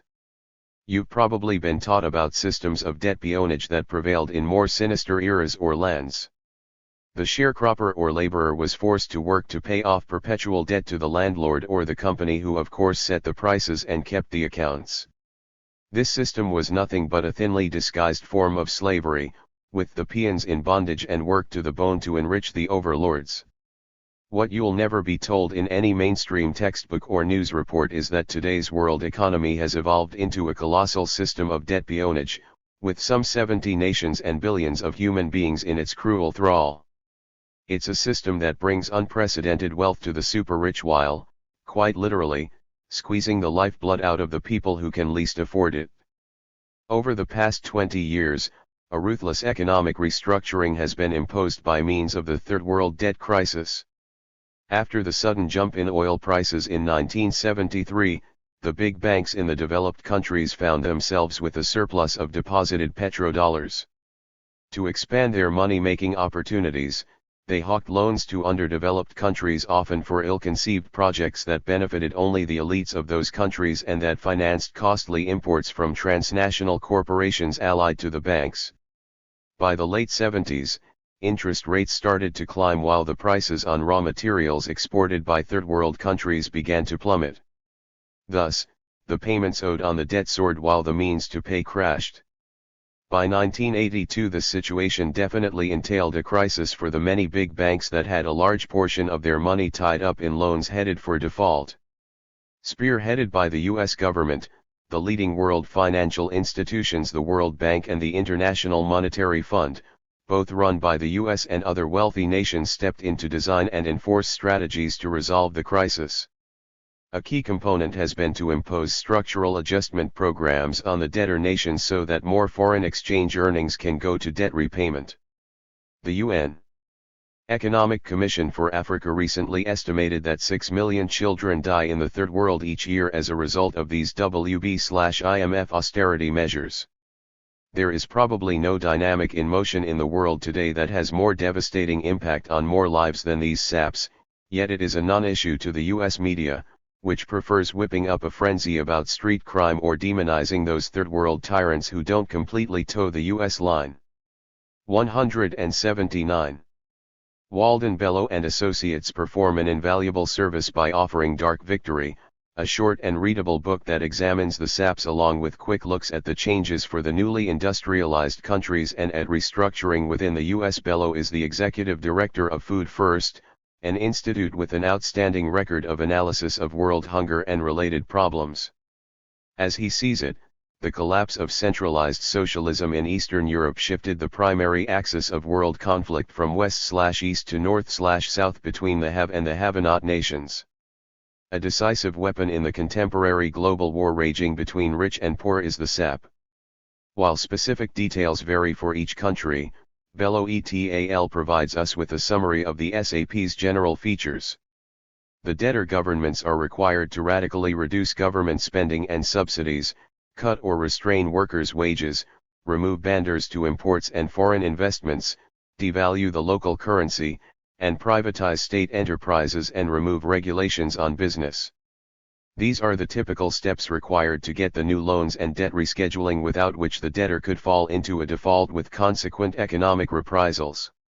Since these conditions determine the parameters of major social policy, the WB and IMF, without ever winning an election, have become the hegemonic political force in scores of nations, in effect recolonizing the Third World.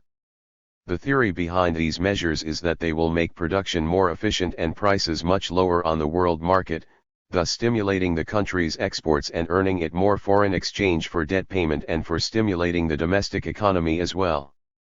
Dark Victory makes a convincing case that after 13 years of relentless application, these programs are a resounding failure in terms of their stated goals.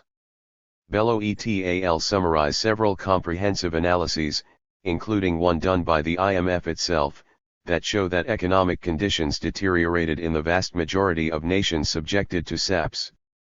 For example, a UNICEF study of 24 such African countries showed that capital accumulation slowed in 20 of them, manufacture declined or stagnated in 18, and even the total dollar value of exports declined in the majority. Bello et al. Goes further by doing a more detailed analysis of some prime examples of proclaimed success stories such as Ghana and Mexico.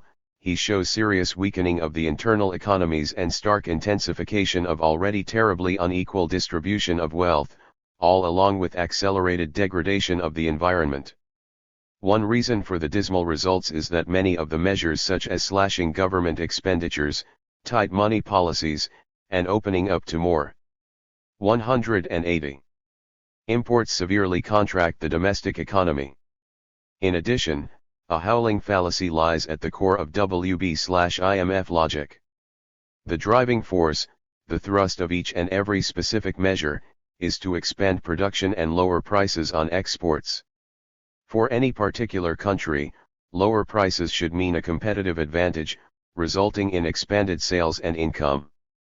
But the kicker is that the WB and IMF are imposing these same changes on a number of third-world countries producing the same commodities. So, as WB/IMF economists surely must have known, individual competitive advantage evaporates as a number of different countries simultaneously flood the market, which further and drastically depresses prices. For example, Ghana's enormous boost in cocoa production was accompanied by a 48% decline in the world price between 1986 and 1989. Ghana's current accounts deteriorated, and its external debt grew over the period. Overall, the SAPs failed on even the narrowest stated goal of debt reduction. The total third world external debt, $785 billion in 1982, climbed to a staggering $1.3 trillion by 1992. But in other terms, the draconian campaign has been a tremendous success. The loans and rescheduling have effected a shift in the risk on outstanding debts from private banks to public financial institutions. The third world debt crisis has been publicly declared as over because the dire threat to the private bank's solvency has been removed. Various restructuring measures have torn third world countries wide open for greater penetration by foreign business investments and imports. Debt repayment has forced a gush of capital flow from the poor to the rich nations. Between 1982 and 1986, third world countries paid the private banks $183 billion more in interest and amortization than they received in new bank loans, and the hemorrhaging continues to get worse. Not since the conquistadores plundered Latin America has the world experienced a flow in the direction we see today.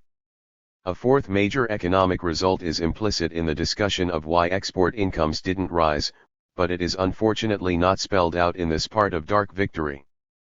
Every single condition set, as well as the even greater impact of the sum of the different SAPs, serves to ratchet down prices on third world exports.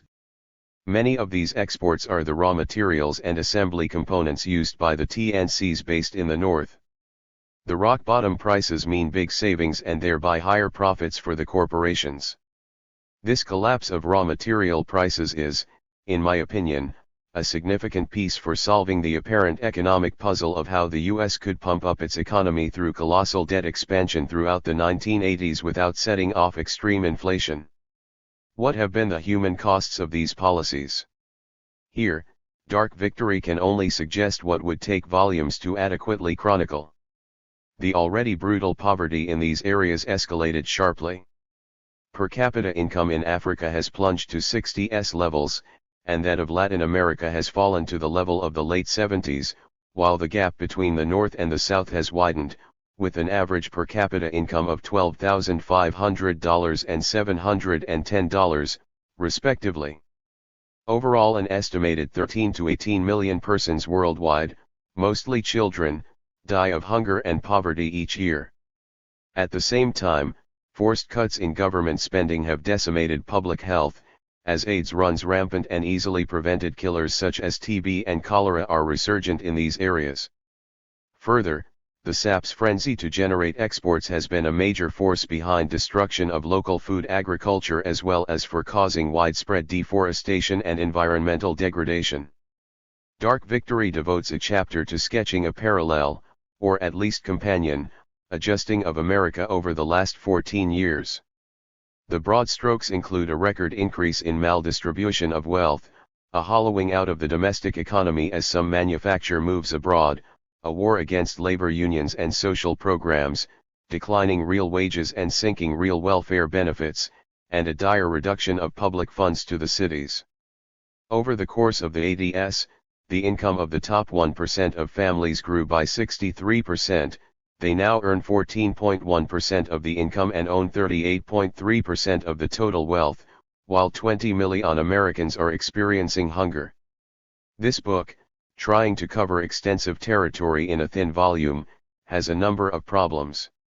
One area is statistics. It's not always clear what time span Bello et al. Is covering, nor do they explain which changes might reflect cyclical swings more than structural change. More importantly, not enough is done to give a human face and passion to what the statistics mean.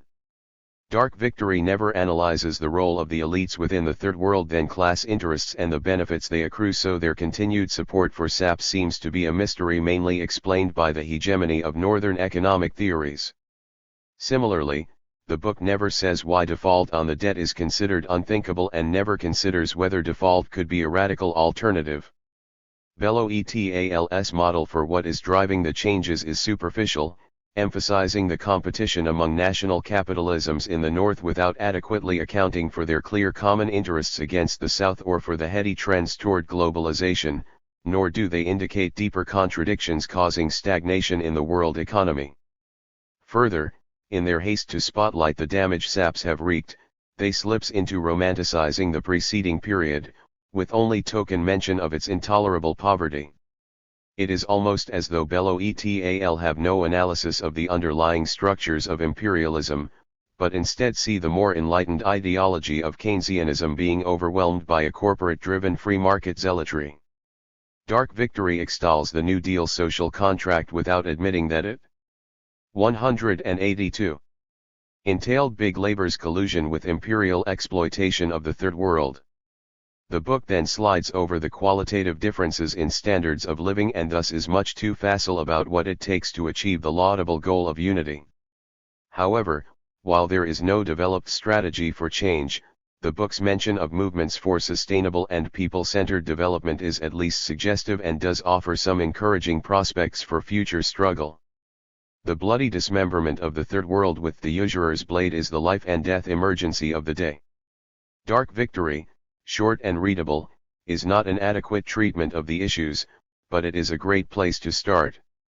The material misery that capitalism implies for 3/4 of humanity, is the principal problem of our time. Samir Emin. 50 years is enough, the case against the World Bank and the International Monetary Fund, edited by Kevin Danaher, Boston, South End Press. The end of World War II ushered in an unprecedented 25 years of economic growth, a kind of golden age, for capitalism. Of course it wasn't so glorious for the world's majority who continued to suffer back-breaking labor and stomach-racking poverty. Still, world capitalism could boast an average growth rate of 5% a year over the period, which provided enough cushion to bring large sectors of the working classes of the developed countries into the consumer society and the welfare state. Much of the credit for this euphoric period of expansion was given to enlightened Keynesian economics and to the international economic structures set up at the Bretton Woods Conference of July 1944, for which John Maynard Keynes himself was one of the prime movers. The two key institutions that emerged were the International Monetary Fund and the International Bank for Reconstruction and Development. The IMF created a reserve of funds to be loaned to countries experiencing temporary balance of payment problems to enable them to continue to participate in world trade without interruption. The World Bank was responsible for making loans for infrastructure projects needed for capitalist development and for backing and supporting private investment. Whatever the genius of these policies and institutions, they were not the main basis for the 1944 to 1970 boom.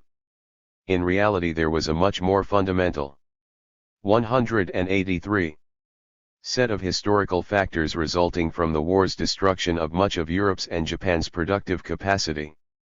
This situation alleviated the typical problems of overproduction and competition that in the past had saturated world capitalist markets. These advanced countries in rubble offered grand opportunities for new productive investment. At the same time, U.S. hegemony provided a new, neo-colonial framework for all developed nations to share in the plunder of the Third World.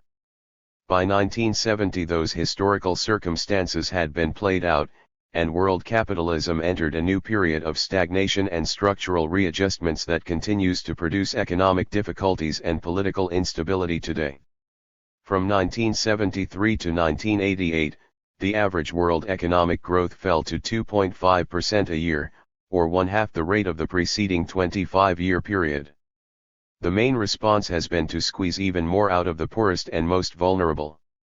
By 1990 the gap between rich and poor nations in per-person gross national product had risen to 17:1, and the polarization of wealth within each set of countries had also greatly intensified.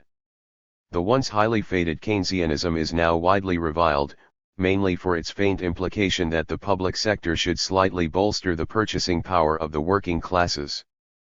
But despite all the tumultuous changes in economic policies, the IMF and WB are still revered pillars of world capitalism.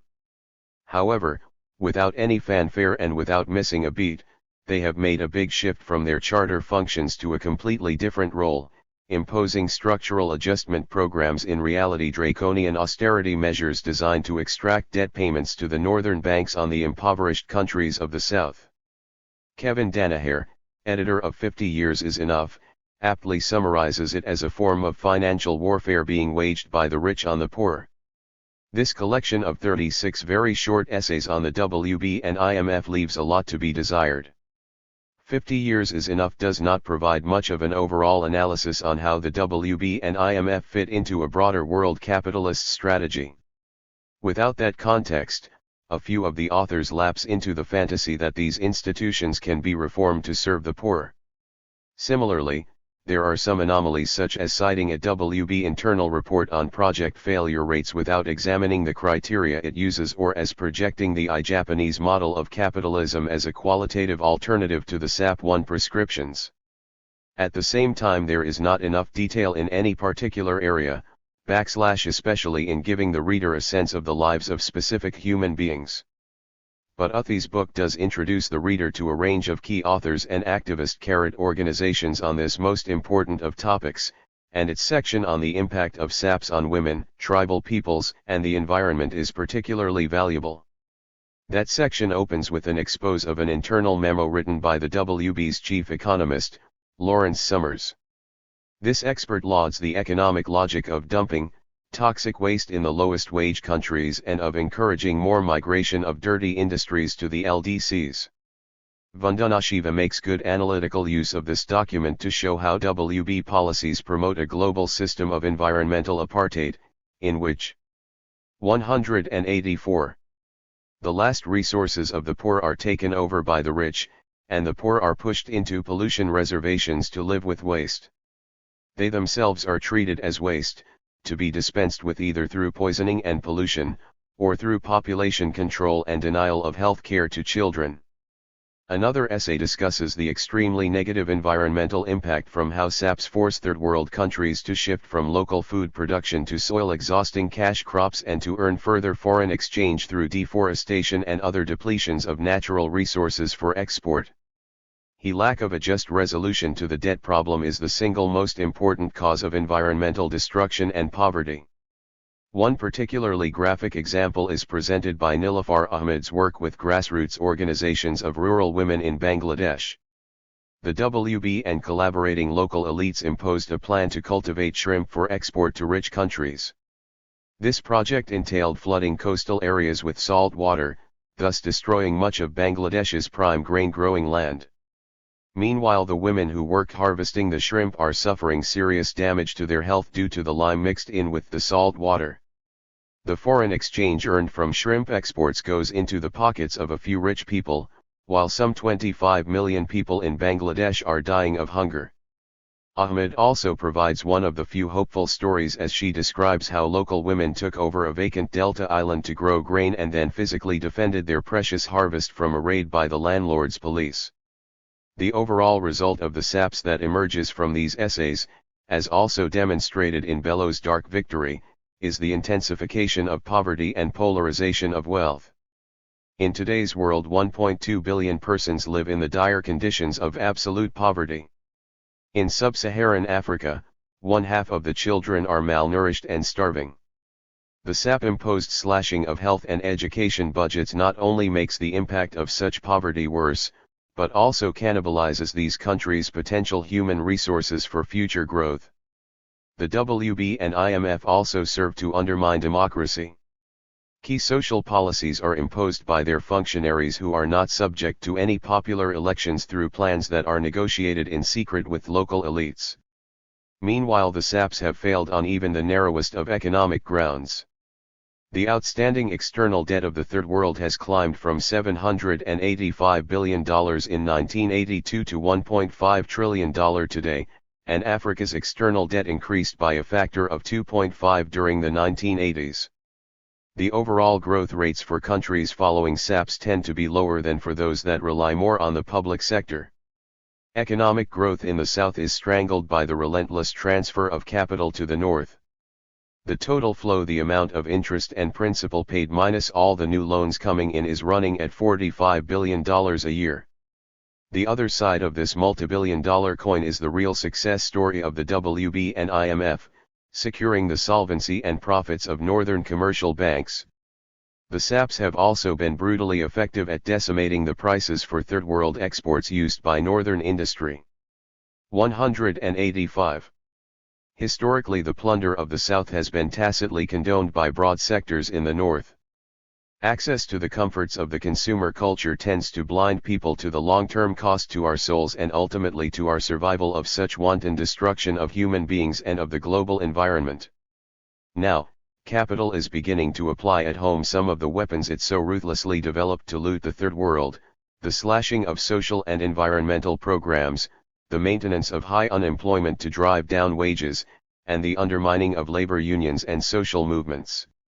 As middle and working class whites experience the erosion of the economic security they once took for granted, the orchestrated, and so far loudest, response has been a frightening surge in the politics of racist scapegoating and hatred. Their fears and anxiety have been diverted to attacks on people of color and the disenfranchised.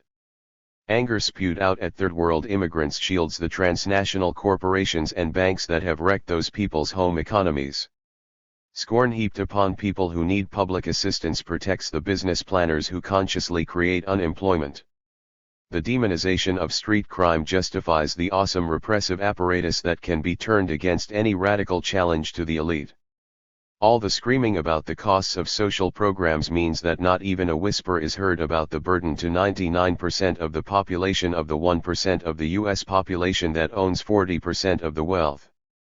In these dangerous times, we desperately need an activist movement that dramatically shines the spotlight on the real sources of the problems, the lion's share of public welfare that goes to the rich via staggering interest payments on government debt, bank bailouts, and pork barrel military contracts, etc., the unaccountable big bureaucracies run by the handful of corporate executives who determine the life choices of the vast majority of people, and the growth of big government in its most virulent form: prisons, police, military might, and the concomitant attacks on civil liberties.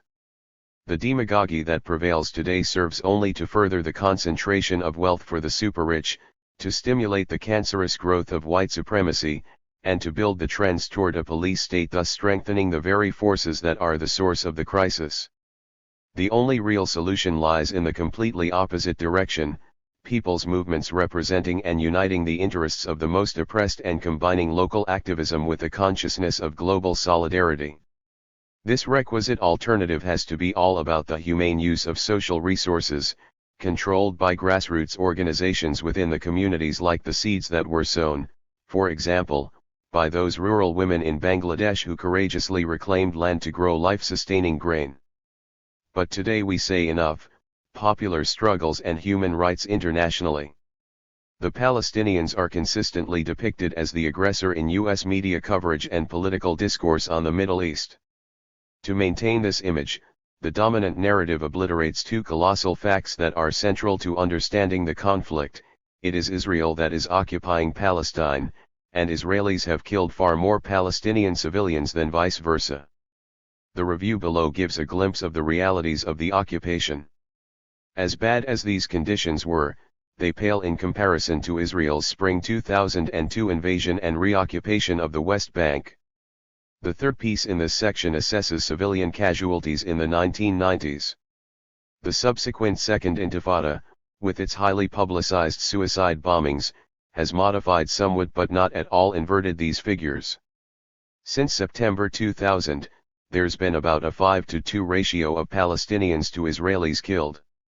From September 2000 to April 18, 2003, according to statistics from the Palestine Red Crescent Society, there have been 2,252 deaths and 22,541 other casualties, including 5,648 persons injured by live ammunition, and another 5,645 injured by rubber bullets.